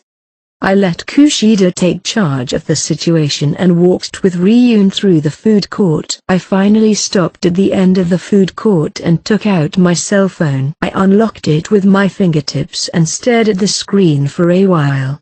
I knew it. Sure enough, that person, Sakeonagi, is using her minions to gather information. It seems that she was confirming the report from her classmates. I guess it's the same with you too. I wasn't asking him directly, but I assumed that Ryun gave them the same instructions. Well, this school trip isn't for cultivating friendship. In order to crush your enemies, it's important to first rip off their limbs. Sakeonagi seems to know that very well. Neither Sakeonagi nor Ryun could fight a class battle as individuals. It was important to win the class competition as a group. While it was necessary to improve their fellow students' abilities, it was also important to reduce their opponent's strength. Sakeonagi had particularly bad legs, and her range of movement was usually very limited. This was mostly compensated for by Kamuro and Hashimoto. If a weakness of theirs was discovered that would make them succumb to Ryun, Sakeonagi would lose a valuable limb. Her ability to gather information would be diminished in a single stroke. Let me ask you why you took the trouble to call me here. It's not to report on the reconnaissance battle, is it? I'm going to instruct the rest of my class to start preparing for an all-out war against Sakeonagi. Whether the assignment for the end-of-year exam is a written exam or not, I'll crush her by any means necessary. I heard something similar on the bus. You said the battle has already begun. Yes, but before we make any moves, there's something I need to remind you of. As Ryun said this, my cell phone vibrated once. I told him to wait a moment and checked the screen to see a short message from Kushida. Yamamura-san is on her way to you. I was wondering if she was worried about me being summoned by Ryun and moved to check on me. In all likelihood, Yamamura was moving under Sakeonagi's instructions. The possibility that Yamamura was eavesdropping nearby had emerged, but I didn't tell Ryun. This was also a scene from the battle between Sakeonagi and Ryun. My help was to Sakeonagi's detriment. On the other hand, Ryun also seemed to have received a message from someone else and was staring at the screen again. Without changing his expression, Ryun put his cell phone in his pocket and began to talk. I hope you remember what I said a year ago about my 800 million points plan. I still don't think it's feasible. I'm sure you don't. I'm also sure the rest of the class will react the same way when they find out after this. Are you going to tell them? The only person in Ryun's class who knew about the strategy to accumulate 800 million points must be Ibuki. Even Ibuki probably only learned about it by accident and didn't know the specifics. It's a fucking expensive plan. It's not an amount of money I could afford if I proceeded in secret. I've got a little over a year left, and it's a little too late to make a move. Certainly, the cooperation of his classmates was essential if he was serious about increasing his strategy's chances of success. Just as Ichinose had gradually pooled everyone's private points in trust, Ryun also needed to work with his classmates to reach the target amount. What you want to confirm is whether I'm willing to cooperate with the 800 million points plan. I've been very cordial with your class up to this point, you know. I also pushed our focus for the end-of-year exams in Sakeonagi's direction. I'm sure you have no complaints. I'm sure that since that time last year, when he and I discussed it, Horikita's class had been able to move so freely that they'd partially forgotten about Ryun's presence. If Ryun had remained as belligerent as he was in the first year, things wouldn't have gone so smoothly. It looks like you're doing pretty well with Kushida, too. I was excited by the idea that you were going to expel her from school. Sorry, sometimes we have to change our policy. Ryun laughed and clapped his hands several times, as if he took a liking to my words or had a problem with them. If I wanted to, it would be no problem to crush Kushida. You know that, don't you? Ryun was one of the few students outside of the class who knew Kushida's true nature. He could have exposed it at any time, but he didn't, which would be the very result of what he just implied. So you want me to fulfill my promise? That's very forceful of you, even including a threat. I don't care if it's forceful or not. Are you going to do it or not? At that time, It was a verbal promise, but Ryun had said that he wouldn't relent if I violated it. Before I reply, let me ask you this, even if you were able to defeat Sakayanagi, what would you do after that? After defeating Class A at the end of the school year, it will be a one-on-one battle between my class and your class. That's a given. In my mind, it's all part of the story until we defeat you. So that's what he was thinking. I don't doubt it, though, considering what I had seen so far. That's a little too convenient. At that time, you got off the stage once, and you were only supposed to be in charge of getting the word out to Canada and Hiyori. But now you're back on the stage. If you want to make good on your promise, it makes sense to back out. If we're in Class A and you're in Class B, isn't it inevitable that they will give up the win? Only then can we set the scene for the 800 million point cooperation talk. You don't like it? Of course not. If Horikito and you, along with both classes, really clash, and you win and move up to Class A, our side will be the only one to have made fools of ourselves. Or are you going to promise to promote the students from Horikito's class to Class A if the 800 million plan succeeds? The smile faded from Ryun's face, and he turned his sharp, sideways eyes towards me. That's an impossible proposition. The extra private points are ours. Of course, it's money that will carry on after we graduate, and we're not going to use it to save students who have nothing to do with it. If they lose, we'll bail you out, and if you win, you'll abandon us? It's a proposal we don't need to think about any longer. We can't cooperate with the plan to accumulate 800 million points. However, you're free to attack any class from now on, and we have no right to stop you. I guess you're not so naive after all, Ayano Koji. This wasn't just about me. I wasn't the only one who had a problem with this. So that's where we left off at that time. He backed down more easily than I had expected. He seemed to have known that he would be rejected even if negotiations break down. Do you still plan to save up 800 million points? I'm not going to change my strategy now. My main goal is to save the 800 million. After that, I'm going to beat Sakayanagi, and then you. If I don't spend any money and get to Class A, I'll graduate with a lot of money, right? The plan, which had been a dream, was replaced by another ideal. But from here on, Ryun boldly claimed that he would save 800 million. Up till this point, we've spent money on pulling out Katsuragi and using the first-year brats. But now it's the time to recoup it. I'm going to switch to a thoroughgoing private point system. The more eager you are to collect private points, the greater the risk you take. Ryun's thoughts and attitude here cast a strange shadow over my thinking. You look as if you're wondering why I pressed you to fulfill your promise without making any concessions. That's true. I don't see the purpose of this conversation. It's simple. I can't destroy you if I'm still halfway connected to you, but if you break it like this, it's different. We can go toe-to-toe.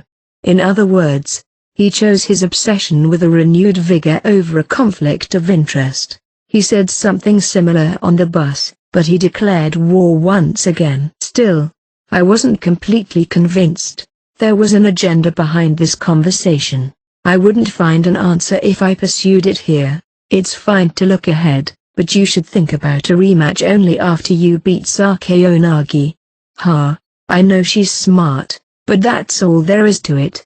He showed absolute confidence in the battle during the end-of-year exam. Ryun was defeated and then resurrected. I'll admit that his talent exceeded my expectations. It's also true that his success story is steadily on track. However, at the end of the day, whether or not he'll be able to overcome the obstacles in the path is another matter. I wonder if his inaccuracy in recognizing the obstacles will eventually resonate on the battlefield. Of course, the signs and indications will change again depending on how Sakayanagi perceives Ryun as well. Go back first, Ayano Koji. Saying this, Ryun walked toward the restroom.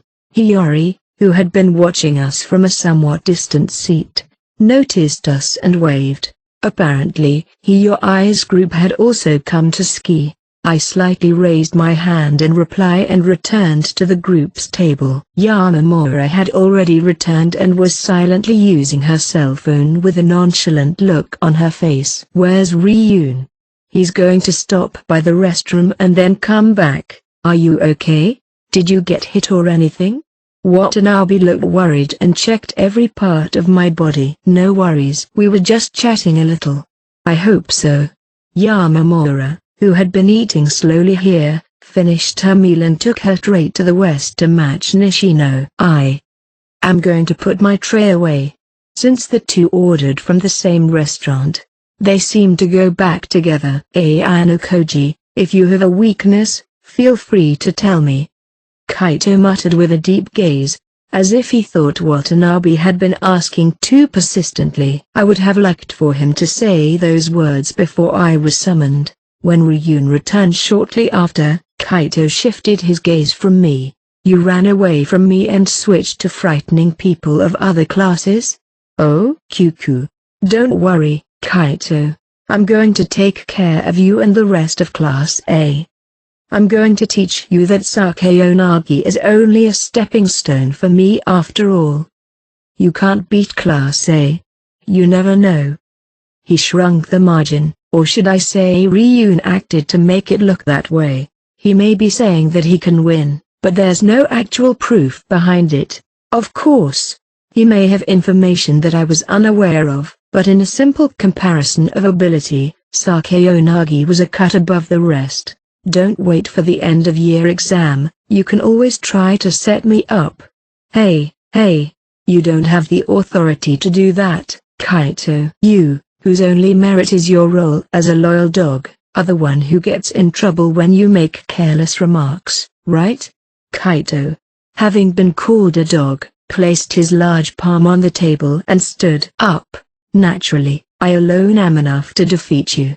"Oh? Then is this the third time's the charm?" The pillow fight was stopped by a broken pillow. The skiing match wasn't settled due to my intervention.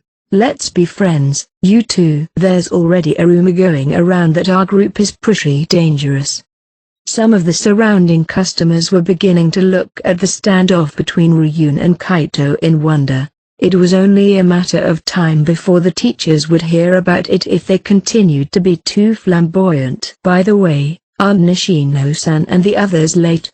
"You could say that. It shouldn't have taken more than a minute to take the trays back, but there was no sign of them returning."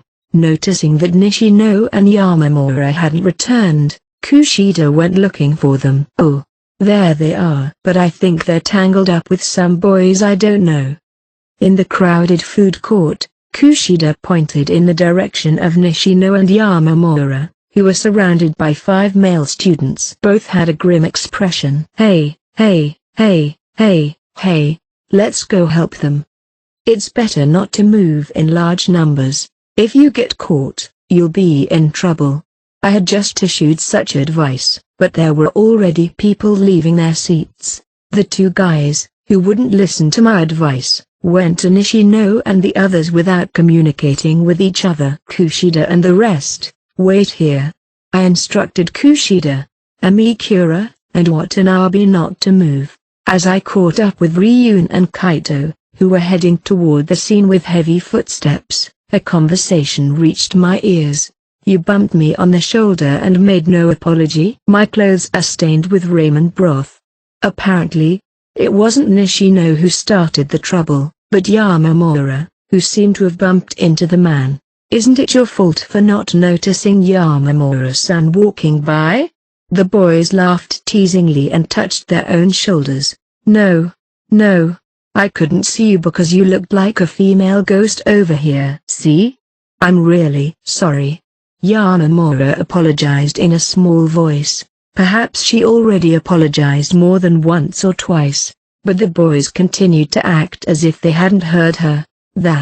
"We're here on a school trip from Gifu, let's play." "I'll let you off the hook for." The man forcibly grabbed Nishino's arm as he stood there. "Huh? I'm not interested." "Who would play with you guys?" Nishino's palm lightly brushed against the boy's cheek as she forcibly pulled her arm out of his grasp. I know. The boys, who had been smiling in a vulgar manner throughout, immediately changed their expressions. One of the 5 boys was blown away. What the hell are you doing? That's my line. What do you want with my friend? It was Ryun who delivered a powerful kick to the back of the boy's head. He grabbed the other boy by the chest immediately afterwards and raised him up. Don't squeal like a peeping bird in front of a woman. I'm going to kill you. You.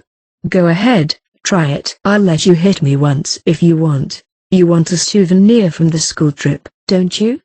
He held up his index finger as if he was offering his left cheek to him. Oh, then thanks for feeling free to let me hit you once. He did as he was told and forcefully swung his arm. That's... Don't think I'm really going to let you hit me. You can't even get such advice this time. Seeing his opponent's uselessly large movements, Ryun grabbed both of the boy's shoulders and slammed him with a powerful knee kick to the stomach. The student from the other school rolled around in agony. Even a boring school trip can have a slightly interesting event, can't it?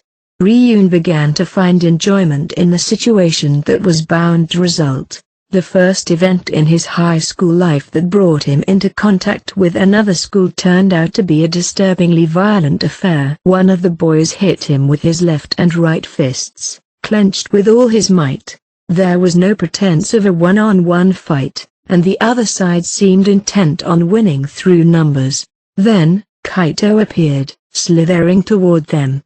The other boys were flustered by his face and intimidating appearance, which was clearly not that of a high school student. It looks like he's trying to fight on our side. Nishino grabbed Yamamura by the shoulders to protect her as she walked over to me and muttered, Yamamura is a classmate of Kaito's. It's only natural that he wouldn't back down if he found her in a pinch. Fortunately, they seemed to understand that further fighting in the food court wasn't a good idea, and Ryun and the others walked gingerly toward the exit door. Shouldn't someone call an adult? I can't stop them now that they're like that. I'd rather have them avoid the public eye and fight with each other. I saw that the opponents outnumbered us, but none of them looked used to cooperating. If Ryun and Kaito teamed up to fight, it wouldn't take them long. About 10 minutes later, Ryun and the others returned. They came back with the people they beat down. They made them get down on their knees in front of Yamamura and Nishino and beg for forgiveness. It looked like they thoroughly beat the defiance out of them and shattered their spirits. This was a problem if anyone saw it, but maybe it was necessary for Yamamura and Nishino's sake. They made them swear never to show themselves in front of the girls again, and then they were released.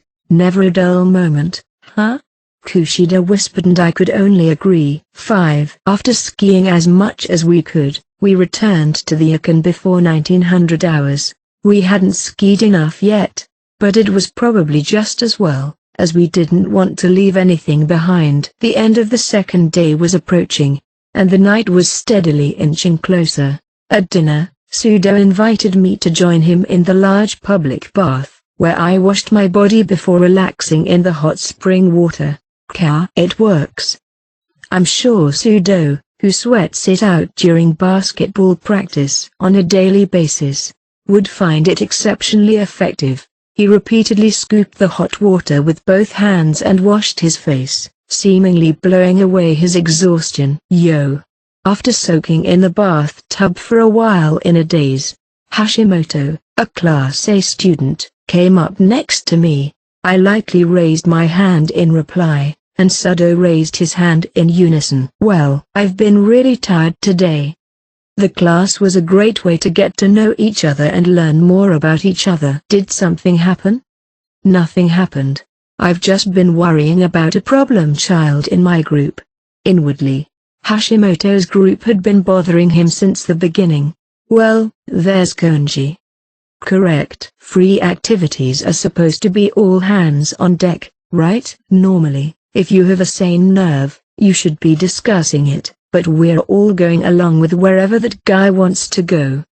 It was obvious that Konji wasn't the type to maturely obey, and that still doesn't seem to change even in a group environment that included all classes. It looks like you were at the ranch that offered horseback riding today. Was that something Konji wanted to do? Why would you ask that? Is it any wonder if you saw the commotion he caused? Hashimoto, with his head in his hands, immersed the lower half of his face into the bathtub. I only saw him ride through, but did Konji come back properly after that? Hashimoto remained submerged for about 10 seconds, but then he shrugged his shoulders and surfaced. After about an hour, we didn't have the mental capacity to continue horseback riding, so we just waited it out. He then went on to tell us how his free day went. Sudo murmured his condolences and clasped his hands together. We were planning on having lunch at a famous TV restaurant before noon, but that guy Konji said he was going skiing. Without even a moment's hesitation, he went straight to the ski resort on his own. I was so exhausted that I didn't have time to have fun. That was the end of our second day. If they had ignored him and gone to the famous restaurant, they would have violated the group guidelines. What a pitiful story. I was wondering if you guys, his classmates, had any suggestions on how to deal with him. The school trip was just past the halfway point and there were only 2 days left, at least for the 4th day, where there was free time again. The group wanted to follow the choice they decided on. He's out of control. I guess there's nothing you can do about it. Sudo said what he thought. It sounded cold, but I knew him long enough to know that everyone had already given up on him. How about you, Ayano Koji? It's not realistic to try to convince Konji. I honestly don't think there's anything you can do about it. It's a ruthless reality. But there's one way to do it if it comes down to it. What is it? Let me hear it. Hashimoto, who wanted to know how to de-escalate the situation no matter how small the possibility, bit the bullet. There was only one move that would guarantee free movement as long as the disadvantages were acceptable. When I finished telling him the method, Hashimoto nodded his head in agreement. Well, that's about all that's left, isn't it? I think you should discuss what to do as a group. I'll do that, and we'll consider it seriously. Hashimoto disappeared back into the bathtub as he thought about it. After spending an hour in the large bath and putting on our yukatas, both Sudo and I took a bottle of free mineral water from the refrigerated case in their changing room and poured it down our throats with our hands on our hips. The cool water soaked into our burning bodies. I'm ready for this, Ayano Koji. I guess this means it's time to go. His face was slightly red, perhaps because he was still a little flushed from the long bath, or perhaps it was because he was nervous about what was to come. It was time to tell Horikita how he felt. Sudo gulped down the half-full water in one go. Phew. Let's go.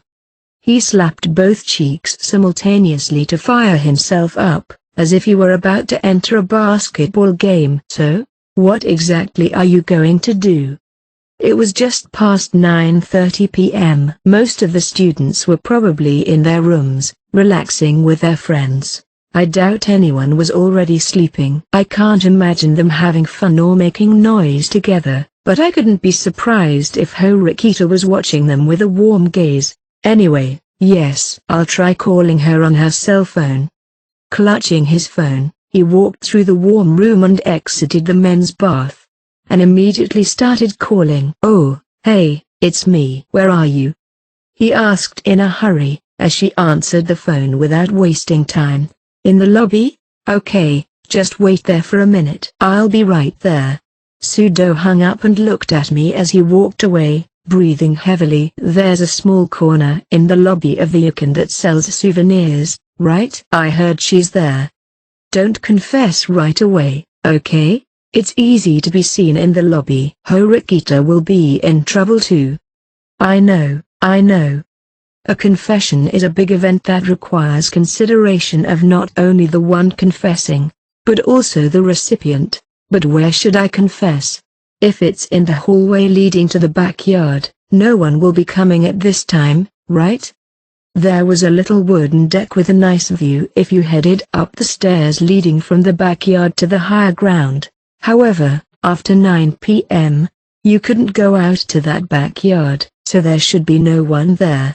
As one would expect from you, Ayano Koji, you're a good friend to have," he said with a thumbs up and a smile. It was a stiff, nervous smile though. When a restless Sudo arrived at the lobby at a brisk pace, Horikita stopped browsing souvenirs, waiting nearby. I, on the other hand, kept my distance and stood in a blind spot. In the lobby, there was one employee and several students looking at souvenirs or sitting on chairs chatting, allowing me to realize once again that this wasn't the right place for a confession. Somehow, while gesturing with his hands, Sudo seemed to have succeeded in calling Horikita to the hallway leading to the backyard, and the two of them started walking in that direction side by side. If that was the case, I should probably stop chasing them at this point, but it would also be troublesome to have Sudo chastise me. I followed them to watch his heroic figure while trying to minimize the sound of my footsteps. Soon after, as I had expected, signs of people disappeared, and I stopped in the middle of an empty corridor. "What's wrong?" Horikita turned around and wondered. Her hair was glossy, so much so that even in the dim light I could tell she had also been bathing not long beforehand. "I'm fine." Sudo, whose imposing demeanor was his main selling point, was perhaps too nervous in front of the member of the opposite sex he liked, something that was made clear by his low voice. At night, the Okan was a quiet place with subdued background music and quiet chatter, so unexpected loud noises were to be avoided, even in an unpopular area. That being the case, his voice was suitable. "I'm that." Horikita tilted her head curiously at Sudo's stuttering. The two weren't particularly irritated or rushed at this point. This may have been another indication of the trust Horikita and Sudo had built between them. When they first met, Horikita would have rushed him to state his business, no questions asked. At this point, my cell phone started vibrating, even though I had it on silent mode. There was a possibility that they could hear me in a quiet environment. Therefore, I immediately powered my cell phone off without checking the screen. It seemed that she didn't notice me. That's a relief for now. "Hey, Suzune, am I changing?" I thought he was going to make his confession, but Sudo asked something else, as if he was squeezing the question out of himself. "I was wondering how much difference there is between me now and when I met you. Are you still worried about what people think of you?" "Yes, that too." It was a topic that would keep the two occupied while Sudo's courage to confess built up. At the same time, it seemed that Sudo himself continued to be conscious of this. "That's right. Objectively speaking, you've changed more than anyone else. Not for the worse, but for the better. I've been standing by your side for a long time, and I can assure you of that." Those were Horikita's true feelings. No, it would be an opinion that many other students would agree with as well, not just Horikita. "Oh, I see. But don't become prideful. You originally started out, if I may say so without reservation, in a more negative state than those around you. Don't think that just because you have accumulated positives since then, that easily makes you a more accomplished person than others." The great rebound from the misleading initial negative impression was highly valued by others. However, as Horikita said, the accumulated negatives hadn't gone away. "Yes, that's right. No, I seriously think that's true." Sudo nodded his head in acceptance, depressed due to the harsh words, but resolutely accepting them. "That's not good. I've been a fool myself.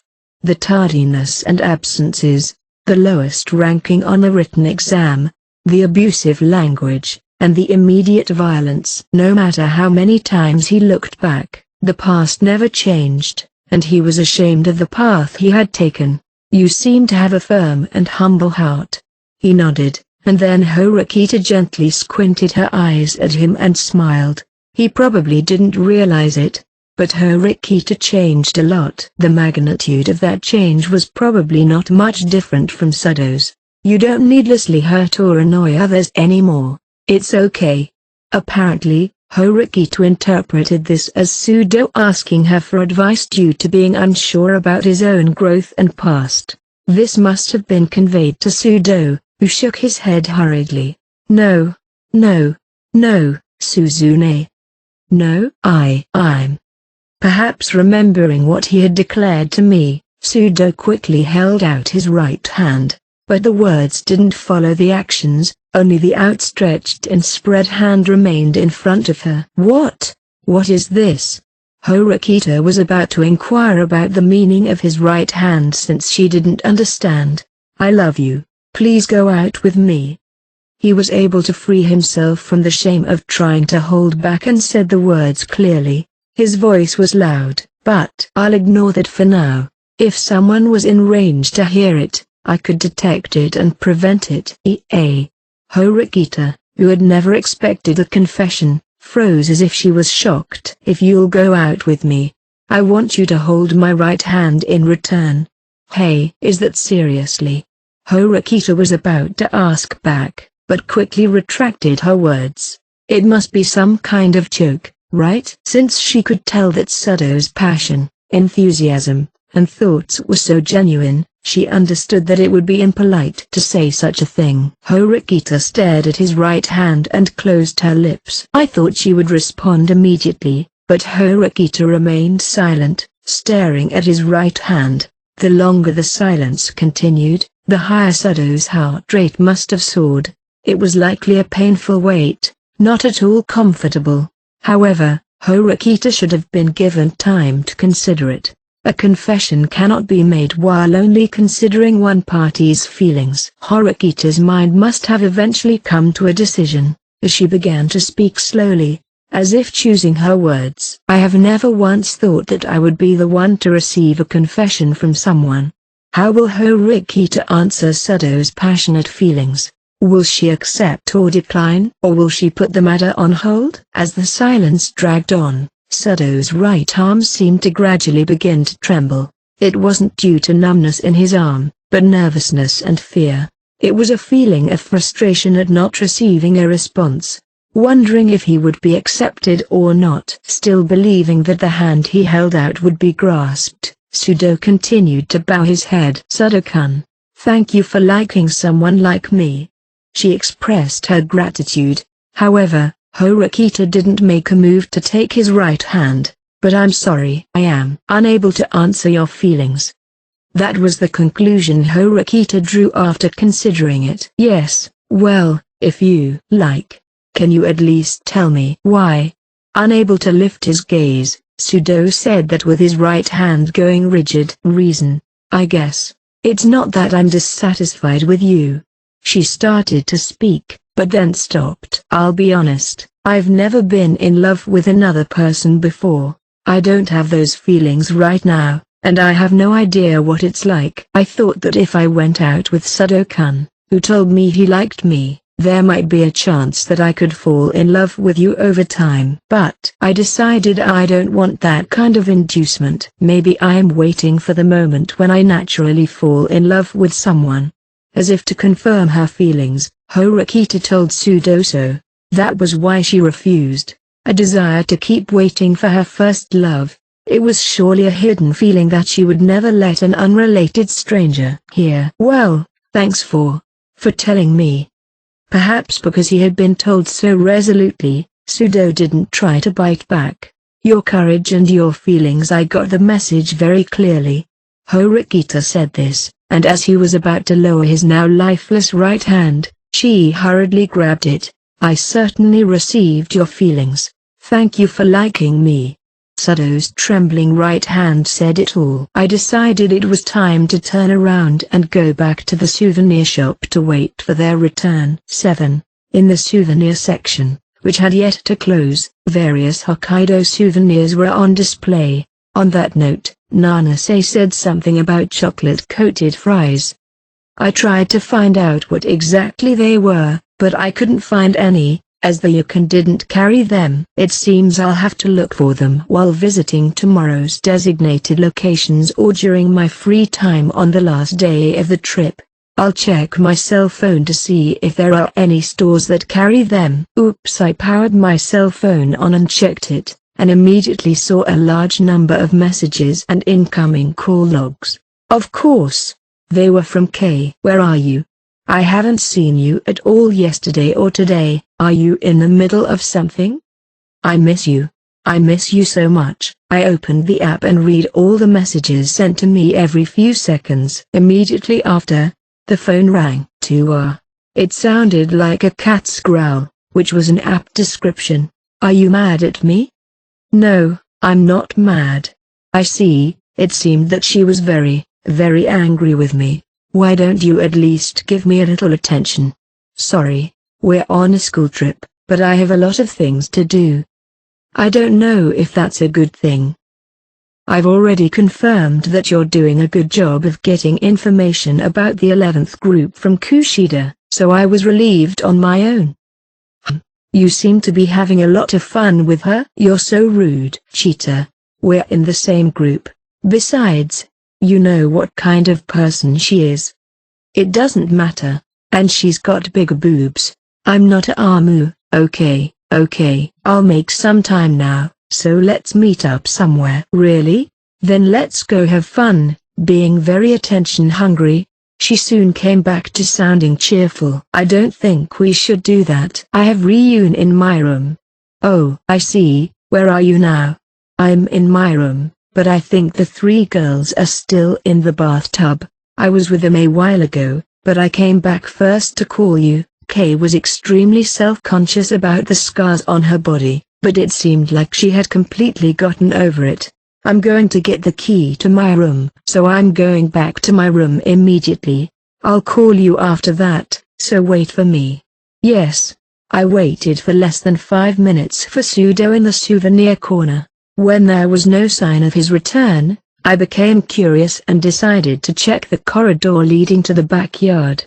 I found Sudo standing alone in the same position as when he confessed his feelings. Since I couldn't see Horikita, she must have already left. Sudo? Since Kay was also waiting for me, I felt bad but approached him from here and called out to him. Oh, shit. It was possible that he had an irritated look on his face judging from his voice, but I knew I couldn't do it. Sudo's face, when he turned around, had a look of frustration on it, but he also looked radiant. No, my bad. I was in a daze because I couldn't forget the feeling of Suzune's hand. So that's what you meant. Did you see that? It was a stunningly disastrous defeat. Well, if so, you should be proud of yourself. I was shown an amazing confession, done in a very masculine, full-throated way. Even if she rejected my confession, I wasn't going to give up. I even thought about showing a better version of myself next year and confessing again, but that's no good. I realized that at the very least, I can't reach her. Sudo seemed to sense something that I, who was watching from a distance, couldn't. It's not a matter of giving up or not giving up. I still like her, but I feel like she's like a flower that I long for, one I can't reach. He couldn't seem to put it all together, but he laughed a little when he said, "That, what are you going to do about Onodara?" How should I know? You didn't ask her what she really thinks, did you? Yes, I have. Well, whatever will be, will be. Onodara is a nice girl, and we share their same interests. I'm not full of bitterness regarding Suzune, and I feel like I can hang out with her in a fair way. Whether it developed into love or not was secondary, I guess. I'm telling you, I'm going to study hard in the future. Up until now, it's been for someone else, but from today on, I'm going to give it my all for myself. My immediate goal is to get to Hirata's level. That's a pretty big goal again. If he could get over that wall, he would finally be facing the upper echelon of the school year, Horikita and Casey. It seems that he was able to focus on greater goals instead of continuing to be discouraged by the rejection. 8. I walked back to the guest room at a brisk pace and found Horikita standing outside. "What are you doing?" "I was waiting for you." "Me?" I had a bad feeling about this, so I tried to feign confusion, but Horikita's expression was hard. "You're mean as well, Ayano Koji-kun. You saw it, didn't you?" "What are you talking about?" "You were in the souvenir section earlier, weren't you?" Normally, I would think it was just a coincidence that someone was nearby, but in your case, I tried not to think of it as such. What an unnatural way of thinking. However, it was correct. If I ever took similar steps against Horikita in the future, I'll have to make sure she can't find me. You're thinking of trying to avoid being seen next time, aren't you? Well done.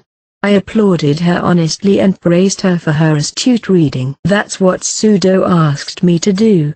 He asked me to watch over him as he confessed. Even if that's the case, don't you think that's a lack of consideration for the woman's side? For me? I don't think so. You're not being fair, Sudo-kun. I have to deduct points for you asking him to observe. I was stunned, but she didn't seem that angry. So, did you come all the way here to complain to me, a mere spectator? Yes. Again. She said it clearly and without reservation. I'm only half joking. The truth is, I really need to talk to you. But you seem to need to get into the room. It's not like that, but if you don't mind, can we do it tomorrow? Why? I'm getting a lot of pressure from a different person. They're upset because I haven't dealt with them at all for the past 2 days. I see, so it's Karizawa-san, is it? She was probably going to figure it out anyways. Tomorrow night then. I'll forgive you if you can promise to lend me your ear at that time. Okay, I promise. I replied, as there was no other option at this point. I left the key with Kaito, who was in the room, and headed to meet Kei. Although we were already recognized by many as an official couple, we couldn't go everywhere like Ike and Shinohara. We decided to meet up in an area housing several private baths. I was scolded severely as soon as we met up, but I hugged her soon after and got her back in a good mood. We then spent some relaxing time together for a while. Chapter 4, School Trip. Third day. The bus departed from the Yukon at 9 a.m., arriving at our destination less than 50 minutes later. The bus stopped near the Sapporo station, the place where we would start our day. The Sapporo clock tower was located here, and there were many points of interest for tourists. As usual, we were divided into groups. But there was one difference from the previous days. The school gave us a little test within a time limit. Until 5 p.m., the group must visit a total of 6 spots from a predetermined list of 15 destinations. In any combination, the group must take a commemorative photo when they arrive at the designated photo location. This process was to be repeated. Groups that intentionally split up their members to collect points, or groups with students who act selfishly and fail to act in solidarity, wouldn't be able to complete the tour. The only condition for disqualification was if a group visited fewer than 6 spots within the time limit. In that case, the students would be deprived of free activities on the 4th day of the excursion, and a study session would be held in the Yukon until 4 p.m. Each spot was assigned a score, and the group that accumulated a total of 20 points or more in the 6 spots will be rewarded with 30,000 private points. However, the group was allowed to decide whether or not to pursue the reward, as the score will not affect the disqualification. Also, if the photo wasn't clear enough to identify the person, it wouldn't be valid. Whether or not the students were aiming for a reward was another matter, but if they wanted to enjoy tomorrow's free time to the fullest, they needed to work hard and cooperate with each other to visit the designations. There were no restrictions on the number of times students could use public transportation, but cab rides were prohibited. Students were also required to keep a record of how they visited the sites. I'm sure many of them would be happier if they had free time to do whatever they wanted on this third day, but I don't think it's a bad idea to walk along Hokkaido under the conditions given to us by the school. If the students were only given free time to do whatever they wanted, the school trip would end with a limited number of sightseeing spots and skiing. I'm genuinely looking forward to touring Hokkaido. When we got off the bus, we were handed a pamphlet. It was the school's own pamphlet, and it seemed to contain some of the places we should visit. Locations worth 1 point consisted of the Sapporo Clock Tower, the Sapporo TV Tower, and the Hokkaido Museum of Modern Art. Nakanaka Island Park and the Hokkaido Shrine were worth 2. Sapporo and Maruyama Zoo, Hokkaido Museum, and the Sapporo Central Wholesale Market were 3 points. Monuma Park and Shiroi Koibito Park received 4 points. Monuma Highways and Mountain was 5 points. Sun Piazza Aquarium scored 6 points. Seidaji Uzain Zankai Onsen, Hot Spring, was 7 points. And Lake Itonai, also known as Shikatsukatsuko, was 8 points. Note that it didn't end when you arrived at the spot. For the Sapporo Maruyama Zoo, you must enter the zoo and take a photo with a polar bear or the polar bear pavilion in the background to complete the spot tour. I'm not surprised. It's very typical of this school to do this. Kushida got off the bus and said this to no one in particular. What do you mean?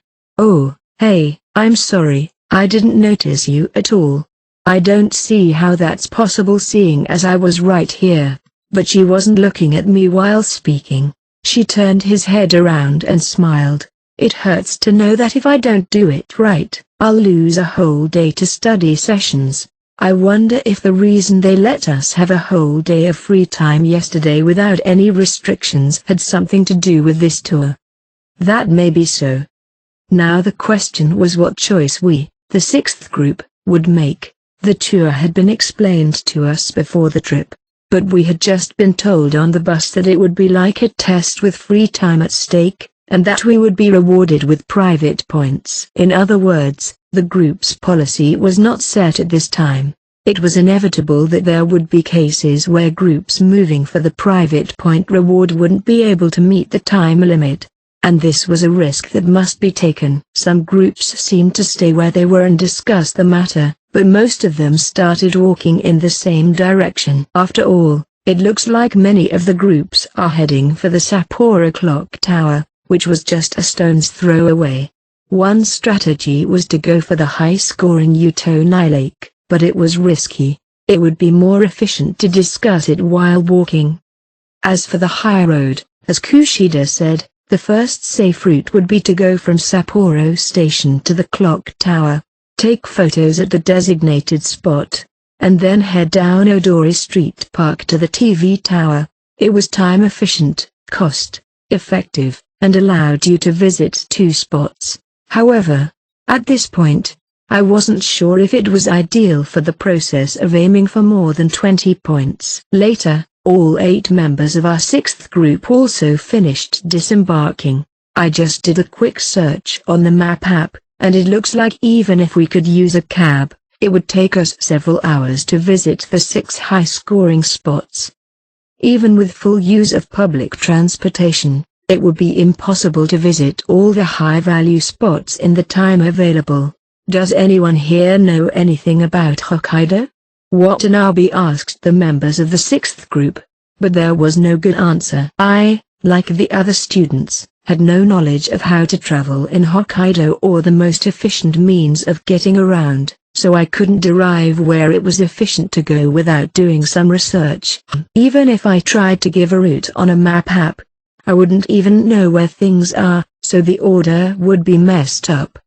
Amikura seemed to be typing in destinations at random as she struggled with the map app. Since the spots were scattered to the east, west, north, and south of the station, she would have to start by figuring out their location. There was no guarantee that the spots would be accessible by public transportation, and there was no guarantee that the school hadn't listed a nasty, difficult spot on the brochure. Even if we get private points, it's still only 30,000. Since we're going to tour the area, why not forget about the reward and just have fun? Watanabe's suggestion was one of the better options. If we only went to visit places to earn 20 points in time, our enjoyment would be reduced by half. There would be no time to relax and enjoy the local scenery. So I'm thinking that we don't have to go overboard. I think I'd rather not go where we have to, either. Personally, I'd rather go to the zoo or something. Students who normally stayed inside the school didn't have the opportunity to go to the zoo or aquarium. It was natural for them to think that they shouldn't waste the opportunity. Let's ask everyone where they want to go and gather ideas first. Amikura proposed that we start by asking for places to go. Ignoring the scores, 6 of us, including me, easily agreed to abandon the scoring and leisurely tour a minimum number of spots. However, this was something that needed to be discussed and decided by the entire group. The opinion of Kaito and Ryun, both of whom had neither agreed nor disagreed so far, remained. What do you think, Kaito? Watanabe asked Kaito, who remained silent up to this point. I have no objection. Watanabe and the others were relieved when they received a favorable response to their question. Now there were 7 in agreement. The last one, Ryun, didn't reply. Well. Watanabe hesitated to ask, so I decided to ask and confirm the answer. We all agreed. Can we take your silence as agreement? But Ryun had declared that he would accumulate 800 million points. The answer was obvious. I'm going to score. A simple reply, in other words, a direction at odds with the 7 of us. Of course, it was up to each individual to decide what he or she thought of this spot tour. I'm sure some groups would prioritize the tour for the sake of private points. However, when opinions diverged like this, additional discussions were inevitable. Watanabe became further frightened, so I decided to continue listening to him. Let's just ask him why, shall we? Of course. It's a matter of private points. I don't think it's just 30,000. The points each class gets would be 60,000 for the 2 of them combined. It's only a speck in the 800 million ratio, but it's also a steady step forward. There's no reason not to pick up the money that's falling in front of you. You guys need to just shut up and follow. While there was a risk of running out of time or not scoring enough points due to mismanagement, there were basically no disadvantages to this tour. If you followed the guidelines and completed the objectives, the school would give you private points. In other words, there were only benefits. It's certainly true that not taking what you can get is a loss. Of course, there was no way that Kaito would remain silent about his aggressive attitude that ignored the will of the other 7 students. You want all of us to obey you for your satisfaction? For sure. Is there something wrong with that? That's a blatant disregard of democracy. In this case, I think the issue should be decided by majority vote. Don't make me laugh. Since when did this group become a democracy? I don't understand your obsession with pennies in the first place. You seem stupid to me. Then what will that make you? I no longer counted how many times they've bickered. No one was able to interrupt the clash between Ryun and Kaito. I think you rejected the group's agreement and spoke up just to stir things up. Actually, you might be right. It's funny to see you get pissed off. If I let the 2 of them continue talking, we would soon be heading in a dangerous direction. You also need some private points to use public facilities. If we deduct that, we won't end up with 30,000 private points per person, so even then?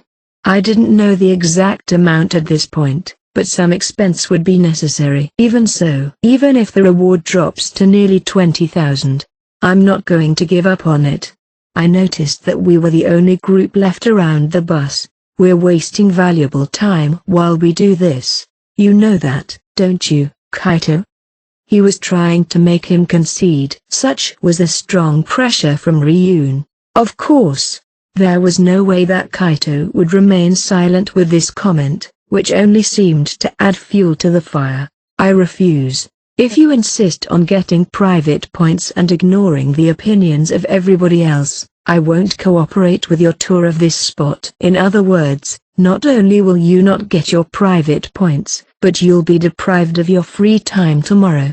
Apparently, Kaito was determined to resist completely and declared that he wouldn't accept Ryun's wishes, so he strongly protested once again. Kyukaku, you're the one who will be in the minority, Kaito. They'll have no choice but to follow me after a while anyway.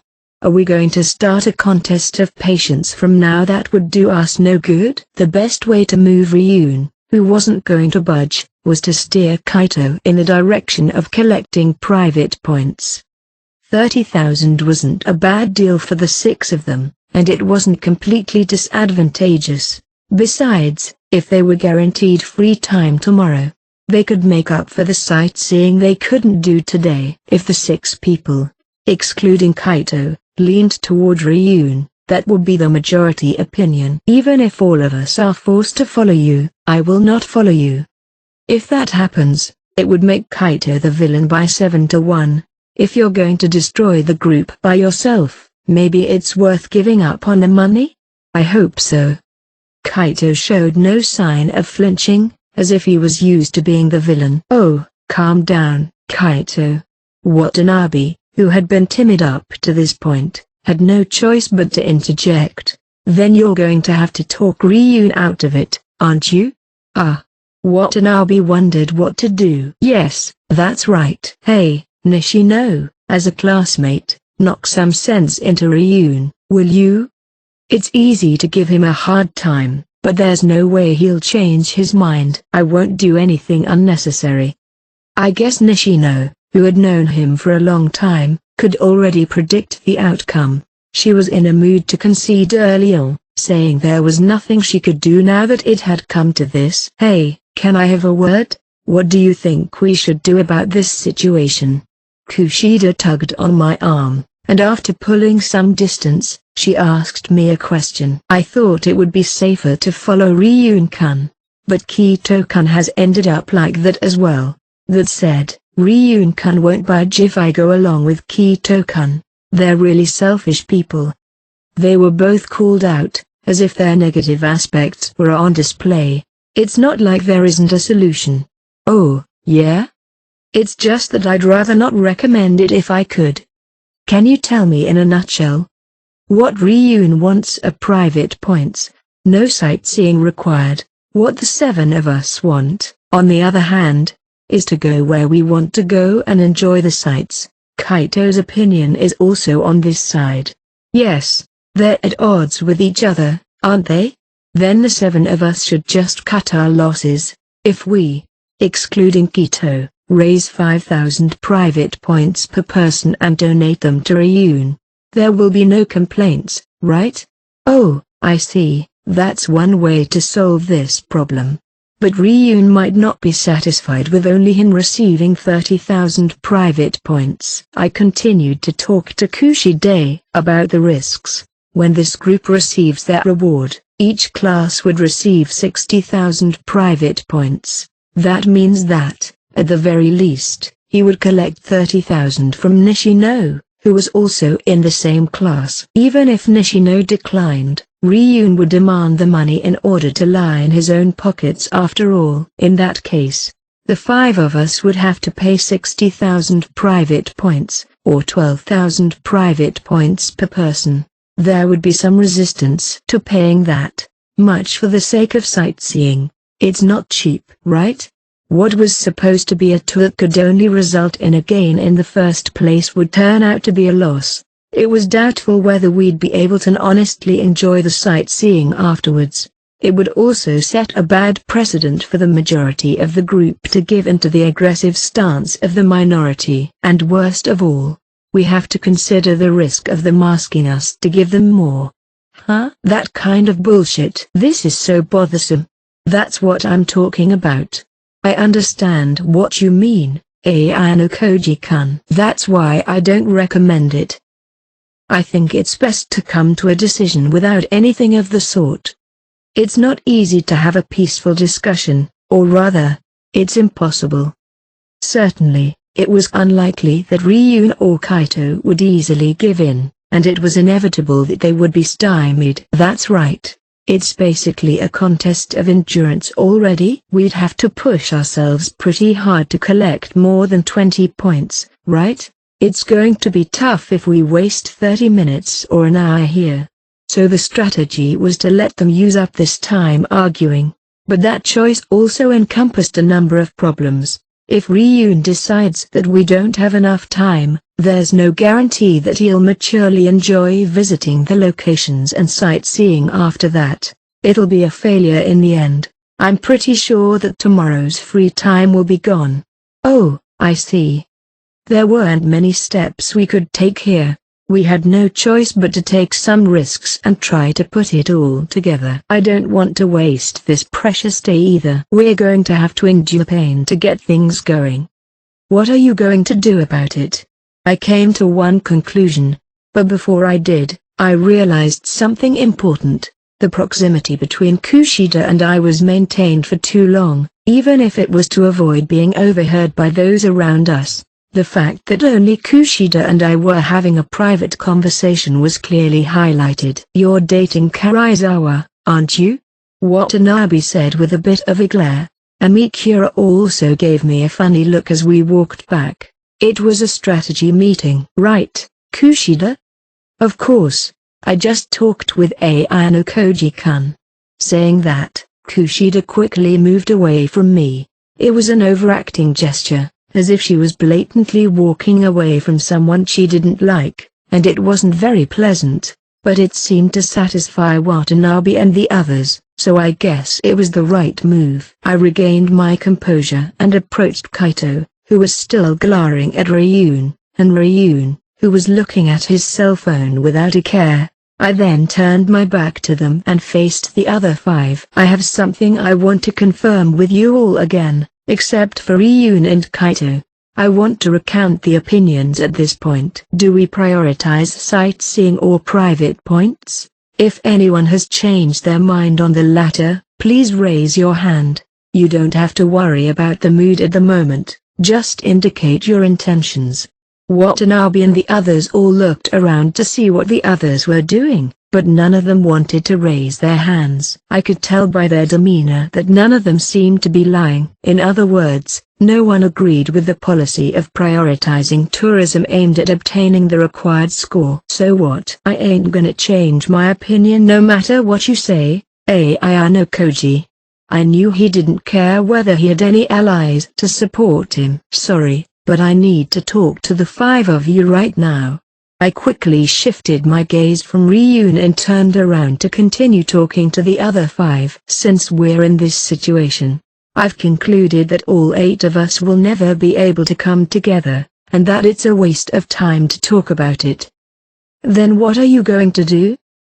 Nishino, as someone who wanted to do some sightseeing, made no attempt to hide her dissatisfaction. It doesn't have to be like this. Individual opinions should be respected as much as possible, but as a group, only 1/8 of the right to decide is in effect. Kaito's opposition to Ryun is only 1/8 of the total. Even without my opinion, the 5 of us here have 5/8 of the right to decide, which is more than half. I know that, but that's why we're in trouble, isn't it? Whether it's 1/8 or 5/8. We can't move forward unless we all make the same choice. Yes, that's right. However, it's undeniably the 5 of us who have the right to decide what to do about this situation. If you don't agree with Ryun's methods and ideas, you don't have to follow them. In other words, we can make him give up the choice to get private points. We can drop the idea of visiting the spots now, and each of us can do our own free sightseeing. You mean we're going to abandon the free time tomorrow? Correct. Even if we follow Ryun's plan here, there's no guarantee that we'll be able to go to the places the group wants to go during tomorrow's free time after all. If we insist on not leaving the inn, at that point, this group won't even be allowed to go out. On the other hand, we're promised freedom today. But only until 5 p.m., right? That's not true. 5 p.m. is for the group that's going to be touring the spots and planning their free time for tomorrow. We have the right to do as we please until curfew, when we have to return to the inn. And we can do whatever we want as individuals. We can even join a group that has our good friends. The school can't fault us for that. To abandon the fourth day and turn the third day into a day of completely free activity that no one could restrict. This is the absolute authority that only the 5 of us have. It isn't up to Ryun or Kaito to decide what to do, so I want you all to consider this proposal. I agree. Kushida looked into the other's eyes without unnecessary conversation and was convinced that their opinions were united as one. Ryun-kun, we're still not going to try to win private points. We all want to discuss where we want to go together today and have a fun day. If you don't want to go with us, we'll probably have to go our separate ways from here on out. What happens after that is just as Ayano Koji-kun said. Maybe tomorrow we'll all get along and have a one-day study session. Nishino laughed at these words, and Amikura, Watanabe, and Yamamura nodded their heads, as if they were ready for the day ahead. In response, Kaito's lips turned up at the corners, but only slightly. That's a good proposal. I'll take you up on it.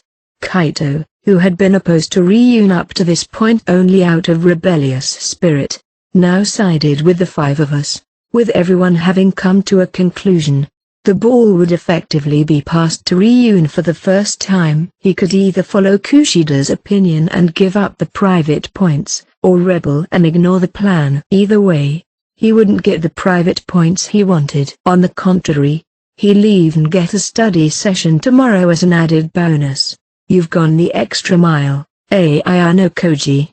He expressed his dissatisfaction in words, but he didn't seem to be truly dissatisfied. To those around him, though, it must have seemed like he was putting up a front. I'm not going to come all the way to a tourist destination to study. I'll listen to you. I wondered how far the line would be pushed, but Ryun backed down. If he could have gained private points by breaking up the group, he would have done so without hesitation. As it turned out though, there was no gain, so he avoided trouble. After that, we, the 6th group, followed the school's instructions and went on a tour, visiting spots around the city center and the zoo that we wanted to visit. As a result, we got less than 20 points, but it was a meaningful and satisfying experience. 1. It was dinner time on the 3rd day. The previous 2 days had been Japanese-style set meals and Geiseki cuisine. However, from this evening until breakfast the day after tomorrow, when we would return to the school, the Yokan would set up an all-you-can-eat buffet. This was the first all-you-can-eat experience of my life. As with yesterday, there was no group activity involved in the meal, and students were free to eat at any available table. Many students were already walking around with their trays. Kay was also with many girls today, and I could hear them laughing from time to time even from afar. Finally having time to myself to eat alone without interruptions, I watched the students around me and learned the procedure. The process seemed to include picking up a tray from a stack, freely combining the dishes in the tray according to their purpose, and taking the dishes one by one along a predetermined route. A salad bowl was placed first, with lettuce, tomatoes, onions, pickles, and other such things were served. There seemed to be a choice of 5 different dressings, so I chose the onion dressing. Interesting. Unlike a meal where you were served something predetermined, you had a strong sense of individuality when you made your own detailed choices. I found myself gravitating toward dishes that emphasized nutritional balance. On the other hand, the students around the restaurant were very varied, with some taking dishes that matched the students they were eating with, and others preparing small quantities of different types of food at once. After that, for the delicate dishes, students began to gather in a line behind me, one after another. I thought there would have only been a few students since it was a little early for dinner, but it was quite the opposite. It seemed that more students were waiting for the restaurant to open. Although the food was mainly Japanese, there were also steaks, shumai, corn soup, and other dishes. Yo, Ayano Koji, are you planning to eat alone? As I was trying to find a seat after filling my tray, I was approached by an empty-handed Ishizaki. That's the plan. Well, come eat with me. I asked Nishino earlier too, because she was alone. And you must be lonely eating by yourself, right? Well, I guess. Since there was no particular reason to refuse, it was better to accept Ishizaki's goodwill here. I followed Ishizaki as he led me to my seat. Nishino slightly raised her hand in greeting. Albert also seemed to be there, and I assumed our eyes met through his sunglasses. I placed my tray down next to one tray with a large quantity of food on it, which I assumed belonged to Ishizaki. Well, I still have some more food to get. Go ahead and eat first.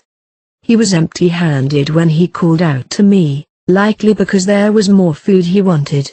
Ishizaki hummed as he walked back to the buffet. I heard you were also invited by Ishizaki's meddling. I wanted to turn him down, but he was insistent.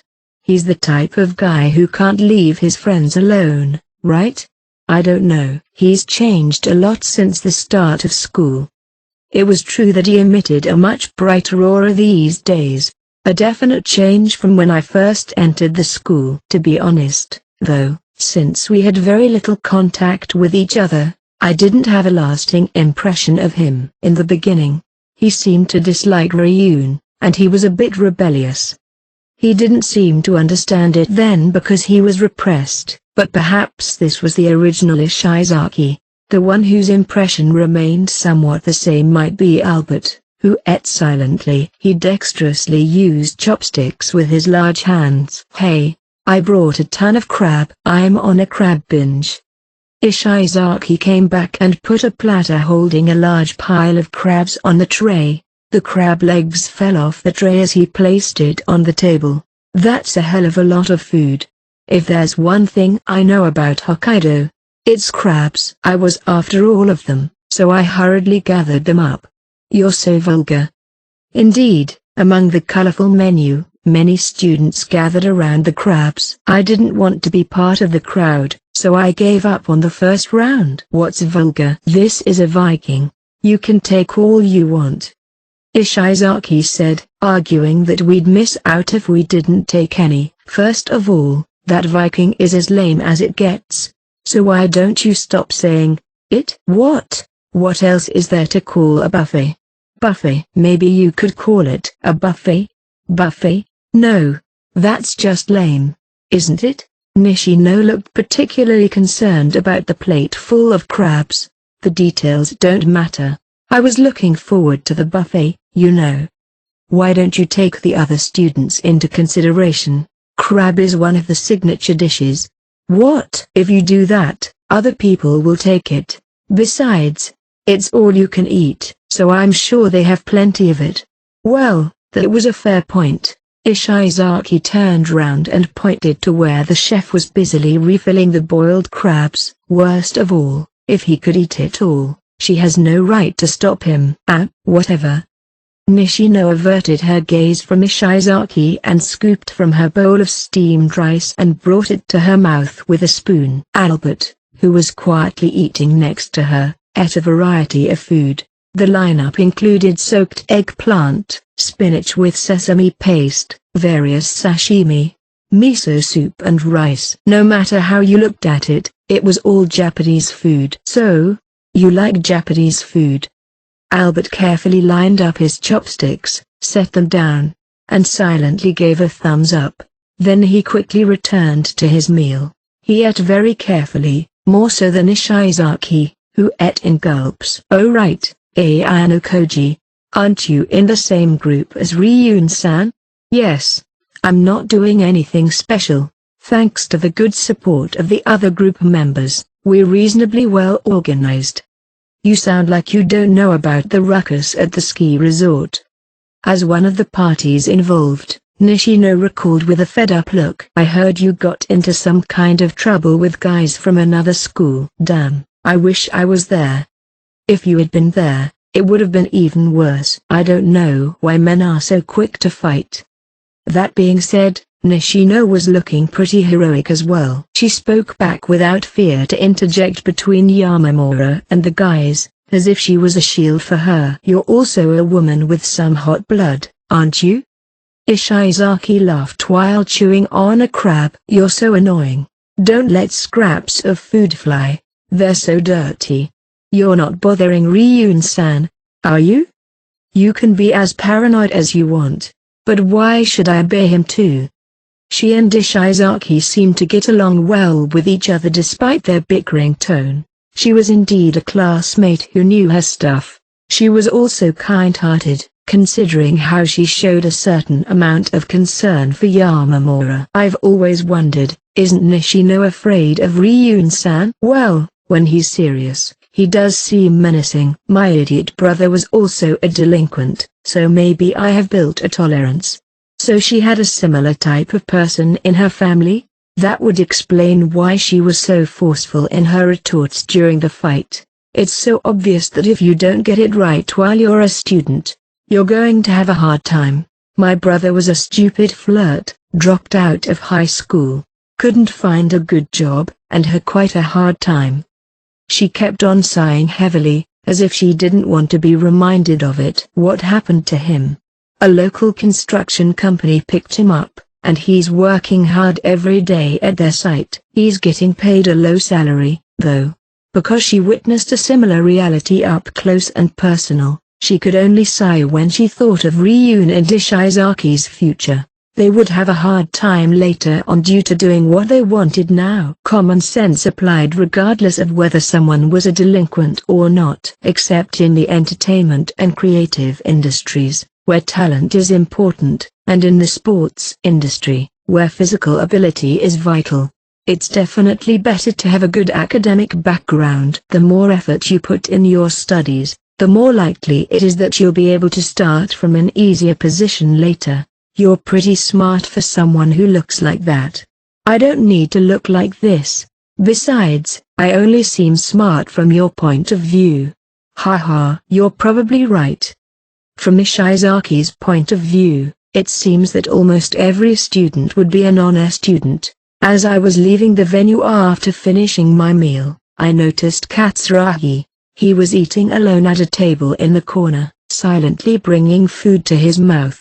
I was curious about his situation, so I observed him for a bit, which led me to see a strange scene. Oda, a student from Ryun's class, spotted Katsuragi and was about to go and talk to him, when Matoba and Baba, Class A students, intervened to stop him. After they spoke to him, Oda went to another student while still paying attention to Katsuragi.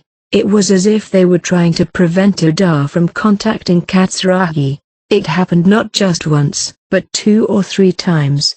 Matoba was a member of the second group, the same as Katsuragi. It wouldn't be surprising if he was sitting at the table with Katsuragi, but he was doing the exact opposite. It seems that some of the Class A students do some pretty insidious things. I could have left it alone, but I decided to try contacting Katsuragi. Matoba, sensing my approach, quickly came up to me. "I'm in the middle of a little group activity with Katsuragi. Can you leave him alone?" "I see." If he told others it was the second group's problem, even Katsuragi's classmates would have to back off. That was probably why Oda immediately understood and left. Was this the consensus of Class A? Or was this just Matoba's selfish behavior? And behind the scenes, were their intentions to defeat Ryun's class? Either way, to a third party, this behavior could only be seen as insidious bullying. A new visitor appeared in front of Matoba, as he was giving me a warning. Matoba turned his body around to stop him in the same way, but he quickly dismissed that idea. "Oh." He gulped and turned away, as if he had never interfered from their start. "You?" "Hey, Katsuragi." "You're eating with a very shabby look on your face." No wonder Matoba couldn't speak to him. The visitor was Ryun. He clicked his tongue a little at the unexpected appearance of the Class C's leader and immediately ran away. Without even sparing Matoba a glance, he took a seat in front of Katsuragi. "I'm eating." "What do you want?" I wanted to take a closer look at your miserable face. I don't understand. I don't understand. That's what it means to betray your class. It's too late to regret it now. Katsuragi, I have no regrets. I'm ready to die with the current class.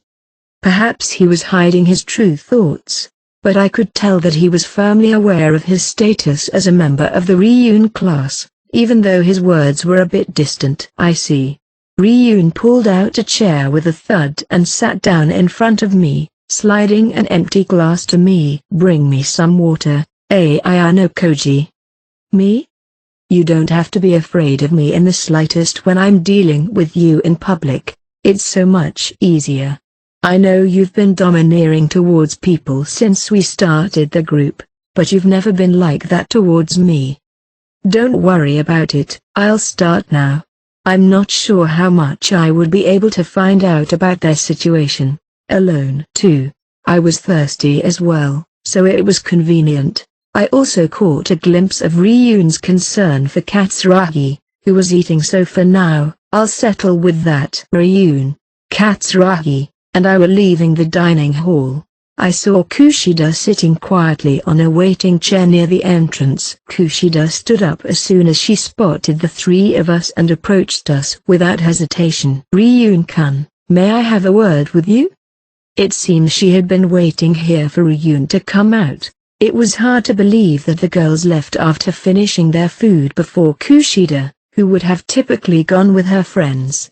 I'm sure she had something she wanted to talk to Ryun about and was preparing for it. Katsuragi, perhaps reading the mood, quickly returned to his room by himself. Huh? What do you want? It's here. I'd like to go somewhere else. Is that okay? Kushida was in her usual public mode because of the setting, but her behavior was a little strange. I'm sorry, but you're not my cup of tea. Haha, that's not what I meant. I mean, don't worry. I don't want you to die, yet. Kushida, while being cautious of her surroundings, turned her murderous intent toward Ryun. Well, okay, I'll at least listen to you. I'd better get rid of the troublemaker, right?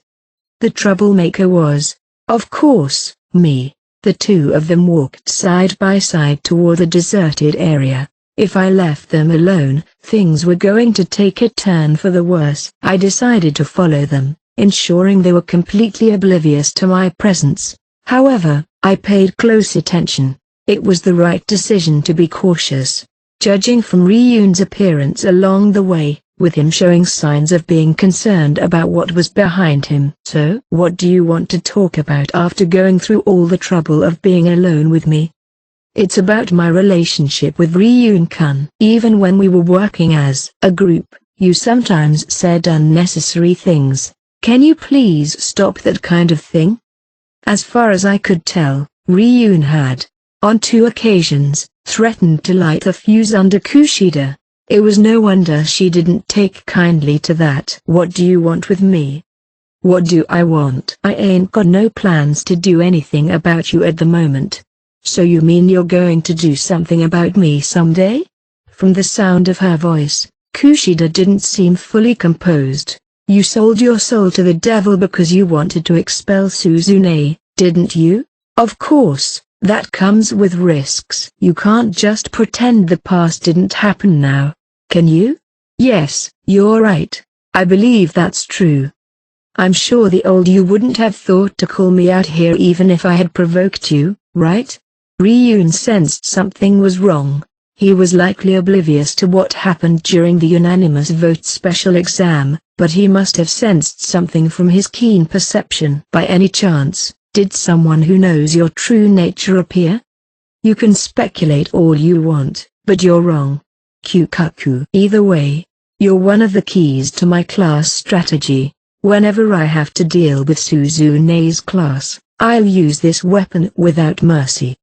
He intentionally avoided mentioning Kushida so far. He intended to leave it as one of the measures to effectively inflict damage during more important situations in the future. This was an obstacle for Kushida, who decided to get back on her feet and help the class for her own sake. The connection couldn't be easily removed and would continue to torment her. What are you going to do? Do you plan to get down on your knees and ask me to keep my mouth shut? Or are you going to try and expel me? Both of those are going to be difficult. Neither of those options were things I was going to let Kushida choose. Even if a third choice were to appear, it would result in the same thing. I'm sorry, Ryun, but I'm going to have to ask you to back off on this one. I decided to stop hiding and expose myself. Damn. I knew you were following me. Ayano Koji-kun. I already knew you would be wary of me. Well, that's okay. So, what did you mean when you asked me to back off of Kushida?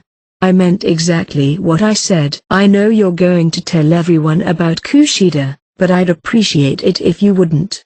Ryun laughed and clapped his hands in amusement at the warning. Kyukaku. What, Ayano Koji, you're also in on it, aren't you? And if you say so, that means she's no longer cancerous to your class like before. Ryun pleasantly smiled, having gotten an answer to his question up to this point. That's right. Kushida is now taking a new step forward as Horikita's classmate. I'm not going to let you destroy that with your provocations. Sorry, but this is getting even more interesting. I'm not going to let you ruin it with your interference. No one will believe a word you say, Ryun-kun. Kushida unbearably confronted him, but Ryun didn't back down. That's not true. You won't know until you try. What was needed now wasn't a half-hearted verbal deterrent, but complete restriction of movement. If I decide to expose you, there is nothing anyone can do to stop me. He tapped Kushida on the shoulder. She couldn't hide her anxiety and humiliation. But if you do that, you won't be able to achieve your goal of fighting Sakayanagi in the final exams. Oh, I don't see why that would be the case. I'll have to deal with it in a way you don't want me to, I said, as if in response to my words. Ryun's smile instantly faded, just like when he once fearlessly abducted Kei, or even more so. What the hell, it's been a long time since you've shown me that face. I intervened between Ryun and Kushida and pushed Ryun even more. Even if you choose to remain silent here and now, there's no guarantee that you won't expose me later, you know? Kushida looked strong, but then lightly raised her hands. Let's not talk about this. I'm not going to use Kikyo's story to attack your class in the first place. If Ayano Koji wasn't involved, it could have been a weapon. What do you mean? You don't know this, but he told me yesterday that he was no longer going to expel you. That's why I won't be able to attack you using that. That's right. I've already thought of a countermeasure for that situation. It's meaningless if I hit you with a strategy that doesn't work and lose out. Because of it, right? It's been my experience that a half-baked approach won't work. If I want to defeat you, I'm sure that he'll challenge Horikita's class to a fight with a strategy that I can't even think of. I'm going back to my room now. Bye Kushida, enjoy the rest of your school life as much as you can. The way he called her was changed from Kikyo to Kushida. I was interested to see what he would do in the future. Kushida and I were the only ones left in the area, and silence reigned. Why did you come to help me? There's no merit for you, is there? There are advantages. You're an indispensable person for the class. I don't think Ryun would have had any intention of exposing you even if I hadn't come here, but I didn't know how you would react. I'm sure you were wondering if there was any way you could prevent him from talking. Well, Ryun is not your match. You're going to get yourself in trouble if you get into a fight that you aren't prepared for and get completely defeated. That's why I decided to show up. You mean you could handle that guy?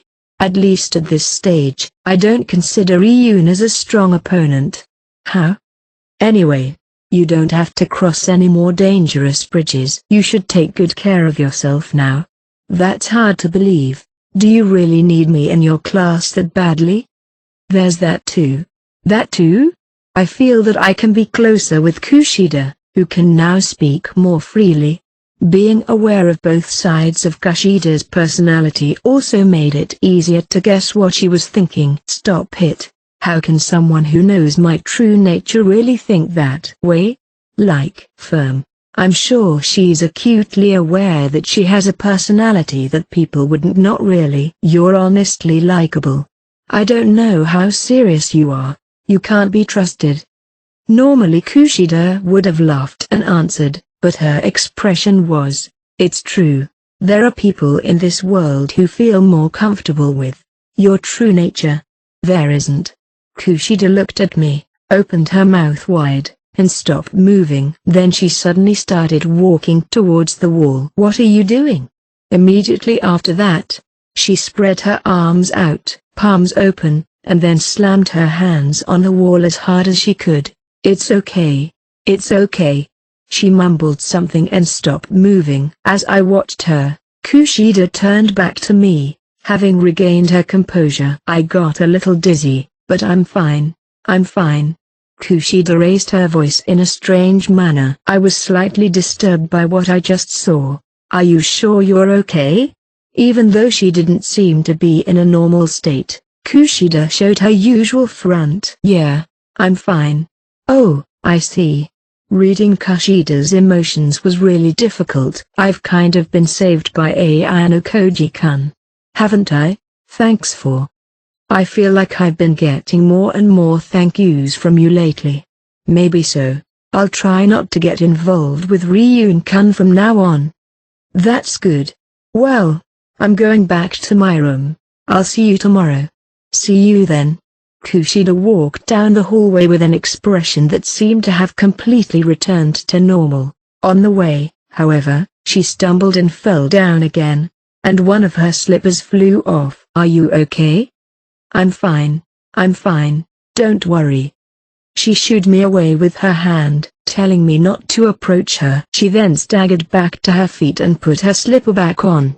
3. I was waiting with my back against the wall in the hallway outside the guest room, ready for my appointment with Horikita. Sorry, I'm a little late.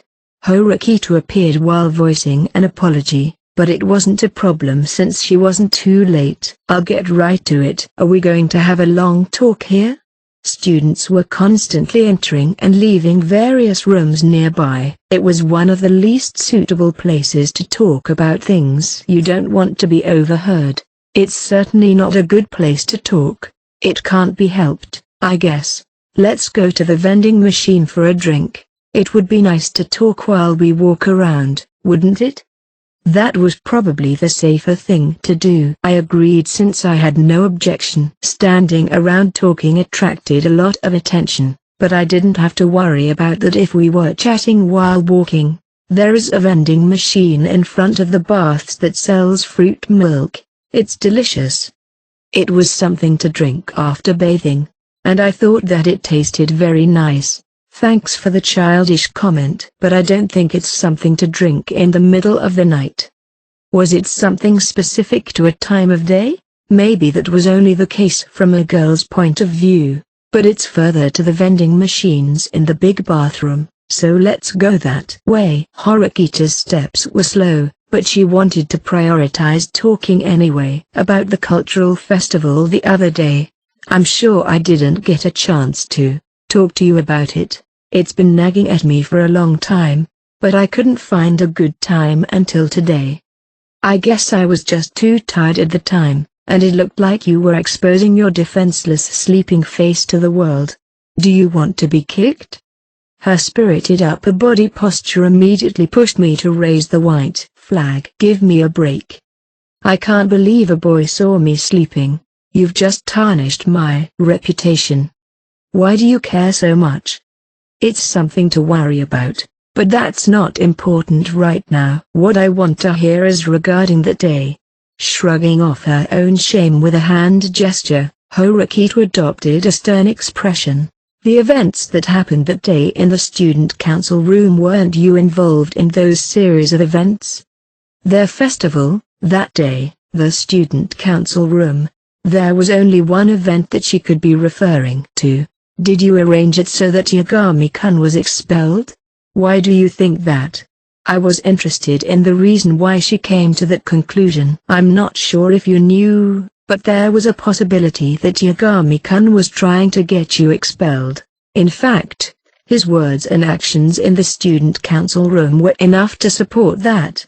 Horikita, in her own way, seemed to have a few pieces that I didn't know about. I wouldn't be surprised if she had discovered some things in the process of putting them together.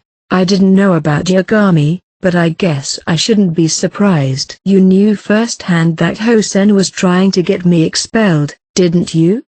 20 million private points, that was the prize. And Yagami was in on it, and was vigilantly watching and hoping for an opportunity to win it? I thought about that too, but there were too many peculiar points. Above all, he didn't seem to be approaching you because of a reward. It seemed that Horikita, who was present at the scene, knew more about this. I'm curious about the answers to each of my questions, but that's not what I want to know most. Then what do you want to know? Who you are. I can't possibly think of you as a normal student like the rest. That's a very troubling question. What kind of student would I be if I wasn't normal? I don't understand. I'm not talking about whether you're brilliant or not. I just can't imagine what kind of person you are at all. I just don't understand. What kind of person is Ayano Koji Kiyotaka? Is that what you want to know? There's nothing special to talk about. I don't have anything that's worth mentioning. Well, if I ask you, will you answer my questions, one at a time? Where are you from? Which elementary and middle schools did you graduate from? Have you participated in any competitions or other events in the past? Have you studied on your own, or have you received tutoring or private tutoring?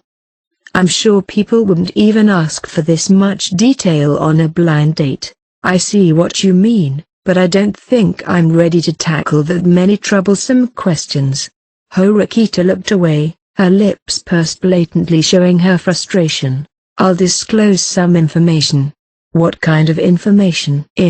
For example, I was involved in the Yagami case that you're so interested. You're not kidding, are you? Because Yagami-kun was trying to get you expelled from school? I didn't know it was Yagami. To be precise, it would be more correct to say that I set a trap for a student who was planning to expel me, and Yagami fell for it. I was the one who set the whole thing up. I had it all set up so they wouldn't be able to make any half-hearted excuses. Until now, I wouldn't have found any meaning in telling this to Horikita, but by indirectly showing her what kind of person I am, I could give her information. When we meet again, I will have the opportunity to make use of it. By the way, there's no connection between the student council president and Ryun. I approached them individually. I think I know what it is that made me feel so uncomfortable at the time. We took the stairs up to the second floor where the large baths were located, arriving at a rest area with vending machines thereafter. There were two female teachers monopolizing the two massage chairs. They were giving themselves over to the massage with relaxed expressions and didn't seem to notice us. They made eye contact with us. I could have ignored them, but Horikita chose to call out to them. You two seem quite at home. Huh? Ah, it's Horikita-san. Isn't it? Hoshinomiya-sensei replied, raising only her wrist in a flutter. Isn't it still before the students' bedtime? Aren't the teachers on duty? Too bad tonight we're kind of on a half-day off, right, Si-chan? It's as she says. Chabashira-sensei surrendered herself to the rattling massage chair and closed her eyes in comfort. Does it feel that good? I had always been interested in using it, but since it was adjacent to the main bathroom, I couldn't due to the stares from students who frequently came and went. As you get older and more mature, massages become indispensable. There are a lot of hardships that you young people wouldn't understand. It's said that along with physical decline comes the need for equipment to compensate for it. Especially in Si-chan's case, her shoulders are very stiff. There's no need for you to say anything unnecessary like that. For a moment, the teachers exchanged sharp glances. By the way, Horikita-san, you've totally become a leader. Are you still comfortable in Class B? Ah. How could a former homeroom teacher of Class B ask you such a question? It isn't good. What I'm aiming for is Class A. This is merely a checkpoint. I see. I put the conversation aside and picked up the remote control connected to Chubashira-sensei's massage machine. There seemed to be 5 levels of intensity. Naturally, the stronger the intensity, the better the effect. Somehow, I was curious about how the 5th level of intensity would feel, so I tried adjusting it. NN, higher, NN, NN. The machine began to make a strong sound. I thought it was actually about a 40% increase in functionality, but it might be more than that. Ayano Koji, what are you doing? NNNN. No, put it back down. She reached for the remote control, clearly panicked. The remote fell out of my hand as she forcibly yanked on the cord. Higher, make it stop, quick. I picked up the remote control and decreased the strength from level 5 back to level 3. What the hell were you doing? I was kind of curious. I thought the stronger the better it would be. Of course not. There's a strength that suits each person. She scolded me angrily. Her face bright red, with a devilish expression I had never seen before. Apparently, the stimulation was much more than she had expected. What are you playing at? I was also warned by Horikita for the noisy exchange. Sorry to interrupt you during your break. Let's go, Ayano Koji-kun. Are you two going to take a bath now? You can't go in together. Horikita tried to turn away, ignoring Hoshinomiya-sensei's comment about something stupid. Wait, Horikita-san. Hoshinomiya-sensei, who had been joking until just now, found herself switching to a serious expression. Indeed, I think Horikita-san's class is making remarkable progress. Class B is just a stopping point, and you need to aim for Class A. It's obvious, but I think that's wonderful and very admirable too. Her words sounded like praise, but there were other implications. Don't say anything unnecessary. It doesn't matter. I'm just trying to say what I think.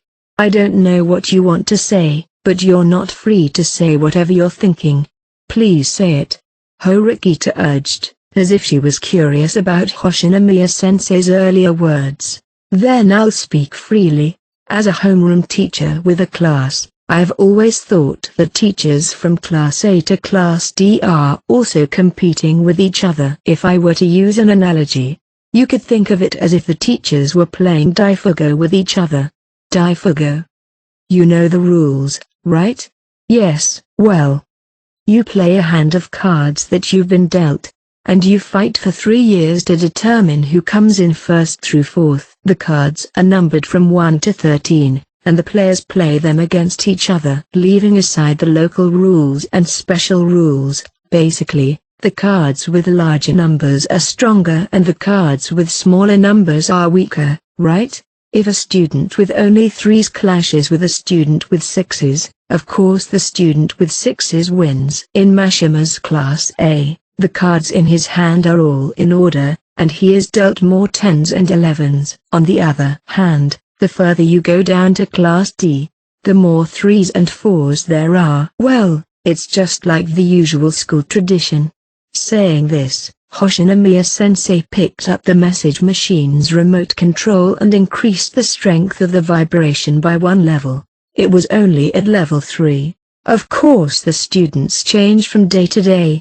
I'm sure some who were worth 3 or 4 will grow up and become 12 or 13, or in rare cases, the strongest number, 2. So class fluctuations do happen, and sometimes Class D can move up to Class B. Well, it's extremely rare though. But the important thing is to fight equally. Every class is always fighting within the numbers 1 through 13. You don't want there to be any unfairness or cheating in any particular class, do you? Yes. But you know what? Don't you think there's one card in your class that shouldn't be mixed in? The card that shouldn't be mixed. Hoshinomiya-sensei laughed and turned her gaze to me. Yes. It's cheating. C-chan's class is the only one with a joker. TL note. The joker is the strongest card if included, otherwise, 2 is the strongest card. Horikita also noticed her pointed stare. Chie, stop it already. You must be tempted to argue. Even if I'm trying my best to use my head and fight, a single joker will turn the situation upside down. No. It's much worse than playing Daifugo, because you can play the joker over and over and over again. Unlike the other games where you use it once and it's gone from your hand. There's no way we can win. As a homeroom teacher, this could be seen as a declaration of defeat for her class. Regardless of whether your statement is right or wrong, what are you going to do if the Class D students hear it? This was an admission of defeat. If the students in Ichinose-sei's class were to hear this, they'd be shocked. I see. Sorry, maybe I got a little drunk from the massage. With that, she powered it off. You got the joker because you and Sei were lucky. It's not cheating if you use it to reach Class A, right? It was obvious to everyone here that she was bitter. Mhhh. It was a voice like no other I'd ever heard before, almost seeming frightened. Perhaps her drunkenness cooled off for a moment after that, as she jumped up in a hurry. I'm going back to my room. Sayonara. Slightly peeved, Hoshinomiya-sensei waved her hand and walked down the corridor with long strides. I'm sorry for everything. As she said herself, she must have had a little bit of alcohol in her system. Chabashira-sensei said as she got up from the massager, as if defending Hoshinomiya-sensei. That's fine. I'll consider it as the ramblings of a drunk. Horikita replied in a casual, harsh tone, and Chabashira-sensei coughed, a little flustered. That's pretty harsh. Sensei, you seem to be a little concerned about what she said earlier.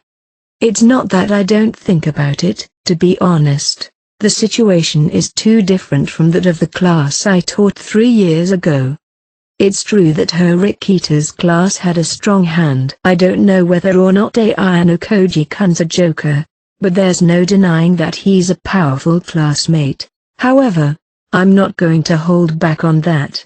Without even looking at us, Horikita conveyed her thoughts to Chabashira-sensei. As long as it's a card that was dealt to the class, I will use it to fight with all my might. The place we're aiming for is Class A, you know. That's right. I would expect nothing less.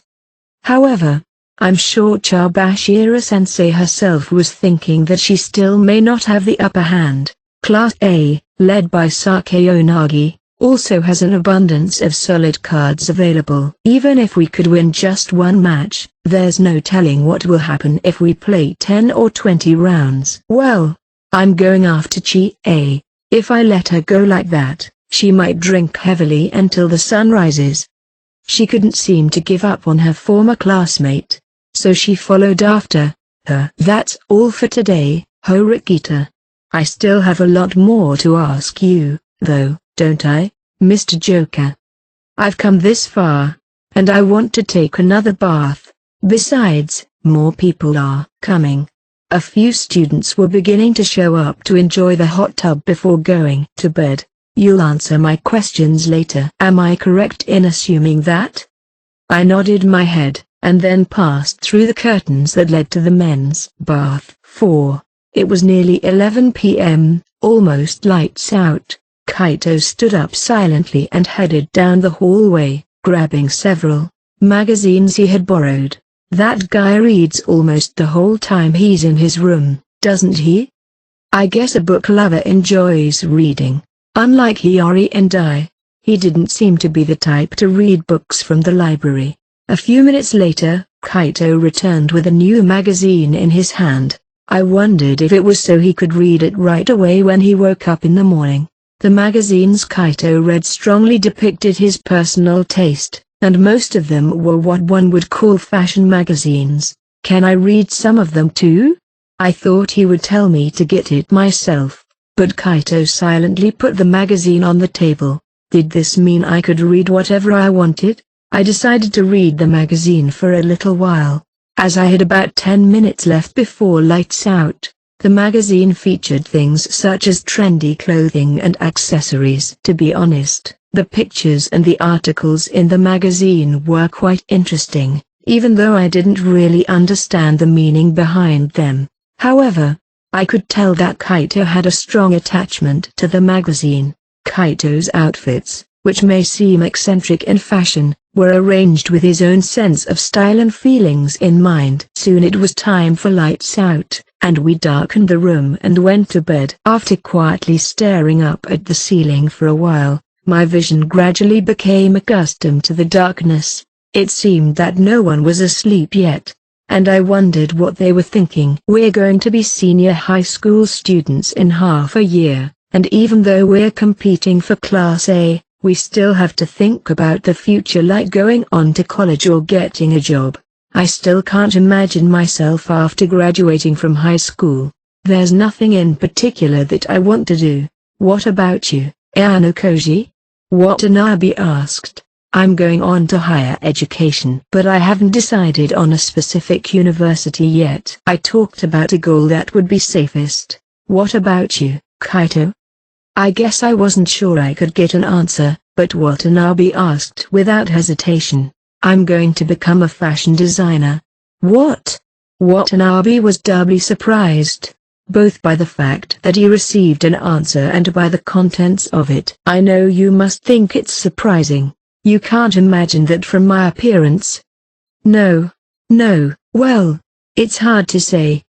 But considering Kaito's taste in personal clothing and the contents of the magazines he read, it's easy to see. Kyukaku, it would have been easier for Watanabe to accept if I had said that he would be an assassin. I was worried that Kaito might get angry again at Ryun's sideways lashing, but I didn't hear any response. Don't worry about it, Kaito. Ryun always says harsh things. Watanabe followed up, but Kaito didn't seem to really care. I'm used to it. Most people are surprised and unconvinced when I talk about my dreams. I don't expect them to readily accept me if I pursue that path honestly. Prejudice was something that shouldn't exist, but it certainly did in this world. For the strong and stern-faced Kaito, aiming for some professions may be a natural hurdle to overcome, but it doesn't matter if you graduate with Class A. You can jump into that world with no questions asked. Once you jump in, all you have to do is silence those around you with your skills. For Kaito, breaking through the initial barrier was what he considered to be the most difficult obstacle. You're seriously thinking about the future, aren't you? No. It's great, you have a proper dream. Watanabe was surprised, but he also felt admiration and was inspired by Kaito, whose thoughts were more determined than his own. Children will grow older and have to go out into the world. The same was true for Watanabe, who had no goals at the moment, and for Ryun, who didn't speak. It's kind of hard to do when you think of that. You know what I mean? Watanabe muttered to the ceiling in a voice that sounded like a bit to laugh. Everyone here's from a different class, right? That means, normally, only one of the four of us could graduate in Class A. I'm assuming you have a dream that you want to fulfill, but, you know, if I take that seat, someone else can't accomplish their dream. Classmates can share a dream with each other, but you can't share your dreams with your rivals. That's how this school works. Some laugh, some cry. I wonder if this was the kind of talk that happened when students of the same age spent the night together. It was a night that reminded me of the time I spent talking with Casey and my friends at last year's camp. Chapter 5, School Trip. Fourth day. The morning of the fourth day of the school trip, we were going to return to school tomorrow.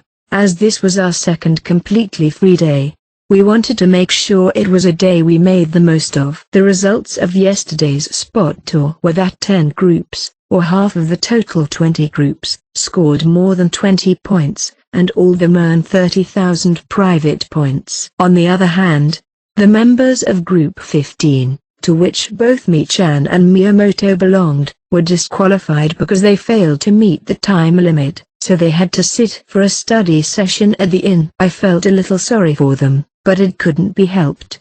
As soon as the study session ends, I hope they get the opportunity to soak in the hot springs and enjoy their last day as much as possible. It was cleaning time in the main baths, so I quickly changed my clothes. I thought I would watch TV as I did yesterday, but it seemed that Kaito was the first to return today, and he was staring at the screen as if he were devouring it. I didn't know the details, but it seemed to be a feature on fashion that Kaito was interested in. Hey, Ayano Koji, they're going to have a snowball fight outside.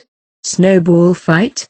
Watanabe, who had also finished getting dressed, showed me his cell phone. It seemed that there were a lot of people who wanted to have an unrestricted snowball fight. Sounds fun. Let's go check it out. What about Ryun and Kaito? Kaito was too engrossed in the TV to answer, and Ryun didn't hesitate in going to the reserved seat in the room to make his pass explicit. Then let's go, just us two. Right. We left Kaito and Ryun, who mixed like oil and water, in the room, but I'll trust their maturity here. When I went outside the Yukon with Watanabe, a large group of students had already gathered. Good morning, Kiyotaka-kun, Watanabe-kun. Yosuke, standing near the entrance and clutching his cell phone, called out to us. There's quite a lot of people here. Was everyone that interested in a snowball fight? I don't think it's simply that. It's like a snowball fight for private points. The only qualification to participate is to pay 1,000 points. The winning team gets the points from the losing team. I see. So if you lose, you sacrifice little, and if you win, you get money to buy an extra souvenir or two. No wonder it was a very casual but reasonably exciting event. Is this okay? Even though we have a large space, it's on the inn's property. Yes, I asked them about it and they said it's fine since it's early in the day. I think the fact that it's a private place with no one staying here except us school students is also a big factor. The rules remain the same, simple and clear, no catching, only dodging. Students who are hit by a snowball must leave the field. However, the snowball must be of a certain size, and if, for example, it's in powder form and is thrown like a shotgun bullet, or if the ball scatters in the air, it would be invalid even if it hits. As for being hit by a snowball, it seems that both self-reporting and the referee's official judgment will be taken into account. Well, not many people would intentionally cheat for the sake of a few private points. How many are planning to compete? About 30 people so far. Will you join in, Ayano Koji-kun? No, I was about to decline, but then I thought that if I pass on participating this time, I may never get another chance to have a snowball fight again in my life. I'd like to try, but I don't have a team. That's okay, I'll assign people to the teams that don't have enough people. It seemed that Yosuke would take care of all the troublesome details, for which I was very grateful. Or perhaps that was why he stayed near the entrance. It was a lot of trouble to take care of things on your own, but Yosuke was probably more comfortable with having everything under control. As I waited for the deadline, which was only about 10 minutes away, I saw Horikita, who must have heard about the snowball fight in the Yukon. I've heard about it, but there's quite a gathering here. Are you going to join us too? Well, it's a very special school excursion. I'd like to join if there's space. She originally had no intention of doing so, but she seemed to have changed her mind when she saw that the event was more successful than she had imagined. Then let's play, Horikita. Ibuki came out of the crowd and challenged Horikita to a game, as if she had been waiting for her. You're here too, Ibuki. You really come out of nowhere, don't you? But that's okay. It's just a game after all, and I can play with you if you want. As soon as she replied, Ibuki clenched her fists. Losing is losing, no matter if it's just a game or not. Don't come up with excuses later on like a little kid, okay? I'm going to say that line right back at you. Yosuke seemed to be watching the two of them closely, and when they stole a glance at their cell phones, They saw that they had been assigned to different teams. It wouldn't be very exciting if they were on the same team. While I was checking the teams, I whispered into Yosuke's ear and asked him for a little favor. Good morning, everyone.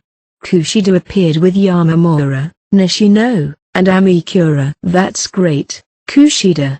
You invited Yamamura and the others. Eh? Well, yeah. I thought she was going to give me her usual smile, but she averted her eyes and gave me a muddled reply. However, she smiled immediately thereafter. I said I wouldn't leave my room until Nishino-san and Yamamura-san went out. So it's a good opportunity. That's the right response.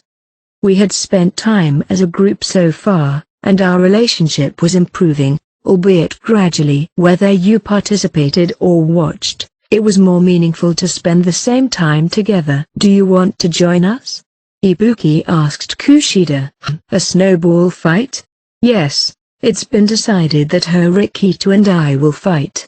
I see. But I don't think I will. I don't want to hit someone with a snowball. I can't throw that kind of thing because I'd feel sorry for them. Huh? Ibuki made a disgusted gesture, as if she was deeply offended by Kushida's attitude. Seeing this, Horikito immediately struck Ibuki's side with a chop. What the hell? What are you doing? I'm your opponent, right? If you keep thinking about anything unnecessary, you're going to lose easily. Of course I'm not going to lose. I'll make you cry for sure. I see. I had thought that the distance between Horikito and Kushida had decreased recently, but it seems that Ibuki was also involved. The three of them had a distorted relationship, but strangely enough, it may be having a good cleansing effect on them. The number of participating students continued to slowly increase until finally there were 42 students split into 6 teams. Each team had 7 students, and 4 teams were created by themselves. 2 teams were made up of stragglers like me. We didn't play in a tournament format. Instead, we just played 1 match each. Yosuke may have been thinking about the excitement of the event, so he assigned Ibuki and Horikito to the third and final match of the day. First up was a 7-member boys team led by Shizaki. On the other side was a team of 7 boys led by Sudo. It was truly a clash of men. As soon as they started, snowballs powerfully flew from side to side. With 14 snowballs being thrown at once, it was difficult for everyone to avoid them. Within 10 or so seconds, a total of 6 boys from both teams were eliminated. Incidentally, Ishizaki, who had been so excited the whole time, was also hit within 10 seconds. On the other hand, Sudo seemed to have put his frustration at being rejected by Horikito into the snowballs, launching them one after another. However, Ishizaki's team had Albert, who was agile enough to avoid the snowballs, and he had been working hard to defeat the other team. Yamamura was quietly watching the exhilarating battle, so I drew a little closer. They're getting excited, aren't they? Her expression was the same as usual, with very little change, but she seemed to be enjoying herself. Ah, it seems so. Yamamura said so as she exhaled into her palms. Her hands weren't wearing the gloves she had supposedly bought back at the ski resort. Perhaps you forgot your gloves again? Yes, I did. I tried to take off my gloves, but Yamamura stopped me. I'm sorry, I'm just kidding. I brought my own gloves. With that, she pulled her gloves out of her pocket. She was smiling, but only slightly. I didn't realize you were a comedian. I suppose it doesn't really suit our relationship, does it? Instantly her smile faded and she concluded that it was an unnecessary comment. No, it's fine. I feel like we've formed a bit of a bond as a group. It was a change that would have been unthinkable, at least from the first day. I also felt that. I've always been in the shadows, so it was less likely that people would pay attention to anything I did. Kushida-san, Nishino-san, Amikura-san. They all took a good look at me and included me in their group. I'm thankful for them. Without the school trip, Their impression of Yamamura would have remained tenuous until she graduated. It was a good, memorable school trip, both for Yamamura and for the other girls. There must have been a lot of students in other groups who were closing the distance in a similar way. When Yamamura finished putting her gloves on both hands, she turned and held them out in my direction. It's not just the girls, it's the boys too. It was a little different from the image I had expected. Unlike the first day we were in the group, Yamamura's demeanor had a softness to it. Of course, this change was slightly less than that of the other students, but it was a clear change. So the school trip, which I thought was long at first, is over today. Yes. During a school trip spent with people you dislike, time would definitely have felt terribly long and slow. However, just by recognizing them as members who aren't uncomfortable to be around, a change comes over you that makes it hard to believe that time was passing normally. Surely you're not the only one that's changed. Kaito, Watanabe, Amikura and Nishino must have also changed to some extent after this experience. The group had its share of trouble, but that had spiced things up in some ways. Little by little, I think Kito-kun's curses for Ryun-kun are decreasing. Ever since we formed the group, he's been saying things like "I'm going to kill you" and "I'm going to send you to hell." Those were very disturbing things to say. Well, it wasn't so much that the two of them had become friends, but rather that they had bumped into each other so much that their senses have numbed. However, the image I had of Kito changed a lot. I originally thought that he wasn't the type to talk at all, but when I got closer to him, I found that he spoke a lot more than I expected. There may have been a lot of problems with what he said, but it was understandable why. The students in Sakeonagi and Ryun's classes were especially wary of each other. There were almost no opportunities to see the other in a positive light. Kaito is also very close to Sakeonagi. Speaking of which, you seemed to talk to him often while you two were together in the group. Suddenly, I looked at Yamamura's profile and saw that the joyful look she had earlier had faded away. The most accurate word I could use to describe her expression was uninterested. Either she was fond of Kaito, or she had something on her mind regarding Sakeonagi. Either one could be applied to her. What do you think about Sakeonagi? I asked this question not because I wanted to probe, but because I was genuinely curious about their relationship. Huh? Yamamura, whose attention was elsewhere when I asked back in surprise. I was wondering how someone feels seeing a competent Class A leader from the perspective of their peers. Well, I don't really know. I'm not close to anyone in particular to begin with, and moreover, I've hardly ever talked to Sakeonagi-san. She laughed to herself as she said this. She meant that she had no friends because of her own shadowy nature. In other words, was it simply a feeling caused by admiration, like envying Kaito, whom Sakeonagi spoke to casually? Then why don't you take this opportunity to ask Kaito out? He might take you up on the offer. As expected, I don't have that much courage. What if he asked you? Isn't this a conversation for boys? It was meant to be a light joke, but Yamamura pulled back more than I expected. My bad. Maybe I took it too lightly. Even if they didn't think anything of each other, it was natural to be sensitive when it came to matters of men and women. I don't mind. You said it for my sake. Thank you. I looked at Yamamura and then around at the students present. New people, new friends. Truth and lies.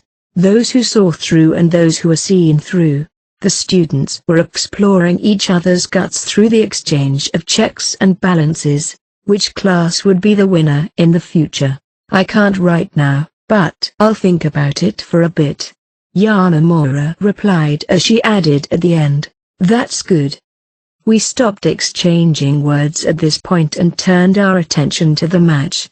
Albert was exhibiting his powerful arms, but his accuracy wasn't as good. so the winner was ultimately decided by Sudo's agility and precise attacks. Sudo was a quintessential top-class athlete in any situation. Horikita also gave him a generous round of applause. At a distance, Onodera also seemed to be cheering him on in an innocent manner. The second match followed. The second match was a mixed-gender battle, but there were no students with outstanding athleticism like Sudo and Albert, so the game was more like a friendly game than a serious competition. The round ended with the two sides praising each other for a good fight and saying that they had a good time. It's time for you to go on, isn't it? Good luck. Finally, the third match, the battle between me, Ibuki, and the Horikita team began. Let's do our best together, Yamamura. What? I called out to her, and she looked at me with a vacant look on her face. I asked Yosuke to enter your name as well. Wow. I can't do that.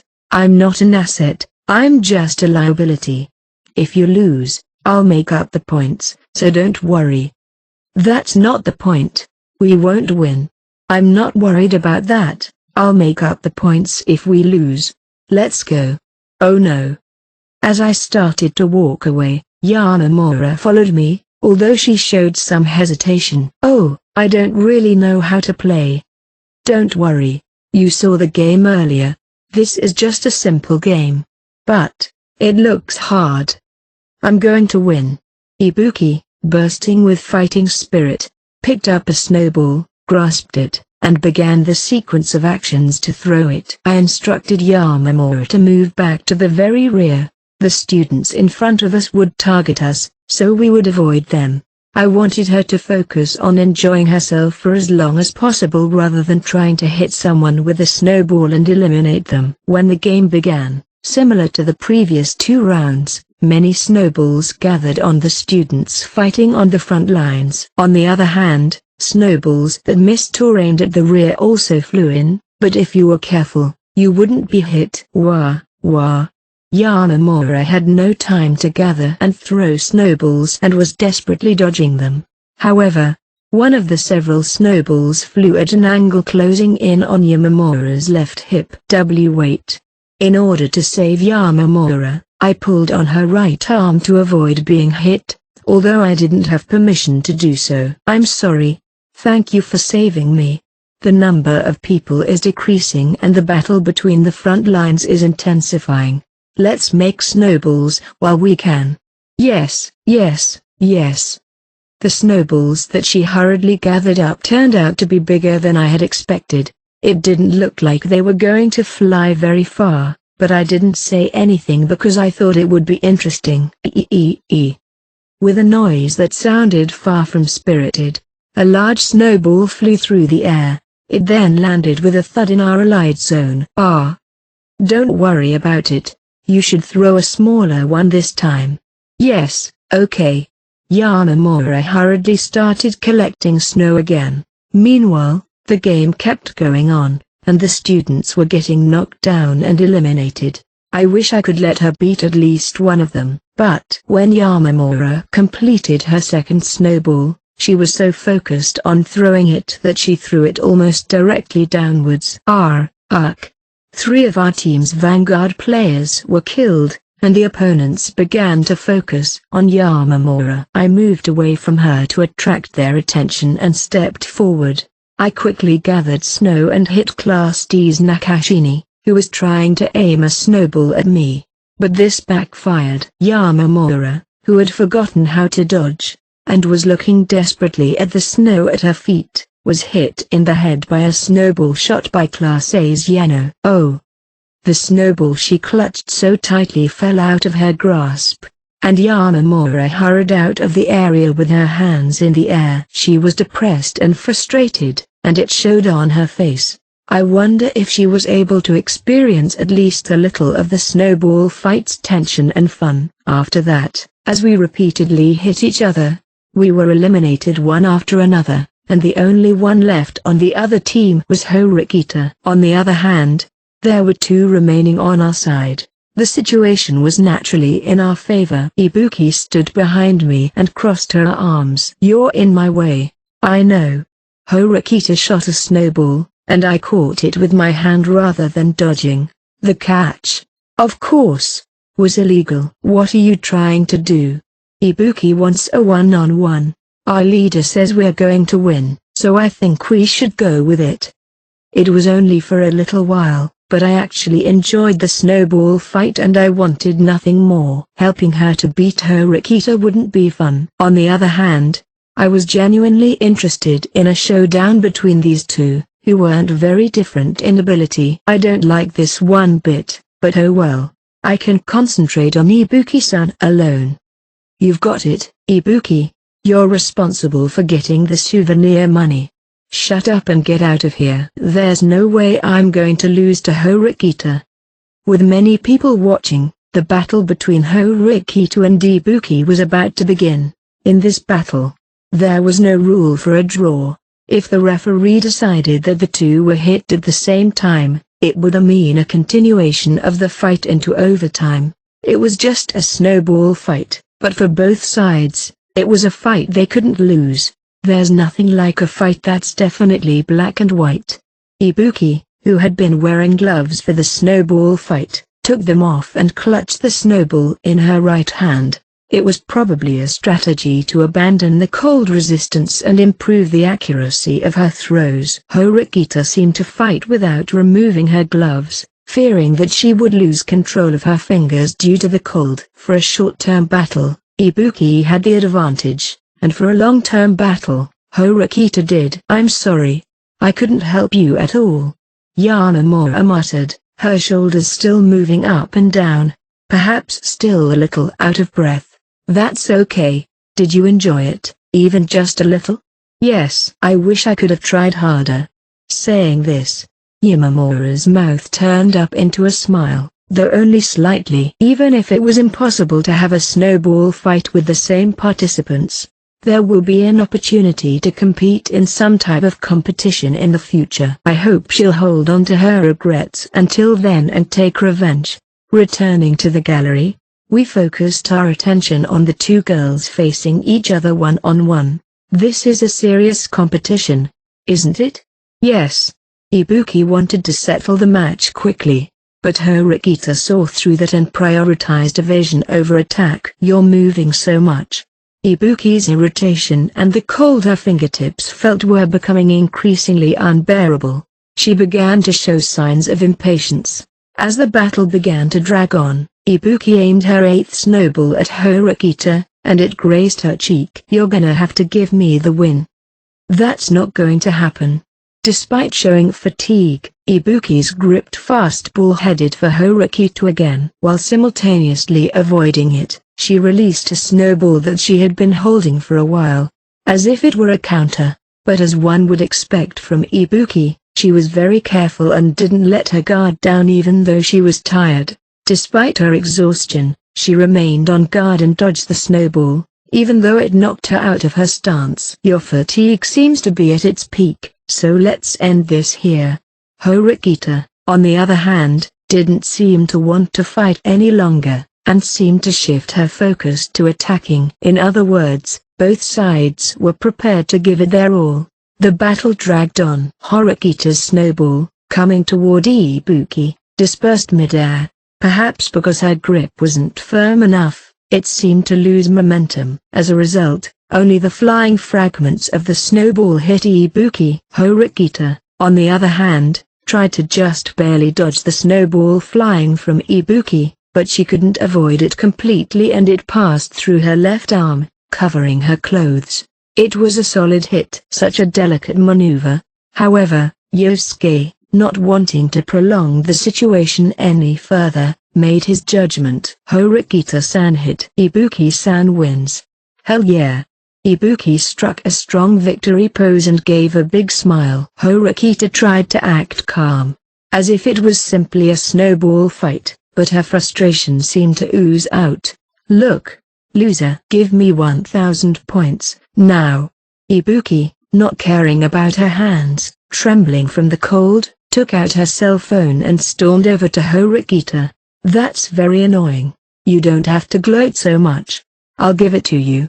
You lost. You lost. Lost. Lost. Loser. Were they good friends or not? For a while, Ibuki continued to frolic around Horikita. 1. We enjoyed skiing one last time that day. This time, all 8 of us skied the gentle beginner's course together, rather than separately. Ryun seemed bored from start to finish, but it was a good thing he didn't act selfishly on his own.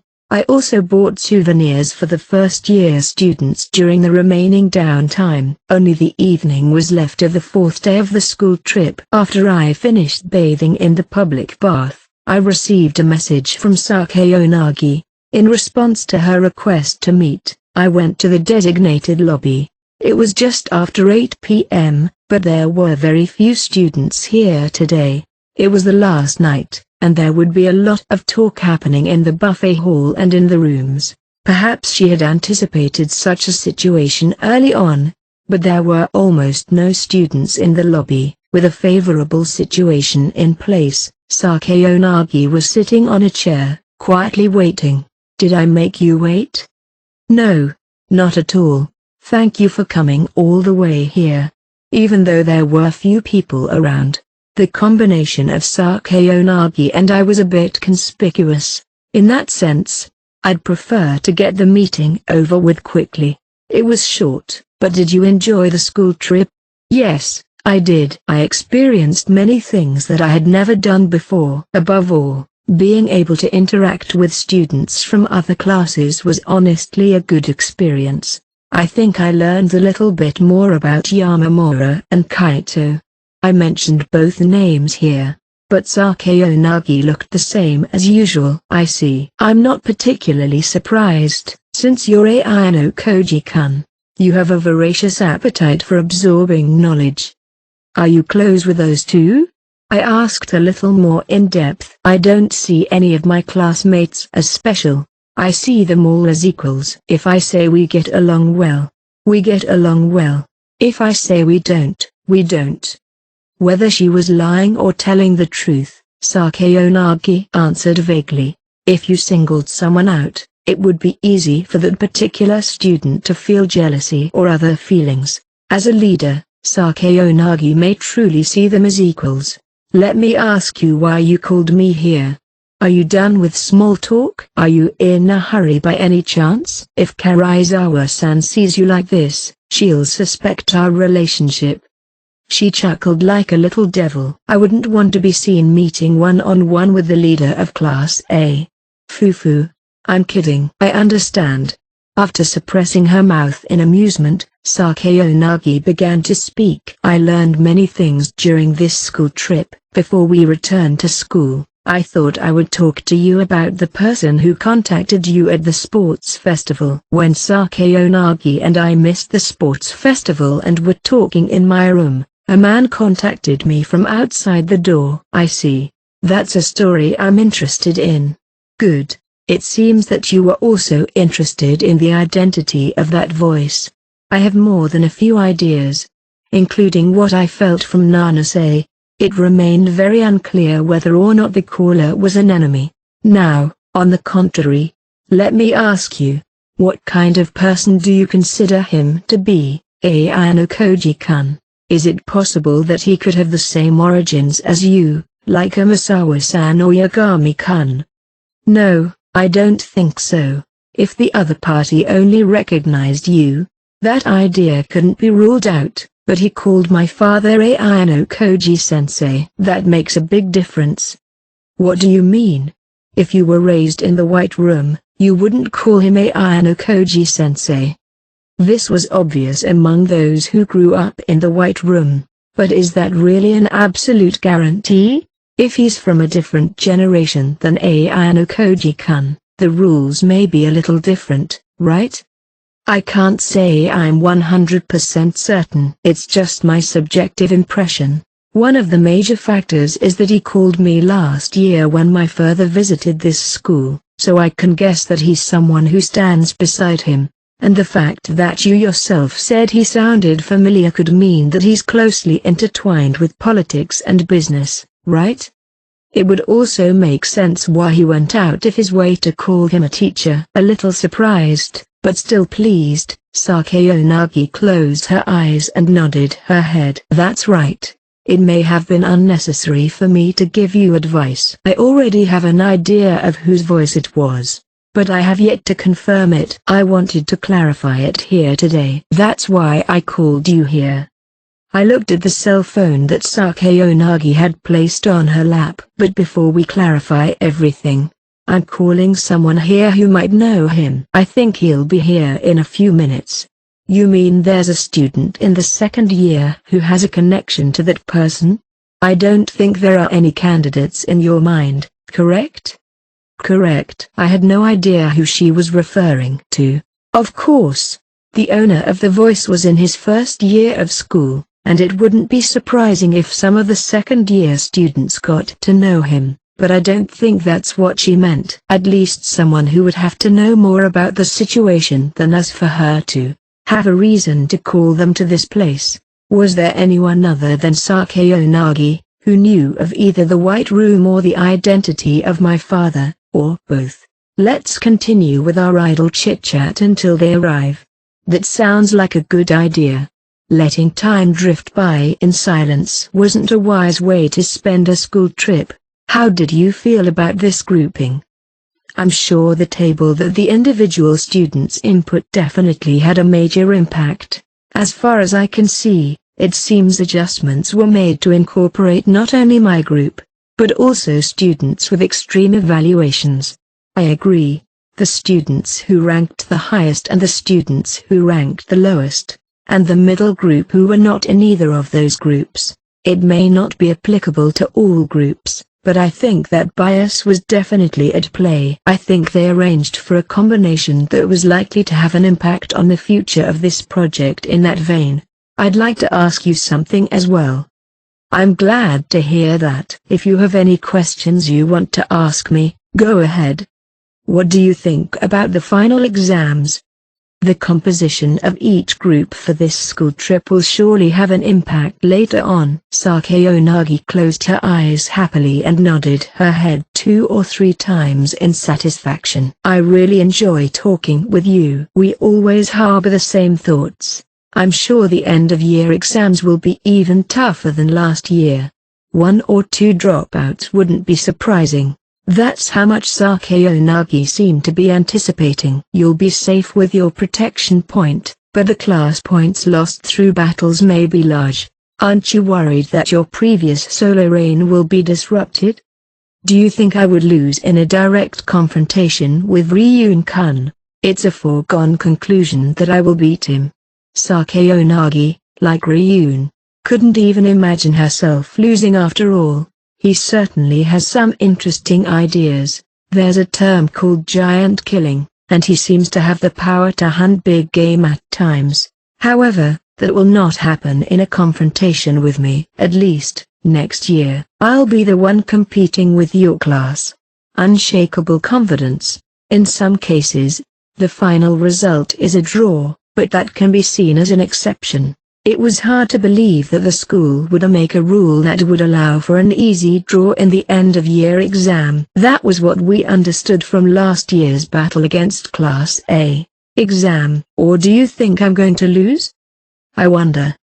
It was hard to say at this stage when we didn't even know the contents of there, but if I told her that, she would probably feel even more resistant. It was nothing more than an indication that Sakayanagi may lose, depending on the content of the special exam. No matter who wins or loses. For you, no matter how things unfold between Ryun-kun and I, there won't be any obstruction to your plan, will there? Because our thoughts were concordant, Sakayanagi also understood my thoughts well. But Ayano Koji-kun, the future doesn't always turn out the way you want it to. What do you mean? Just as I asked back, Sakayanagi put her index finger to her mouth. It seemed that her expected visitor had arrived. Thanks for waiting. I wondered if he hadn't been told of my presence. Kanzaki stood by my side, his expression conveying he was slightly surprised. But why Kanzaki? I had never gotten the impression that he was connected to my past in any way. The first thing to do is to gather the people we need to get started. I'm going to start right away, so can you please come this way? Kanzaki-kun. What in the world, Sakeonagi? Sakeonagi, smiling and beckoning, made Kanzaki, who didn't understand, stand beside her. Kanzaki, who had his arms crossed in doubt, still didn't seem to understand the situation. I wondered if there was any point to this arrangement. First of all, Ayano-koji-kun, what do you make of the combination of Kanzaki-kun and I? What do I think? Please tell me your frank impression. I feel nothing but discomfort. I've never seen you and Kanzaki-kun together before. When they were actually lined up like this, it really showed. I'm sure you're right. For the students of this school, there's no contact between myself and Kanzaki-kun. We're not in the position of being fellow leaders, and I don't think anyone has seen anything suggesting friendship between us. In fact, I have hardly ever spoken to Kanzaki-kun since I entered this school. In other words, she seemed to be trying to say that she had conversed with him to a certain extent before she entered the school. How many years has it been since I have spoken with you like this? I don't know. If speaking through someone else doesn't count, it must have been at least 3 or 4 years. Neither of them could remember the exact date and time. May I ask how you know each other? It's a parental connection, but there's no direct connection between the Sakeonagi and Kanzaki families. When you have parents who are well known in their own right, you are often invited to parties and so on. Sakeonagi's father is the chairman of this school and that he's from a reasonably well-established family. Given his knowledge of the White Room, Kanzaki-kun's father is the head of a company called Kanzaki Engineers. Does this mean that these two had the same thing in common, the same foundation of being involved in business? If that were the case, it made sense that I didn't have any suspicions about Kanzaki. What on earth are you talking about? What's the point of having Ayano-koji listen to this? No, before that, let's hear the reason why you called me here. This story is exactly what's relevant to the reason I called you. I don't understand what you mean. I was hoping you could tell me more about Ishigami-kun, who's enrolled in our school. Kanzaki's expression stiffened even more at this point. You said, about Ishigami? Ishigami? There was no name that came to mind among the second-year students, and the only student whose last name corresponded was a first-year student. That's what you mean. You're saying you're interested in Ishigami too? You may take it that way. But what's Ayano-koji's reason? He has nothing to do with Ishigami. I don't think he'd get involved with other years for no reason. If he did, it would only be in case of trouble. It's hard to believe that even Ryun would do such a random thing, let alone Ayano-koji. He tried to explain the situation in his own way. It's regarding an event in the past, not the present. What? You still don't understand? You must have deep feelings for the name Ayano-koji. What? No, no way. As if noticing something, Kanzaki repeatedly looked at Sakeonagi and me. You've been very slow to notice. Of course, that's understandable. So that's how it is. Kanzaki seemed to come to an understanding with Sakeonagi's words. Then, after looking up at the ceiling and holding his head up, he looked at me again. Ayano-koji, I can't believe you're his child. There was only one thing that could be understood from those words. Kanzaki must also know or have known someone named Ayano-koji. And it was no longer necessary to guess that it was my father. That man had strong ties to the business world. It was inevitable. Have you been able to shake off the discomfort of me sharing a seat with Ayano-koji-kun? I thought you were simply interested in Ayano-koji's ability, but I guess you weren't. Since when did you realize he was Ayano-koji-sensei's child? Of course, from the moment I saw him at this school. And unlike you, I've seen Ayano-koji-kun when he was little, right? She replied, not speaking of the White Room, but as if she was pretending to be a familiar figure from childhood. So he's not just a random guy. If he's his son, there's no way he's not excellent. Kanzaki looked me straight in the eye, as if he had reached a point of understanding. My father adores Ayano Koji-sensei, and I've met him in person several times at parties and such. However, we've only spoken probably once. This was a good example of the kind of case that can come about even when indirectly connected by Chairman Sakeonagi. Nevertheless, he seemed to have a lot of respect for the man. Since I didn't know his private life at all, I couldn't imagine what kind of behavior he displayed in front of Kanzaki, but I couldn't deny the gap in perception. My evaluation of you has changed 2 or 3 times up until this point, but it has finally settled. If there was a child of Ayano Koji-sensei in Horikita's class, he must have been a powerful card. He seemed to have a high opinion of my father to all intents and purposes and was convinced by himself. Well, now that we've corrected the discrepancy in our perceptions, let's move on. You don't know about Ishigami-kun, do you, Ayano Koji-kun? No. The very student Ishigami was the one who approached us, it seemed. He's one of the young men who admire your father. You know him well enough, don't you, Kanzaki-kun? Oh, he seems to be fascinated with Ayano Koji-sensei. I didn't have the courage to go talk to him. But Ishigami's different. Since then, he was really proactive in speaking to him. Ishigami-kun's age is 1 year younger than us, and he's now a first-year student. A student who adored that man was enrolled in this school, and somehow, he had contacted me several times, and even indirectly helped with Yagami's expulsion at the cultural festival. The agenda of this man, Ishigami, is still unknown to me. I'm sure you've had opportunities to come in contact with first-year students, but how long have you been aware of Ishigami? I noticed him as soon as I saw the OAA, but since he's not the type to come out in the open, I never had a chance to talk to him. My interactions with first-year Class A were through Takahashi Osamu-kun, and it seemed that he was intentionally avoiding contact with me. It seems that Sakeonagi herself didn't want to force contact with him. Is he excellent? I think that Kanzaki, who's close to him, knows more about that aspect than I do. Kanzaki was entrusted with the explanation, but he didn't seem happy at all. Rather, it seemed the opposite was true. It's not that I'm close to him. I just went to the same grammar school as Ishigami, but if I were to honestly answer your question, then he's undeniably a genius. He's come up with several ideas that I can't even think of, and the only thing I'm sure of is that I've seen it up close. He didn't seem to like Ishigami, but he responded as if acknowledging their fact. It's Kanzaki-kun's point of view, his personal opinion, but I thought it would be a good reference. But so what? All you have to do is just leave the current Ishigami alone.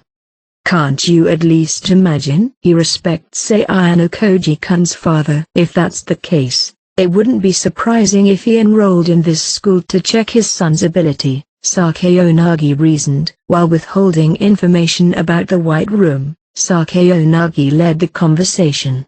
Ishigami is testing Ayano Koji's ability. You can't deny it? It seemed that her words seemed to make sense to Kanzaki, corresponding to the image of Ishigami he knew. We're competing against each other in the second year, Kanzaki-kun. Even if your class is 1 step behind, it's still unclear who the winner will be. Under such circumstances, don't you think it's unfair that Ishigami-kun will play unnecessary tricks to find out Ayano Koji-kun's ability in the future? I don't understand what you mean. But why are you so devoted to Ayano Koji? It should be none of your business what happens to the students in your rival class. If left alone, Ishigami would automatically sabotage a strong student in a rival class. It was obvious to everyone that this was essentially a benefit for Sakeonagi. I just genuinely want to have fun, she said. It's my role to bury Horikita's class, including Ayano Koji. It's frustrating when someone suddenly appears and has taken your purpose away from you, isn't it? After a fit of laughter, Sakayanagi thanked Kanzaki. Thank you very much, Kanzaki-kun. From here on out, I think Ayano Koji-kun and I will work out a plan to deal with Ishigami-kun together. Although it was a thank you, it also strongly implied that anyone who got in the way should leave. I have no intention of getting involved with Ishigami-kun, so I'd appreciate it if it stayed that way. Kanzaki replied without hesitation and walked away. We'll talk again soon, Ayano Koji. I'd like to hear a lot about that man, you know. He was eager to talk about my father, but unfortunately, I knew nothing about him. Well, Ayano Koji-kun, let's see who Ishigami-kun really is. What are you going to do? Of course, I'll ask him directly. That would be the fastest way, right? Taking out her cell phone, Sakayanagi punched in the 11-digit number with a smooth hand. It seemed that she had done her homework and had already obtained Ishigami's phone number. Putting it on speaker, Sakayanagi dialed the number, and within a few rings, the call started. I figured it was about time you called, Sakayanagi. Ishigami's tone of voice suggested he had foreseen it. As soon as he picked up the phone, this voice was unmistakably the one who called me last year and the one who visited me during the sports festival. You're very perceptive, aren't you? I told him ahead of time that if anyone other than a first-year student asked for my number, he should report it to me. Let's just say it's as good as it gets. I've heard rumors about you from inside and outside. She always had her antennae up. You could have approached me earlier, couldn't you? I hope to avoid contact. You don't need to get involved with me either, do you? I don't think so. I thought I had to confirm whether or not you would stand in Ayano Koji-kun's way in the future.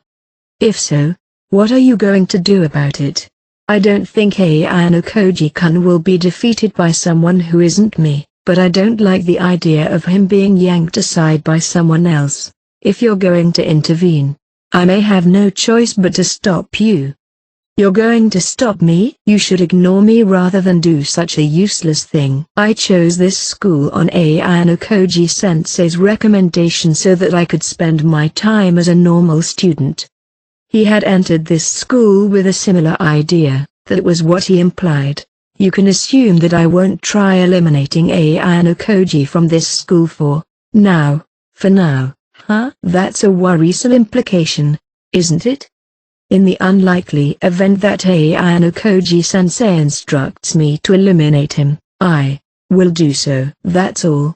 His tone was consistently calm, and it didn't seem as if he was lying. You've increased your loyalty a lot without realizing it, haven't you? Don't go any further, Sakayanagi. If you wish to stand by Ayano Koji's side, you may do so.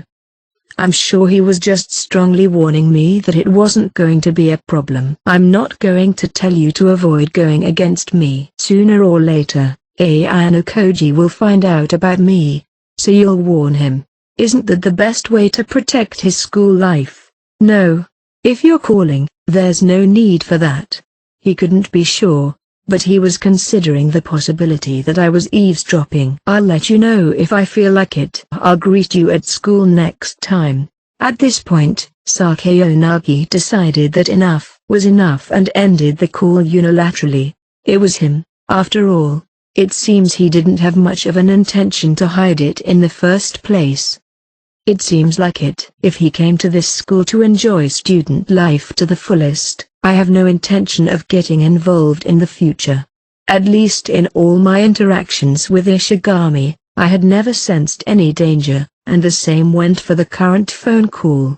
There was no need to panic now that the possibility had emerged that Ishigami wasn't trying to expel me from the beginning. I see. If you make that choice, I will respect it, Sakayanagi said. I'm grateful. Thanks to you, I was able to recognize Ishigami's existence. Now that we have some sense of direction, I am sorry to make your stay here so long. However, May I continue what I was just about to say at the end? The future doesn't always turn out the way I want it to, right? The way Sakayanagi said that was certainly something that had been on my mind. Ayano Koji-kun. But someone was in the wrong place at the wrong time. I was about to inquire into what she meant when someone else called out to me. Have you seen Honami? I was called by Amikura, who was hurriedly walking down the corridor, looking a little flustered. No, I haven't seen her. What's wrong with Ichinose?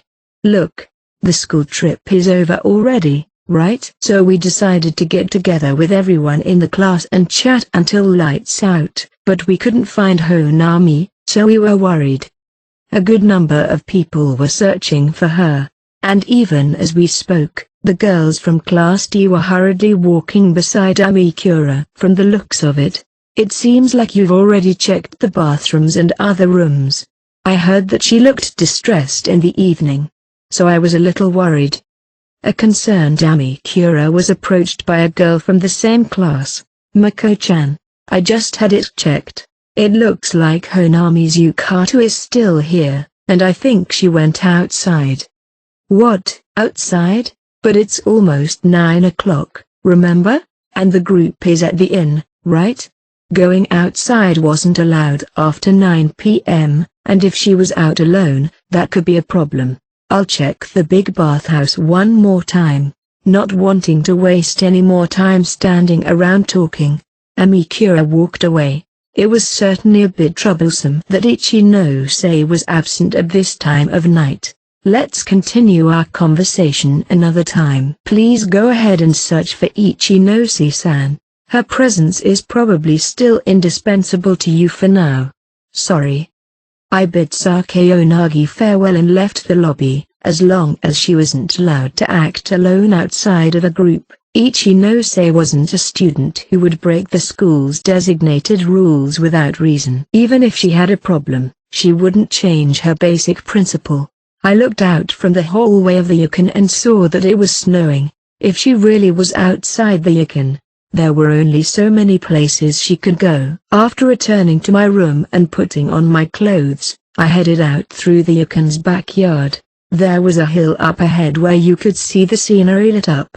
This was exactly the kind of place that was restricted at 9 p.m., the curfew. The backyard, which was completely within the inn's limits, didn't meet the standard for group activities. Even though the area was illuminated with lights, it was still dangerous because of the snow. Many students climbed to higher ground on their first or second day at the inn. Therefore, few students would go back to see it again under the cold and snowy weather. And moreover, it was the last day. They would want to spend a relaxing time at the Yukon.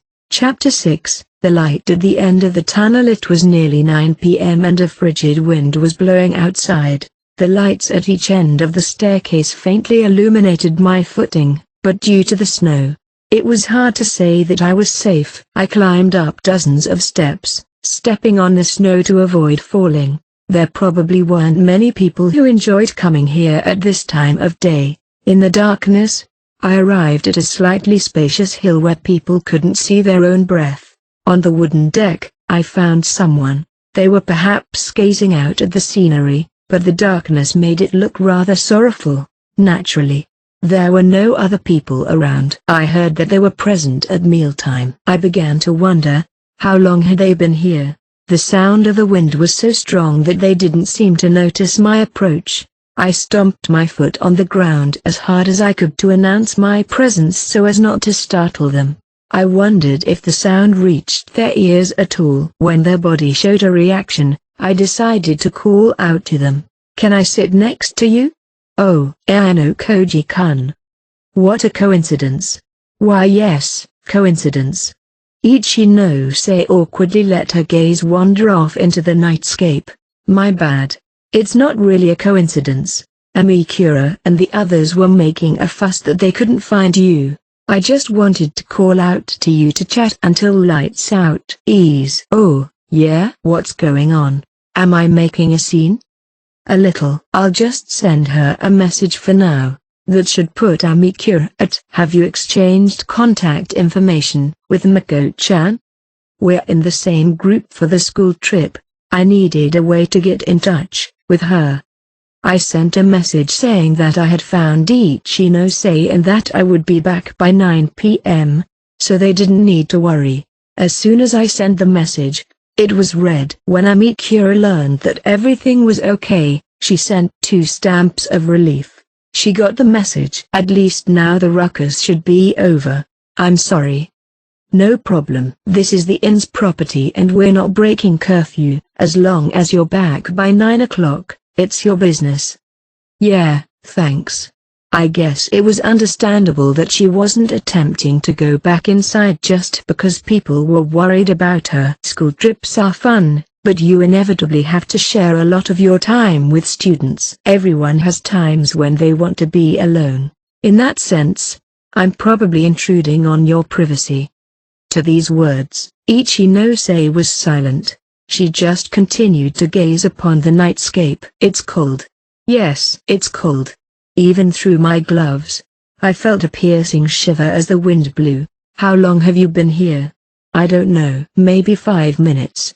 She answered, but she seemed to think that I would immediately recognize her lie, so she corrected herself in a frustrated manner. Sorry, I might have been here for 30 or 40 minutes. I'm sure you're right. At first glance, there aren't any footprints to be found. I had no proof that Ichinose was here at all until I came up the stairs. If it had been a few minutes earlier, I would have clearly recognized the footprints, even in the dark. The wind was still strong, though the snow that had been falling was slowly coming to a stop. What I'm saying is probably obvious, but you're going to catch a cold if you stay too long. Right. She muttered to herself in agreement, but there was no indication that she was going to heed my advice. Soon after, the snow seemed to be coming to a stop, but this would only be temporary. The forecast was calling for a strong snowstorm soon. Talk about a wild goose chase. What are you thinking about while taking in the night of you all by yourself? I had a rough idea of what to expect, but I couldn't know for certain unless I heard it from her own mouth. I asked her, but Ichinose didn't immediately answer. She just admired the scenery without glancing back. I think I want to be by myself for right now. A mild rejection. She urged me to walk away, saying she doesn't want to talk to anyone. Or maybe she was just saying that she didn't want me near her. I don't think I'm going to leave you alone right now. It's especially dangerous on the way down. Thank you for your concern, but Karizawa-san would be upset if she knew that you and I were alone in a place like this. I definitely don't want that. At first glance, nobody would go this far unless they had another reason. I guess it was that sort of issue. It seems to be in her nature to care about others even at a time like this. Certainly, if Kay sees me, she'll misunderstand. Yes. Are you sure about wanting me to leave? Yes. Ichinose answered with the same terse answer, still not averting her gaze from the peaceful view. I quickly pulled away and turned my back. I'm going back then. Just make sure you're back by 9 o'clock. Thanks. I'll be careful. As I took my first steps, the snow that had momentarily stopped began to fall again. The snow came down even stronger than before. I spun back around and looked at the back of Ichinose figure, which had remained frozen in place since I found her here. She had become much smaller and weaker. When was the last time I saw the Ichinose Honami that was so full of life when she first entered the school? It wasn't that something happened on the school trip, but rather an accumulation. The water that had been collecting in the cracked cup was beginning to overflow. It would be easy to walk away here, but this was a turning point. Ichinose's emotions, which had been eroding and constricting her, reached a critical point. As far as I could see, it wasn't simply that the water was overflowing. If the crack widened and the cup shattered, restoration may not be possible. In other words, Ichinose's class will be finished, and her path to Class A will close. This wasn't the time for her class's downfall. That would be a problem for my plan. I'll wait here, I said and sat down on the stairs leading to the inn. Why? I wonder why. My affairs are none of your business, are they? Why are you waiting? I don't know. I had nothing to say to her then. I knew she wanted to push me away, but since she had no coercive power, Ichinose had no choice but to give up. If she really didn't want to be with me, the best choice was to walk away. A few minutes passed in silence. Nothing really happened. All we're doing is chatting, right? Either she couldn't stand the silence between the two of us, or she decided that she had no choice. In a voice so low that it could have been missed, as if she had been thinking to herself, Ichinose muttered something. Actually, I've been wanting to ask you something for a long time. It was much better than being left in silence until curfew. It would also help to drown out the chill of the snow that was freezing my butt. Have you ever heard of the White Room? I wondered what kind of conversation would result from this situation, but the words that came out were far too unexpected and completely diverged from some of the assumptions I had floating around. Why, out of everyone, would Ichinose ever utter the words White Room? For a moment, Sakayonagi's image flashed through my mind. There were some situations where the class leaders were getting to know each other, such as cooperation between classes these days, but I don't think she would easily talk about such things. If that was the case, then, I recalled that she was threatened by Tsukishiro during the uninhabited island special exam. I wouldn't be surprised if she had memorized the White Room from that incident. I'm not sure what you're talking about. I see. If you don't understand, Ayano Koji-kun, don't worry about it. I may have misheard. Ichinose words suddenly stopped under the cold sky. She then let out a breath. I wasn't sure whether or not she completely believed my answer. Just to be sure, it would be better if I planted some ideas myself. Where did you hear those words? I cut in to divulge that it was something I had no recollection of. If she didn't answer honestly, that was enough to stop me from pursuing the matter. I heard the former acting chairman and Shiba-sensei talking during the uninhabited island exam. There were few parts I could hear clearly, but I heard that he wanted to expel you and the words White Room. I was curious, so I did some searching, but I couldn't find anything that sounded like it, so I guess I heard wrong? I doubt you heard it right. At least I can't think of any similar words. If she even did the research herself, she was likely half convinced that it was inconsistent with her memory. But why were the teachers trying to expel you? Are you out of trouble now? She's probably been meaning to ask that for a long time too, but because of what happened with Kei, Ichinose seemed to have pushed the question to the back of her mind. That matter is taken care of. I can't go into details, but there's no problem. I could sense that there was another secret, separate from the White Room. It would be more troublesome later on if the former situation was leaked to the outside world. I could see her shock when she thought she might have been considered as someone with whom I couldn't confide a secret with. Continuing with these topics wouldn't benefit Ichinose. So this time I asked her a question. I have a question for you, too. The Ichinose I know isn't the kind of person who shivers in loneliness in a place like this. She's the kind of student who's surrounded by friends, laughing and encouraging each other. How long do you plan on staying here? I'm having fun. That's not what it looked like when I saw your demeanor earlier. I don't think it was the kind of face you should show on a school trip that's all about enjoying yourself. Even this kind of exchange was likely necessary for Ichinose right now, to expose the parts of herself that she normally wanted to keep to herself and couldn't talk about with anyone. This was something that Ichinose, who continued to be under pressure as a class leader, continued to hold on to. Are you really going to continue waiting there? Yes, I'll be with you when I get off. I see. Well, at least come over here. Your butt is probably getting cold. That's a nice offer. I was indeed freezing my butt off. I hurriedly stood up, brushed the snow off my butt, and stood next to Ichinose. Ichinose's side profile hadn't changed from earlier. When I checked my cell phone earlier, the time was about 8:40. Calculating the time it would take to return, it looked like we could stay here for another 10 minutes or so. If we were to stand in silence until the time limit, that would be fine, too. With the intention of staying with Ichinose until the end, I decided to wait for her reaction.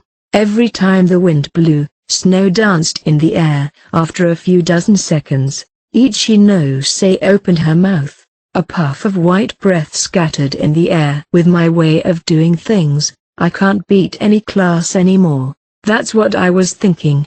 An unintentional tear trickled down Ichinose's cheek. You can't win, huh? I thought you were going to continue forward as you were without hesitation.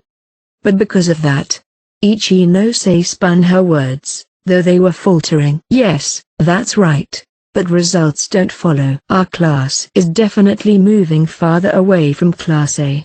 This is obvious to everyone. And that the cause of this is your own approach. If only I could command my classmates like Sakayanagi-san. If only I could lead as strongly as Ryun-kun. If only I could coordinate like Horikita-san. I can't help but think like that. That's asking for something you don't have. You can only be yourself. You can't be anyone else. She knew this without having to say it, but there are times when you have to hear it, even if you know it. It's what I don't have. Yeah, right.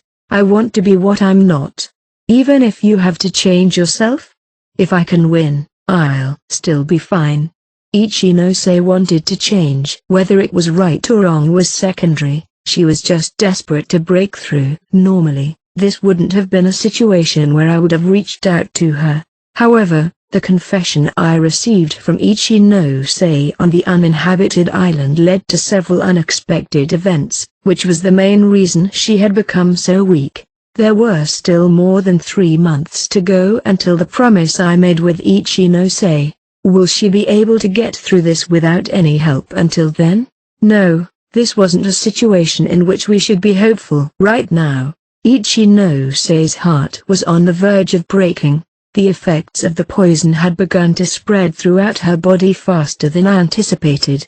Her love for me and the presence of Karizawa-K. The class was on a downward spiral, with no chance of rising to the top. Although Kanzaki and Himeno were starting to make a move, there won't be enough time for the growth of their fellow students. As a student council member, I can't see what will happen to her in the future. The road ahead will be very difficult. She seems to be trapped from all sides. Her future is shrouded in fog. I'm so frustrated. Her helplessness struck Ichinose with an intense sense of guilt. If this was a problem that only she had to deal with, she would just be depressed. But Ichinose, who was leading the class, cannot allow that. She was responsible for the whole class's failures. It was because she thought that way that this phenomenon occurred. I'm sorry, Ayano Koji-kun. Her trembling voice strongly conveyed her regret. What are you apologizing for? Many things. Crying like this only troubles you. Ichinose was supposed to be stronger and more intelligent. Her hidden potential had completely disappeared because of her heart being too fragile. A fatal weakness. Neither Horikita, Ryun, nor Sakayanagi, who walk in front of the pack, will stand still and allow her to catch up. It would be excruciatingly painful to struggle, suffer, and collapse in place behind them. A gentle reminder that working hard will no longer relieve her of this heavy responsibility. If Ichinose was to lose both her legs, she'd be finished for good. It was too early to tell, however. This wasn't the right time. You aren't allowed to collapse right now, Ichinose. I won't let you stop until the final exam, the time that will decide the fate of the second-year students. I won't allow you to break down before then. You are the one who decides the time and place of your life or death, as a student, not anyone else. I closed the distance between us and extended my arm to her back as she endured her misery. Then, I put my hand on her right shoulder and pulled her into a hug. What? Ayano Koji-kun. When you're in pain, cry. You can ask for help. Everyone has a weakness. But Ichinose bit her lip, which was beginning to turn a pale blue, and swallowed her words. Her body tried to flee in the opposite direction, but her strength was feeble. Isn't there something you want? No, what I wanted is no longer. You can't get it anymore? She desperately tried to suppress the words overflowing from the back of her throat, or rather the depths of her heart. Still, Ichinose nodded her head only slightly, probably not intending to answer. That doesn't matter anymore, that's what I think. But if you don't have the courage to take the first step, I can give you a hand. I wiped the tears that were running down her cheeks with my fingertips. They were so cold that they felt like they were going to freeze. She no longer had the strength to run away. Rather, she relaxed and surrendered herself to me, leaving everything in my hands. Gazing at the snowy nightscape in a distant land. On this day, we learned of each other's warmth by huddling together under the cold night sky. Postscript. Hello, I'm Kinugaza, and I'm a friend of yours. How have you been? It's been 4 months. I have something important to say to you all, so I'd be happy if you could listen to it. I have one apology. The character Ishigami Kiyo from first year class A has appeared several times in the second year version, but his correct surname is Ishigami. Ishigami is a big mistake. We apologize for the delay in reporting this. The detailed reason is, probably because I was tired. Then it can't be helped. We all make mistakes, so please forgive me. With a warm look in your eyes. I hope that everyone who reads this will smile kindly and forgive me, so this story is over. I hope you will take care of Ishigami-kun and myself again from now on. Now, this time, we are going on a school excursion, so you will not feel the winter vacation of volumes 7.5. It may be a story of a vacation, but it is an important part of the story that will lead to the future. The next volume will be the last volume of the second semester, which will be the 9th volume of the December story. After that, we will continue with the winter break story. I have told you somewhere in the past that the second year version and after will be shorter than the first grade version, but it may be about the same or a little more. I hope you will forgive me with a warm heart, as we all make mistakes. And let me tell you a little bit about the animation. How was the second anime season in the summer? I hope that as many people as possible enjoyed the first animation in 5 years. I am already looking forward to the third season, and with that as encouragement, I am continuing to work hard on my writing. I hope you will continue to support Yozami from many angles. I know it is a little early, but I hope to see you all again next year with postcards. Diamond.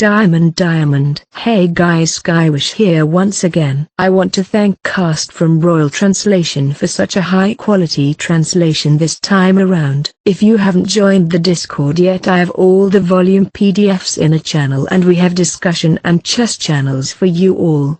I will get volume 0 out once it is released and translated, which I heard will be sometime in December. If it is delayed, look forward to volume 20 on roughly February 25th when it will be released in Japan. As always, I will release the volumes the day the translations are complete. I hope you enjoyed the volume. Heart. See you all next time. Diamond.